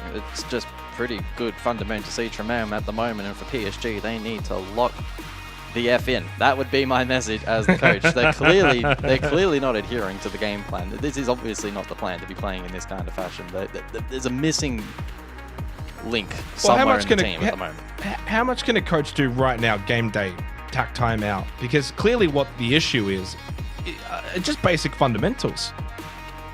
It's not a case of, hey guys, lock in, hit your shots, and play a little bit better, and let's try this. It's literally, do you guys just not know how to attack? How can I help you? How can I help you? You got to help me help you. And you just don't have enough time for that in a minute. Like, you just don't. Yeah, I think the kind of deep-rooted issues that we're seeing tonight is something that takes weeks to work through in action. 60 seconds is nowhere near enough time. I'd be absolutely shocked if that's enough to sort of flick the switch here for PSG. I mean, not entirely impossible, but I think what we've seen throughout the stage is the numbers suggest, and what we're seeing through this series kind of circling that point quite nicely. The attacking issues for PSG at the moment are running quite deep. Defense great, but you can't win Siege with just one half. You have to be a lot cleaner. And if you're going to do it by winning one half... Gator's laughing about that Valk game. He's just completely missed the lineup lobby. I mean, look, for Scarz, to highlight them, right? Like, they're playing really well this afternoon, I think it must be said. Their ability to fight back... I don't think they're doing anything amazing, though. No, I mean, they've played good Siege. They haven't needed to play great Siege, especially defensively. I mean, that's just the reality. They've just minimized mistakes, which is a great kind of game plan against a team that has a weak attacking win rate. Yeah. Shoei has been incredible so far on this map. 11-2. A real standout map performance. He's had 2 3K rounds as well. Of course, stopped that potential ace clutch from Soldier as well in the 1v1. I do wonder what was said, though, to PSG talent. And I think you stick with the Blitz, but even then, it just probably gets banned out next round anyway. You got one more round with the Blitz. You got to play fast here. Try and play some fast Siege. Be chaotic. Try and be unpredictable. Because I think the predictability of PSG talent is their downfall. Wreck is in the hallway, by the way.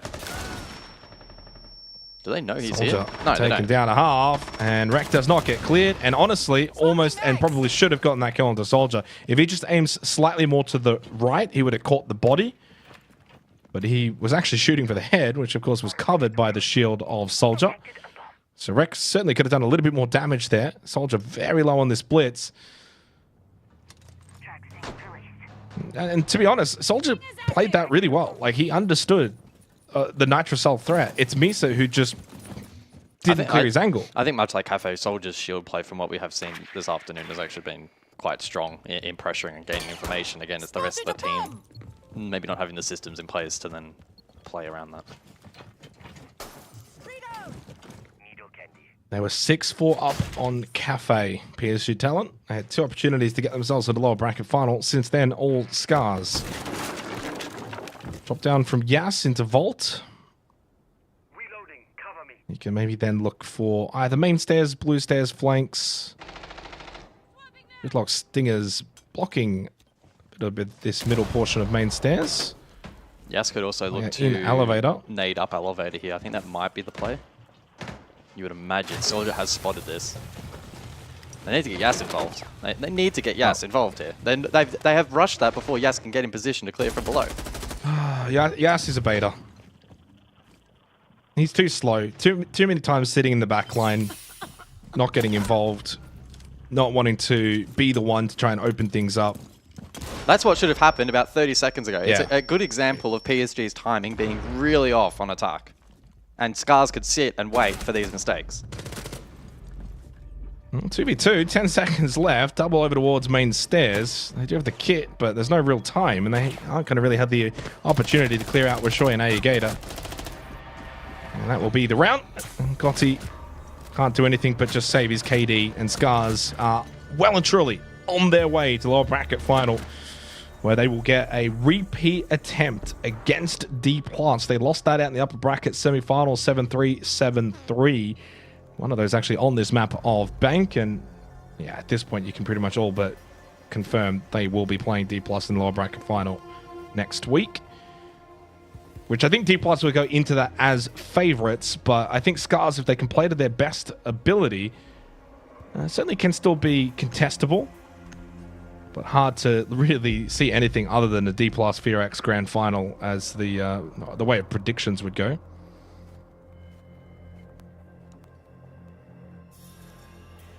I can't remember. Did we predict PSG or Scarz for this game? We did go PSG. We did go Maybe I PSG, which should've- was looking pretty good. It was looking pretty good an hour ago. I should have reviewed It was that. looking really good. I should have taken a double look at that attacking win rate. The numbers really have not lied in this series.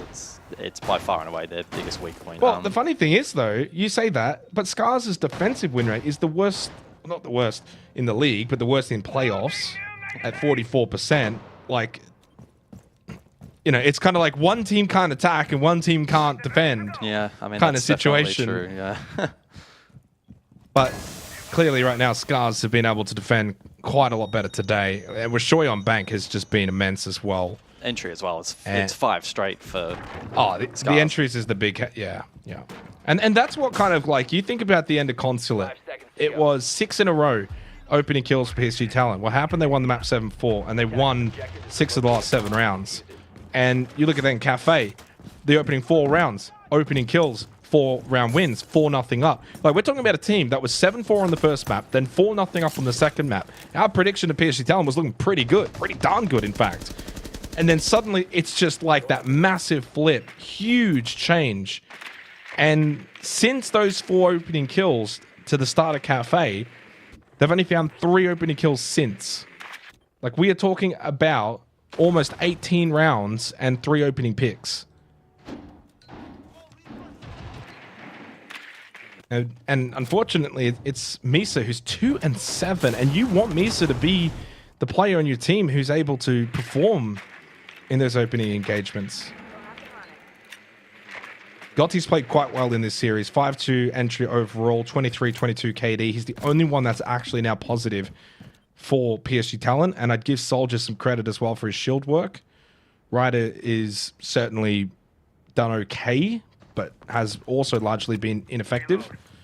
And Yas and Misa have just really struggled. On the flip side for Scarz, Washoy now is the clear standout. 127 EPS, an 80% cost. And I'm talking about the overall series now. He's been the MVP, and Choppy's been right behind him as well. Now, the Scarz have really just by default kind of really started to gel nicely and sets them up for a really good shot against D+ next week. So A-Gate has the Warden license this round, and so Washoy demotes to the Jaeger, so he'll have a bit of cats to play around and still has go canisters. Shotgun for close range fights. He was able to find one and waste a lot of time last time. Can PSG this time be a little bit more effective? There has been a drop server. Washoy to be pinched in a moment's time. Flash to follow. Washoy is blind. PSG need to find the kill, and they do. So better this time for PSG. Yeah, better. Opening pick. What can they do with it?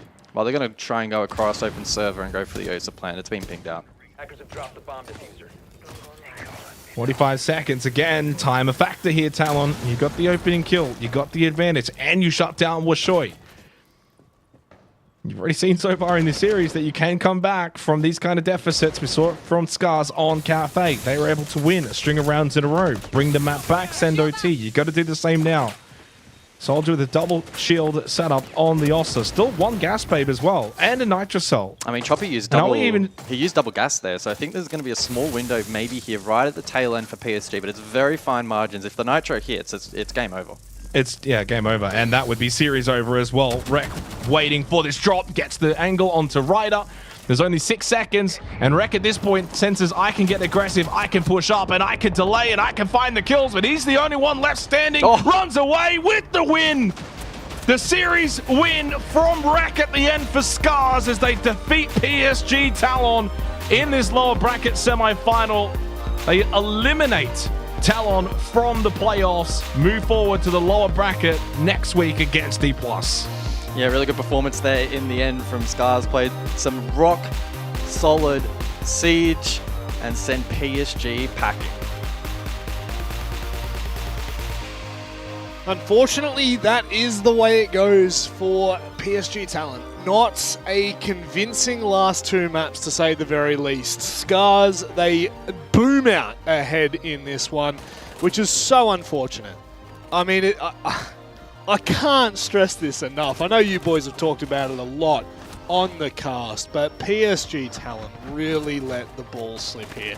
And I think that that's going to be their storyline for stage 1. They're just just on the outside of every single decision that is made. And at the end of the day, we were talking about this with Pengu earlier today and yesterday as well, to be fair.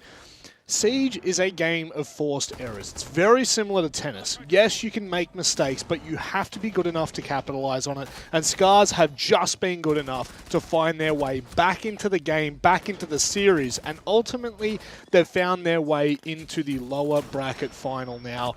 Moments of brilliance here and there, but I think that's really all that it wrote for PSG. It's just such heartbreak for the Korean roster that little less than just a year ago now, we were singing the praises of, and we were saying, are these the next big things? Are these players going to be the representation for APAC North moving forward? Well, the answer is absolutely not. FearX have well and truly overtaken them now, and Scarz should be very proud of their performance in this one, regardless of how, I guess, slow they started. Rob, did you just compare Siege to tennis? Yes, I did. Forced errors, my Tennis friend. with 5 players on each side. If you had court. 5 players and there was one ball, but multiple balls are being hit at once, you know, think of it like you're on the attack and you're on the defense, and you know it's all about like shot manipulation and. No, it's in the concept of you can make a mistake, but unless you're good enough to hit that ball back over where it needs to be hit, you're not going to win the bloody point. Can you attack? And that's if you're just PSG, the answer is a resounding no. A resounding no. It's just, it's so disappointing for them after we had sung their praises for so long. And I think the series score overall, when you look at, I guess, the EPS ratings of both teams, I'm sure it'll come up eventually for you guys at home, but it is ridiculous how far down PSG Talon ended up. That is not what I have on my screen. I don't know if that's what you guys have on your screen, but is that just the wrong way around? No, that's absolutely not right. I got so confused for a second there. That's okay. That's not how it actually ended up. The point, though, that I think we made during, I think Jake may have made it during the cast, and I think it's one that I very much agree with, which is, you know, must have been a really good point if I agree with it. There was such an even spread statistically in this match. Neither team had a standout player or a player lagging behind by too much. I mean, you could maybe make the argument with some of the PSG members, but nobody was like the star player that you could rely on that was fragging out every round, crazy cost, crazy numbers being posted, nothing like that. It was a team-based game. Yep. And end result, and ultimately that exposed PSG. Like, that is just the stark reality. Scarz played some pretty standard, boring Siege throughout this series, and that's exactly the kind of mistake mitigation that was the perfect game plan against PSG. I think Scarz went in with almost a flawless game plan today, and ultimately were rewarded. They had their backs against the wall, don't get me wrong. There are a couple of moments, and we talked about it, especially when they were leading map number 2. I was very close myself in being like, oh, I mean, yeah, PSG aren't the best at attacking, but like this is pretty much over. Yeah. And then Scarz just dug their heels in and said, no, that's not the case. We're going to keep fighting. 4-0 up, 2 match points. It doesn't get much worse than that for the discussion. Now, I guess just to conceptualize what I was talking about when it came to the stats, obviously that graphic was wrong. There's no way Yas finishes up on MVP, but 101 is the highest EPS rating that PSG Talon walk away with for that series. Everyone else is well below the average, 93, 92, 90, and 83.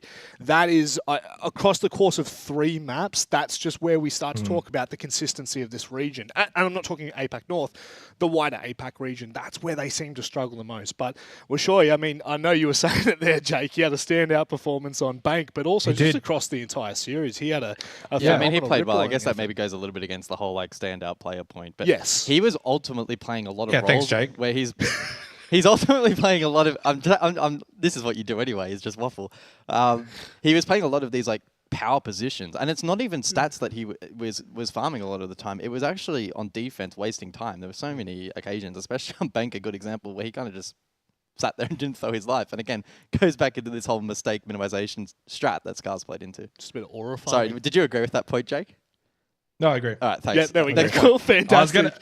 I was going to mention as well with Washoy, after the first map, which of course they ended up losing that one. He went 25-10 over Yeah. the next two. That's nuts. So he really stepped it up another level. But It kind of shuts yeah, you up. really a bit, But there doesn't it? wasn't an over-reliance on him. I didn't feel No. like if he No, if he was absolutely taken not. out, There I still wasn't. think Scarz win that game. Yeah, not like a Jigsaw 20-0 bomb. No, like it's not it's like not to that that. extreme. It was just one player. well, even who with was hitting Jigsaw their shots. dropping 40, they still lost. So yeah. That just It's a goes really to show- good example of why you don't want to rely on just one player. And I think that's probably always been a strength of Scarz. And even to a degree, a lot of the strengths for most of the APAC North teams is there's never really been an over-reliance on individuals to overperform or even outperform. And the same can be said for PSG Talent as well. Like when PSG Talent were playing well in this series, and there were times, surprisingly, that they did play well, it was always a bit of a team effort, and it was always multiple players, getting involved. I know we're highlighting Wishoy there, but if we wanted to highlight another thing, that's Misa's 0-5 first kills on that final map at Bank. You just can't be having that from him. 2 and 8 in the series as well. So that's a big loss. And I know, I bring up opening kills quite a lot because over the last probably 12 to 24 months of really looking at that statistic, it really does have a pretty good hit rate as to when teams are going to be successful or not. And Scarz dominate that fashion, and it helps them out quite a lot. Yeah, I mean, negative, I think, 7 across the entire series for PSG Talon. We highlighted it going into that match specifically, that is something that PSG Talon have lacked. It's like one of the massive stat lines when you look at everything from PSG Talon stage. That's the one where you're like, how have they still managed to stay so competitive but have such a disappointing category of entry kills? But I guess we can bring up the bracket as well and just start to close out tonight and I guess close up the second weekend here for the APAC playoffs. The APL is well and truly nearly done and dusted. We only have 2 games left per region. For this region, D plus Kia, Scarz, and B and K FearX. I mean, at this point, we're now just trying to figure out, Michael, which region's best. Is it Brazil, Japan, or Korea? I feel like APN is definitely... I mean, all the sub-regions have their own exciting storylines going for them, but APN, for me, has a big element of unpredictability, maybe more so than the others, at least on my first inspection. D+ will be wanting to show some resolve against Scarz, obviously getting beaten down quite severely, especially map 2 against FearX. I think they should have what it takes, at least on paper, against the Scarz. Scarz are not going to probably get away with the stock standard style of Siege. They will need to bring a bit more versatility in comparison to what we saw today. So maybe anticipating a rematch in that grand final, and then FearX D+ going at it after seeing one another recently. That's going to be a good game potentially. Jake, final thoughts on the night, or potentially, just final thoughts in general. It's been 2 weeks straight of APL. Yeah, kind of fascinating looking at the bracket. There's only been 2 matches that actually went all 3 maps, and it happened to be Scarz and PSG Talent in both instances. So really highlights, I guess, for those 2 teams, they're pretty close in quality, but it also highlights, looking at this bracket, that FearX and D+ are certainly far and away better than the majority in this region. And and APAC North is a region that is going to be very intriguing to watch next stage more than anything. I know we're not done just yet, Rob. We've got next week and D+, FearX, etc. But next stage is going to be very interesting as to how teams perform at, say, like the major qualifier LAN, because outside of FearX and D+, and even they're not guarantees against Weibo and Elevate and at this point Enterprise, the quality drops off pretty quickly.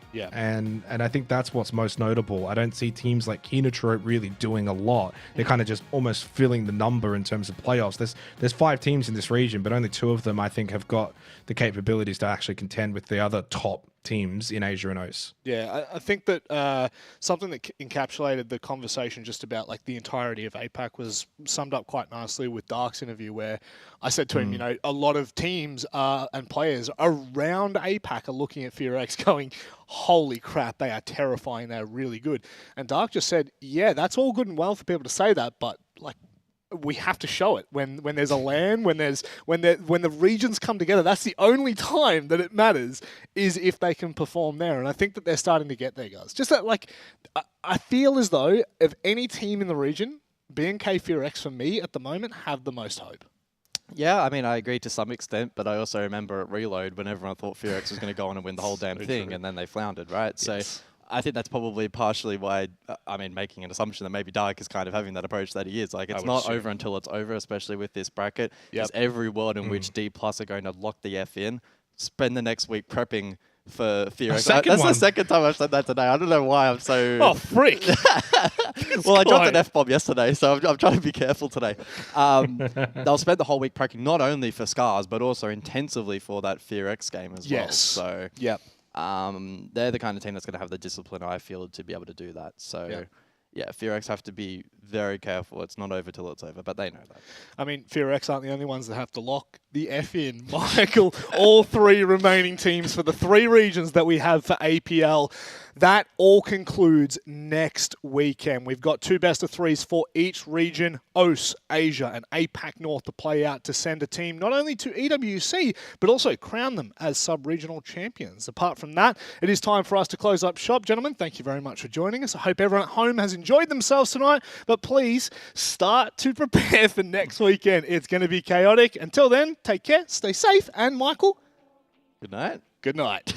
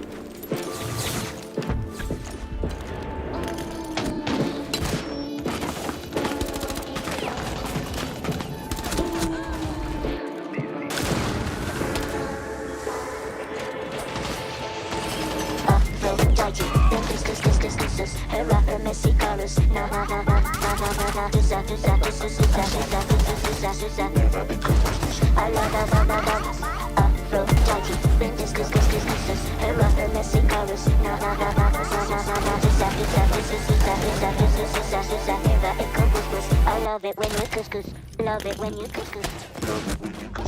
Couscous. Couscous. Couscous. Couscous. Couscous. Love it. Love it. Love it. Love it. Love it. Love it. Love it. Love it. Love it. Love it. Love it. I love it when you couscous. Love it. Love it. Love it. Love it. Love it. Love it. Love it. Love it. Love it. Love it. Love. I love it when you couscous. Love it. Love. I love it. Love. I love it. Love. I love it when you love it. Love. Love it. Love. I love it when you couscous. Love it. Love. I love it. Love. I love it. Love. I love it. Love it. Love. Love it. Love. I love it when you couscous.